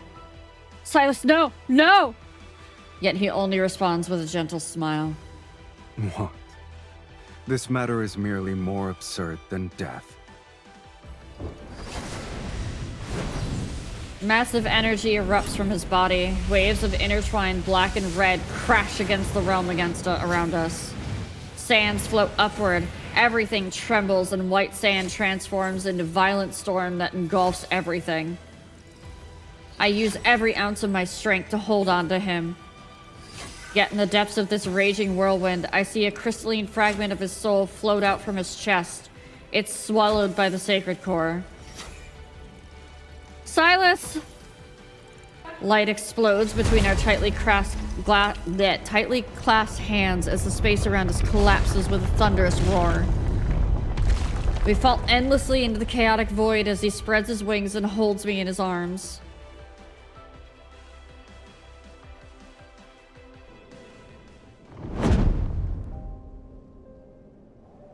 The world peels away and vanishes behind us. Silence returns.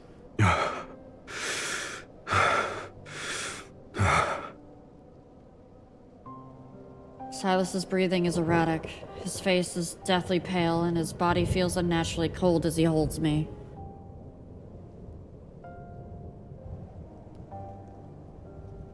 Without your energy, you won't be able to return to the underworld. I never intended to go back.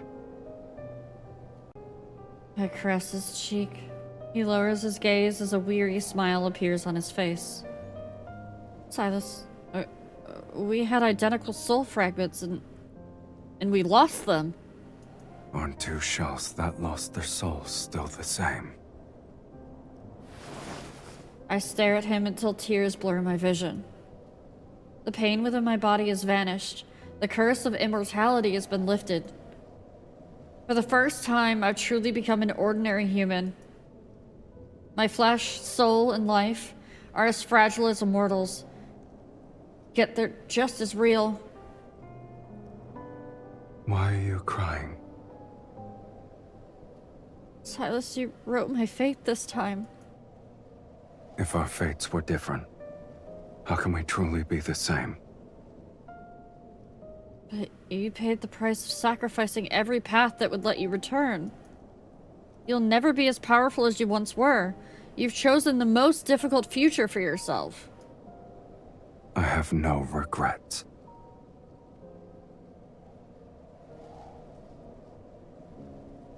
He crosses his arms and observes me for what feels like an eternity. Your past self died as your pain disappeared. Starting from this day, everything that happens will be our shared fate. All the places we'll visit, the sights we'll see, the enemies we'll face, and... We'll spend the rest of our lives together. Are you afraid? We destroyed the Sacred Core, so we made an enemy out of everyone on Philos. And we're no longer invincible. There's only one thing I fear. I found the person whom I want to spend the rest of my life with. Yet, I'm afraid our life together has started too late. Don't you dare. Don't you dare. No. No, no, no, no, no, no, no, no, no, no, no.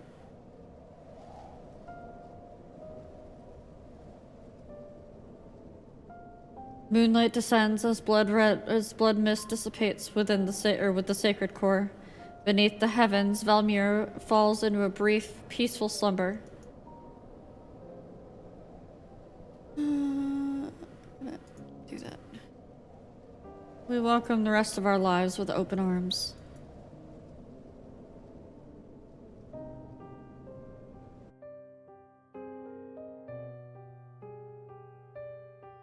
What's this with all this making me cry in my Gooner game? The worst bit is every time you open the wish screen, those are the voice lines he delivers to you. So every Silas girly has been just getting smacked with that every single fucking time. Also, hi, Aqua. Damn! Alright, I did just snooze ads, but we do have, like, ads coming up, and I don't want to start the next one. So, chat, after that, I'm gonna give you your button back, okay? You guys get to have your button, and I'm gonna go cry for a few minutes. Because that hurt. That hurt. That hurt a lot. So, yeah, have your button back, chat.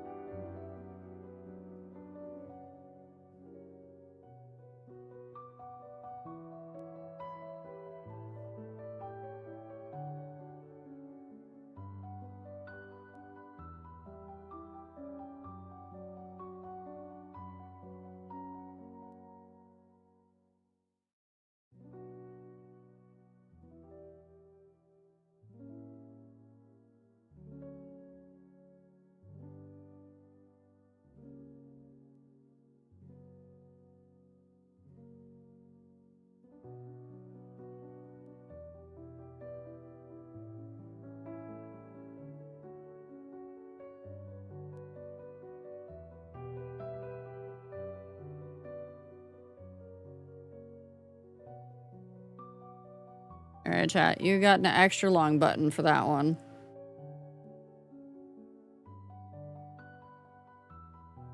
Not because I was crying the entire time, but because also Rat got home, so I had to go say hi.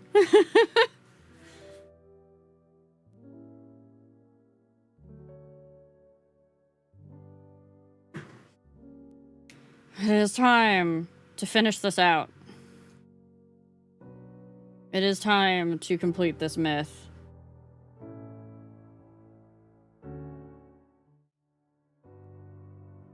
Am I better now? Oh, this part's gonna break me. Yes, go crash, Levy. Oh no, he knew I was still streaming. And he knew what I was streaming, so.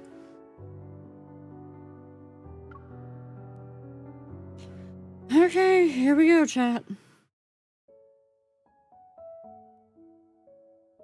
I was not sobbing. If I was sobbing, you'd hear it in my voice even now. As the wind and the sand disperse, the world falls quiet once more. Before the world collapses again, Silas and I visit the secret garden we promised to visit.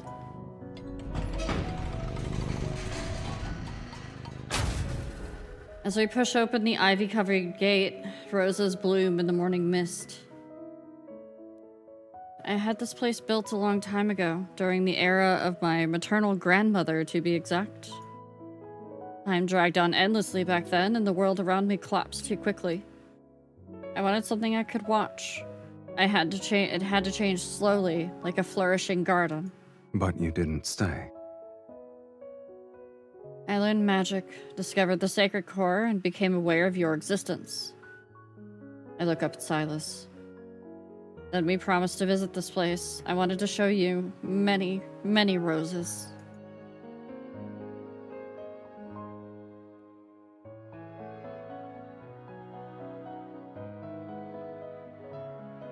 Silas picks a rose and tucks it into my hair. You kept your promise.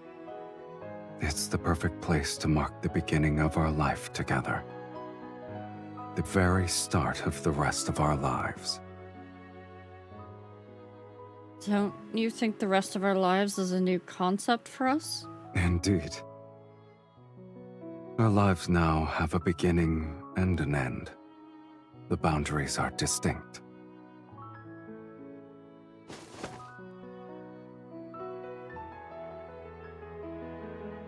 He guides me to sit amongst the flowers. As the wind blows, a floral fragrance envelops us. A finite life, one shared together with another person. I'd never imagined such a thing before. I imagine we'll travel to many places, mostly remote ones where few people visit. And we'll renovate an abandoned fortress and turn it into a temporary home.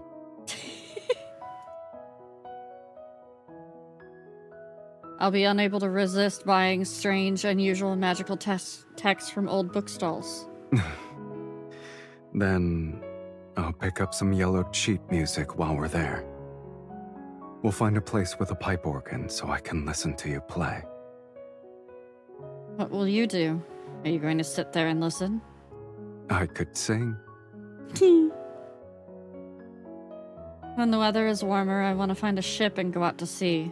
Then we'll need to buy one that's sturdy enough to sail to the ends of the planet.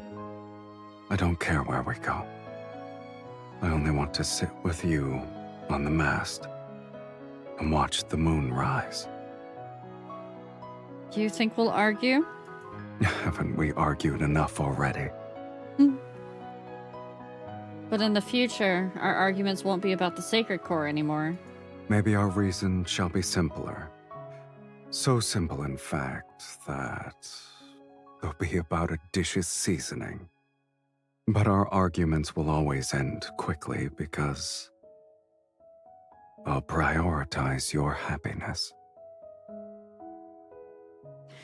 That was a reference to the other myth. That was a reference to his mafia boss myth, wasn't it?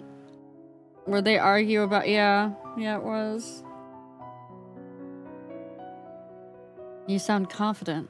Tell me more. Hi, Belle. For example, I could make you a wooden bird that caws. Yeffy. Will you name it Mephisto? If that's what you want. Maybe we'll come back to Velmir every now and then. We'll visit this garden and see the roses bloom in another year. Perhaps we'll be old when we return.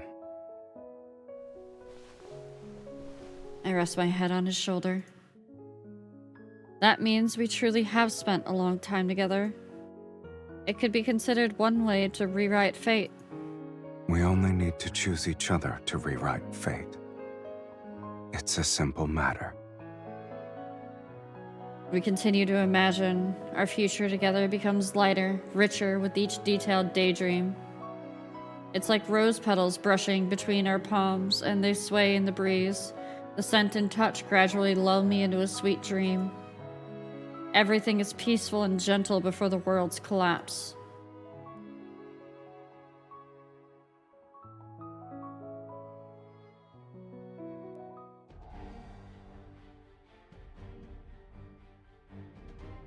With the Sacred Core's destruction, the world falls apart. It's no different from a temple being destroyed. The false world order peels away from its foundation. Across the continent that's shrouded in death's shadow, people's hope of rewriting fate dissolves into oblivion. Pillars of faith crumble. Barefoot fanatics fill the street. They burn ritualistic objects and wail as they try to summon their lost god. Terrified of being overwhelmed by riots, the nobility retreat into underground shelters. A power vacuum formed, and several religious organizations tried to establish a new faith and overthrow the old dynasty. This continent's history revisits recurring themes again and again. Perhaps it's the world that remains trapped in...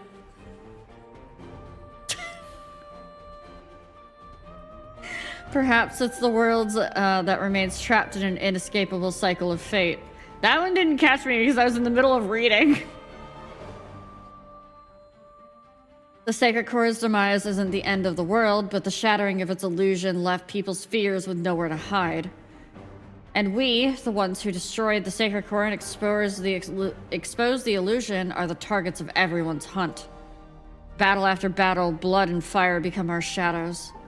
To kill us, these fools sacrifice countless innocent lives to activate the most evil forbidden magic. They try to control us and force us to turn our weapons against each other. Hi, tea cakes. A decent amount. Yet, after every wound and instance of bloodshed, our invisible linkage continues to connect us again and again. We spend a long time together and endure those countless haunts. Until one day, we both stop in our tracks. We're surrounded by blood and ruins. Perhaps we've grown weary of the endless strife. We're tired of this ignorant, cowardly world. On this planet headed towards doomsday, it's possible that weariness is the true awakening. And then our dream ended.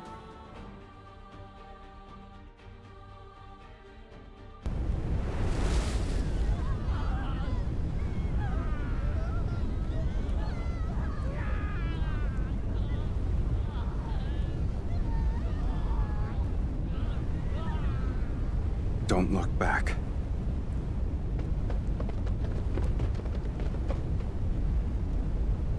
When the roses bloom again, will you remember who I am now? Good night, Ryu.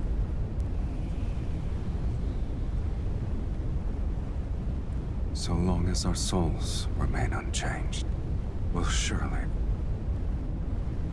Intermittent gusts reach my ears. The air is tinged with the metallic smell of rust scorched by flames. In the distance, there's a deep rumbling. Perhaps it's the lingering aftermath of endless battles or the approaching legion. Are you awake? Night has fallen. Moonlight bathes the abandoned garden as charred rose petals drift away in the wind. Silas sits next to me. Blood from his wounded shoulder congeals in a dark crimson of the night. Was I asleep for a long time? Some time has passed, yes. However, those people haven't found this place yet. I didn't want to wake you. Good night, Were Bill. you dreaming? Hi, Ming. Yeah, I dreamed about matters from long ago, starting from when our paths first became linked. No wonder you wouldn't wake up. He relaxes and pulls me into his embrace. Looking back, it has been a long time. I also dreamed about the future we once imagined. Finding a temporary home, hunting for old sheet music, going out to sea, making a wooden bird named Mephisto. You remembered everything. It's easier to remember matters that actually happened. I savor the warmth pressed against my back. The sounds of pursuers closing in become clear in the distance, but we're used to it. Every dream we managed to fulfill was intertwined with endless battles and desperate escapes. The world made us into its enemy, yet we only held on to the fragments that gave us warmth. You're correct. The future we once imagined has become our past. We've already spent most of our remaining lives together. They use the nickname! The nickname that you choose! In the game, they finally used the nickname! Holy shit, I don't remember them ever using that in a myth before. The fiend and evil mage have nowhere to run. This place will be their grave. Once we kill them, this sacred core will manifest again. Philos will be ushered into the divine light. May the divine light bless Philos! May the divine light bless Philos! They're beyond redemption. The legion of mages they've assembled is larger this time. Are you scared? I was thinking, if all we have left in the remainder of our lives are these memories. Silas turns to face me, his gaze piercing my innermost thoughts. If that's not what you want, then we'll live our lives differently. Is this another instance of us rewriting fate? You know very well I don't believe in fate. I only believe in decisions. I smile and offer my wrist to him. An agreement like this needs a proper acknowledgement. I agree. He lowers his head and bites my wrist. I take his other hand and bite his wrist in return. We drink each other's blood. We've done it countless times before.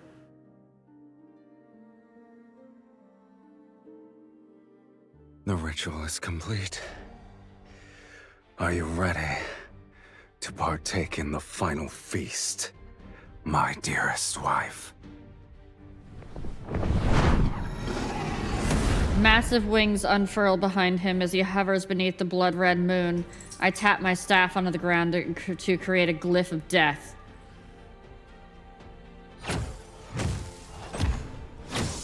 The encircling armies surge from the mist, flames and lightning rain down. The earth trembles from incantations, ruins on the brink of collapse sway, and the darkness is torn asunder. I could almost believe doomsday has arrived. And so, we march towards our doomsday as if we're welcoming a celebration that has descended solely for us.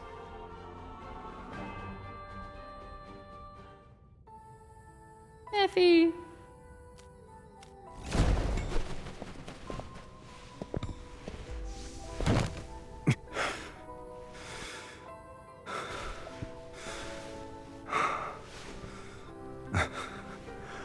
I suppose this is the end.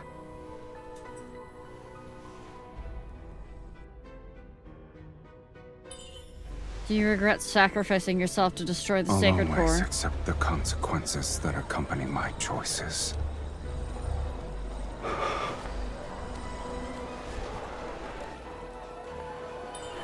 Even though you can't return to the underworld, and... What about you? Oh, hold on. Even though you can't return to the underworld, and you'll end up in this situation with me. Do you regret rewriting your fate so you could live as a mortal?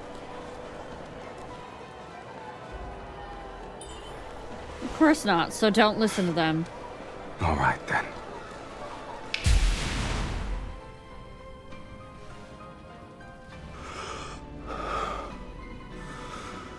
For mortals, death is inevitable. And although we could never share the same beginning, I believe, at the very least, we can share our deaths. Wait, when you were born, did anyone bless you? Just so you're aware, no one wanted me in Philos. Yet it's you who awakened me, the person who blesses me. It must be you.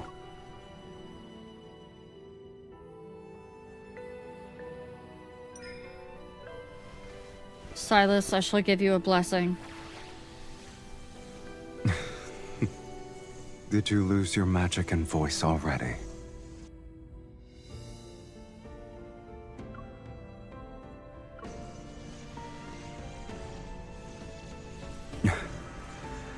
Now I have truly been born into this world, with you in it. I couldn't say anything. Anything I would be, like, too corny. Hi, Crypty. Silas, you're no longer in existence no one wants.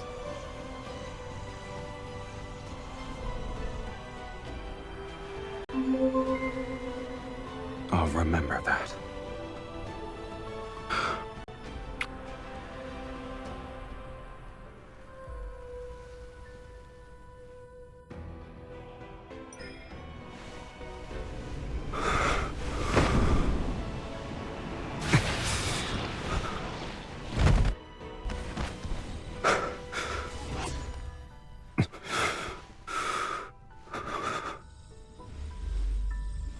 You truly have no regrets. I never will, so long as you're involved.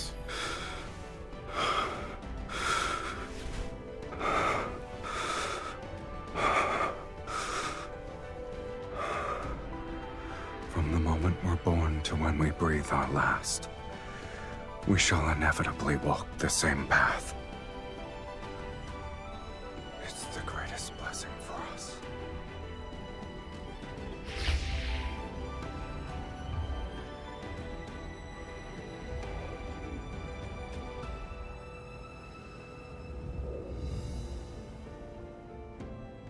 It's too pretty. It's not making me sad.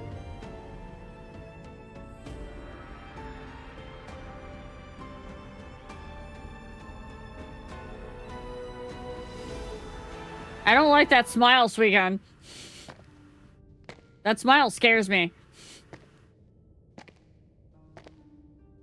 It's as if I'm in a dream.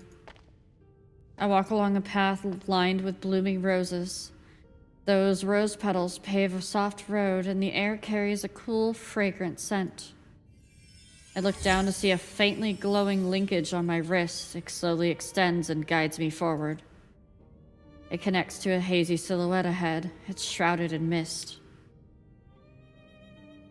Tall and familiar, it's a figure I've traced in my heart thousands of times. His name circles my throat, yet I'm unable to make a sound. I can only approach him one step at a time.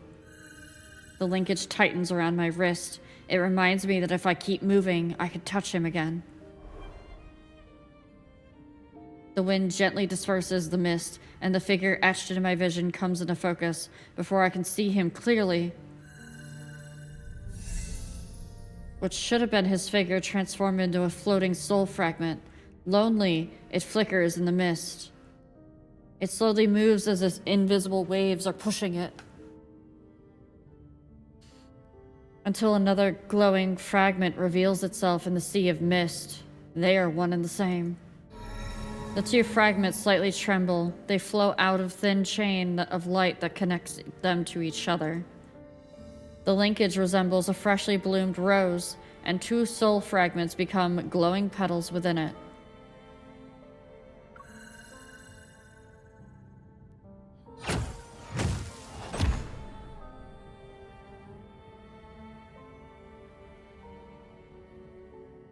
Beneath the boundless gray sky, countless fractured world fragments are akin to enormous mouths devouring space and time.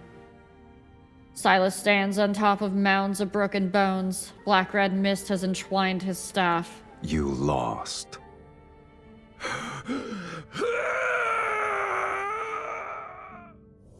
The defeated fiend gradually crumbles to ash amidst agonized howls, yet before he disappears, a deep voice reverberates. It doesn't matter if you've defeated the fiends here.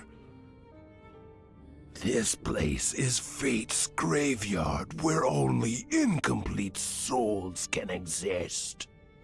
No matter how powerful you are, you're still no different from us.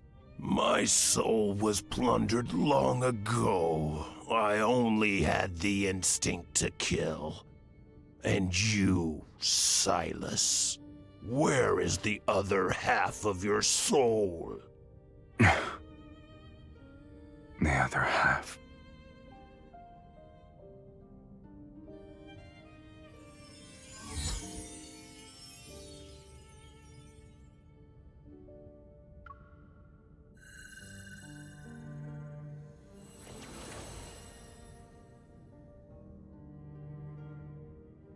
Candles sway in the corner of the hall. A mage's hunched shadow is cast on the wall.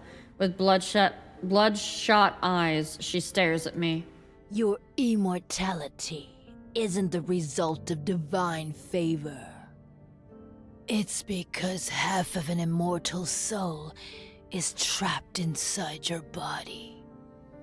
This isn't a blessing. It's a curse. So long as that immortal half remains within you, you cannot meet death's sweet embrace. You'll only be greeted by endless torment as you're repeatedly torn apart. I hold my breath, my body trembling slightly as vague memories unexpectedly surface. This is my curse, only I can grant you a true death. A severe headache strikes me, cuts the paths that leads to my emerging memories. How can I break this curse? I'm willing to do anything. My teacher remains silent for a moment as if reciting a prayer for me, then she speaks. The only method. You must enter the sacred core and rewrite your fate. Uh-oh.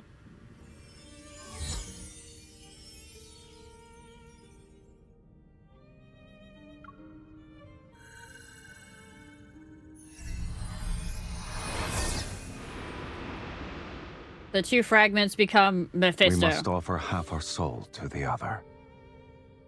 They'll be merged to forge an unbreakable bond. Hi, Dragon Silas. Silas, I curse your soul. I curse your soul to never fade away. You'll always be tied to me. Forever. This is my curse. Only I can grant you a true death.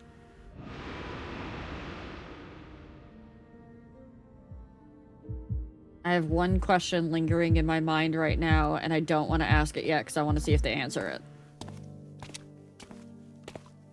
Once again, I walk this path lined with roses. Yet I'm currently holding a blossoming rose. Two petals are connected as they emanate a golden glow. My body is gradually becoming transparent. The mist before my eyes is gradually dissolving. It reveals an endless darkness, a tunnel leading to a new world. A deep space tunnel? I'm going to leave this world behind. No. I don't want to forget again. You don't need to be afraid of anything.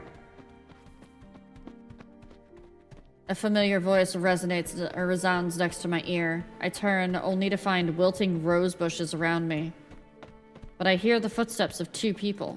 I will find you, and we shall inevitably walk the same path.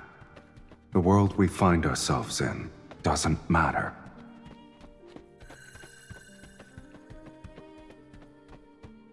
The rose in my hand scatters because of the wind, and the two glowing fragments separate. I run and grasp one of the fragments before the wind carries them away. If I hold onto the soul fragment, will it keep us from being separated? Are you willing to let it become your eternal curse? There's the answer. I place the fragment into my body and it overlaps with my heart. This is the first and last ritual.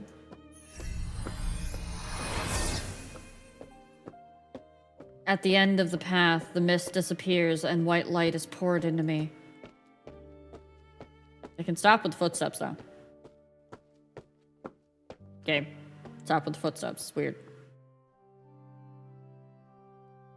I float through time and space. It's so bright, and yet it's so dark.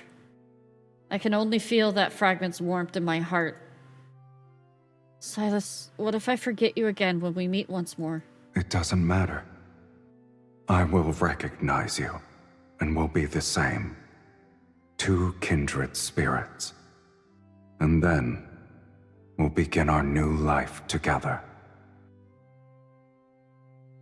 I'm not alone.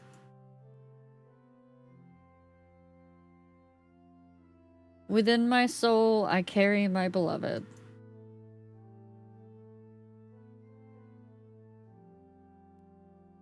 I was gonna ask how MC is still immortal in present day, and they answered that because she took his soul back. She took his soul back, because I was like, wait, how did the linkage stay? How did all of that stay? It's because she took his soul back. I was like, wait a minute, no, they fucked up their own myth, and they fixed it. Alright, I'm gonna go have feels. Yeah. I'm gonna go have a lot of feels. That's a gut punch. Yeah. It's also really late at night. It's midnight. It's midnight my time. Here, you guys can go yell at Raptor, okay? Go yell at Raptor. Don't give Raptor any spoilers. Raptor hasn't been able to see this yet and won't be able to see this just yet, but it looks like Raptor might be, yeah, it is midnight. Oh, we're gonna raid Raptor before Raptor decides to end or anything. I'm throwing you over there. Go. Go. Go be with Raptor. Raptor and Crimson. I love you guys. I'll be back again tomorrow. We have special guests coming over tomorrow, so make sure to, you know, clean up just a little bit. Don't leave the wilds a giant mess. We have some guests coming over tomorrow. We're also on the BRB screen. Let me fix that. Have a good night, everybody. I love you. Bye.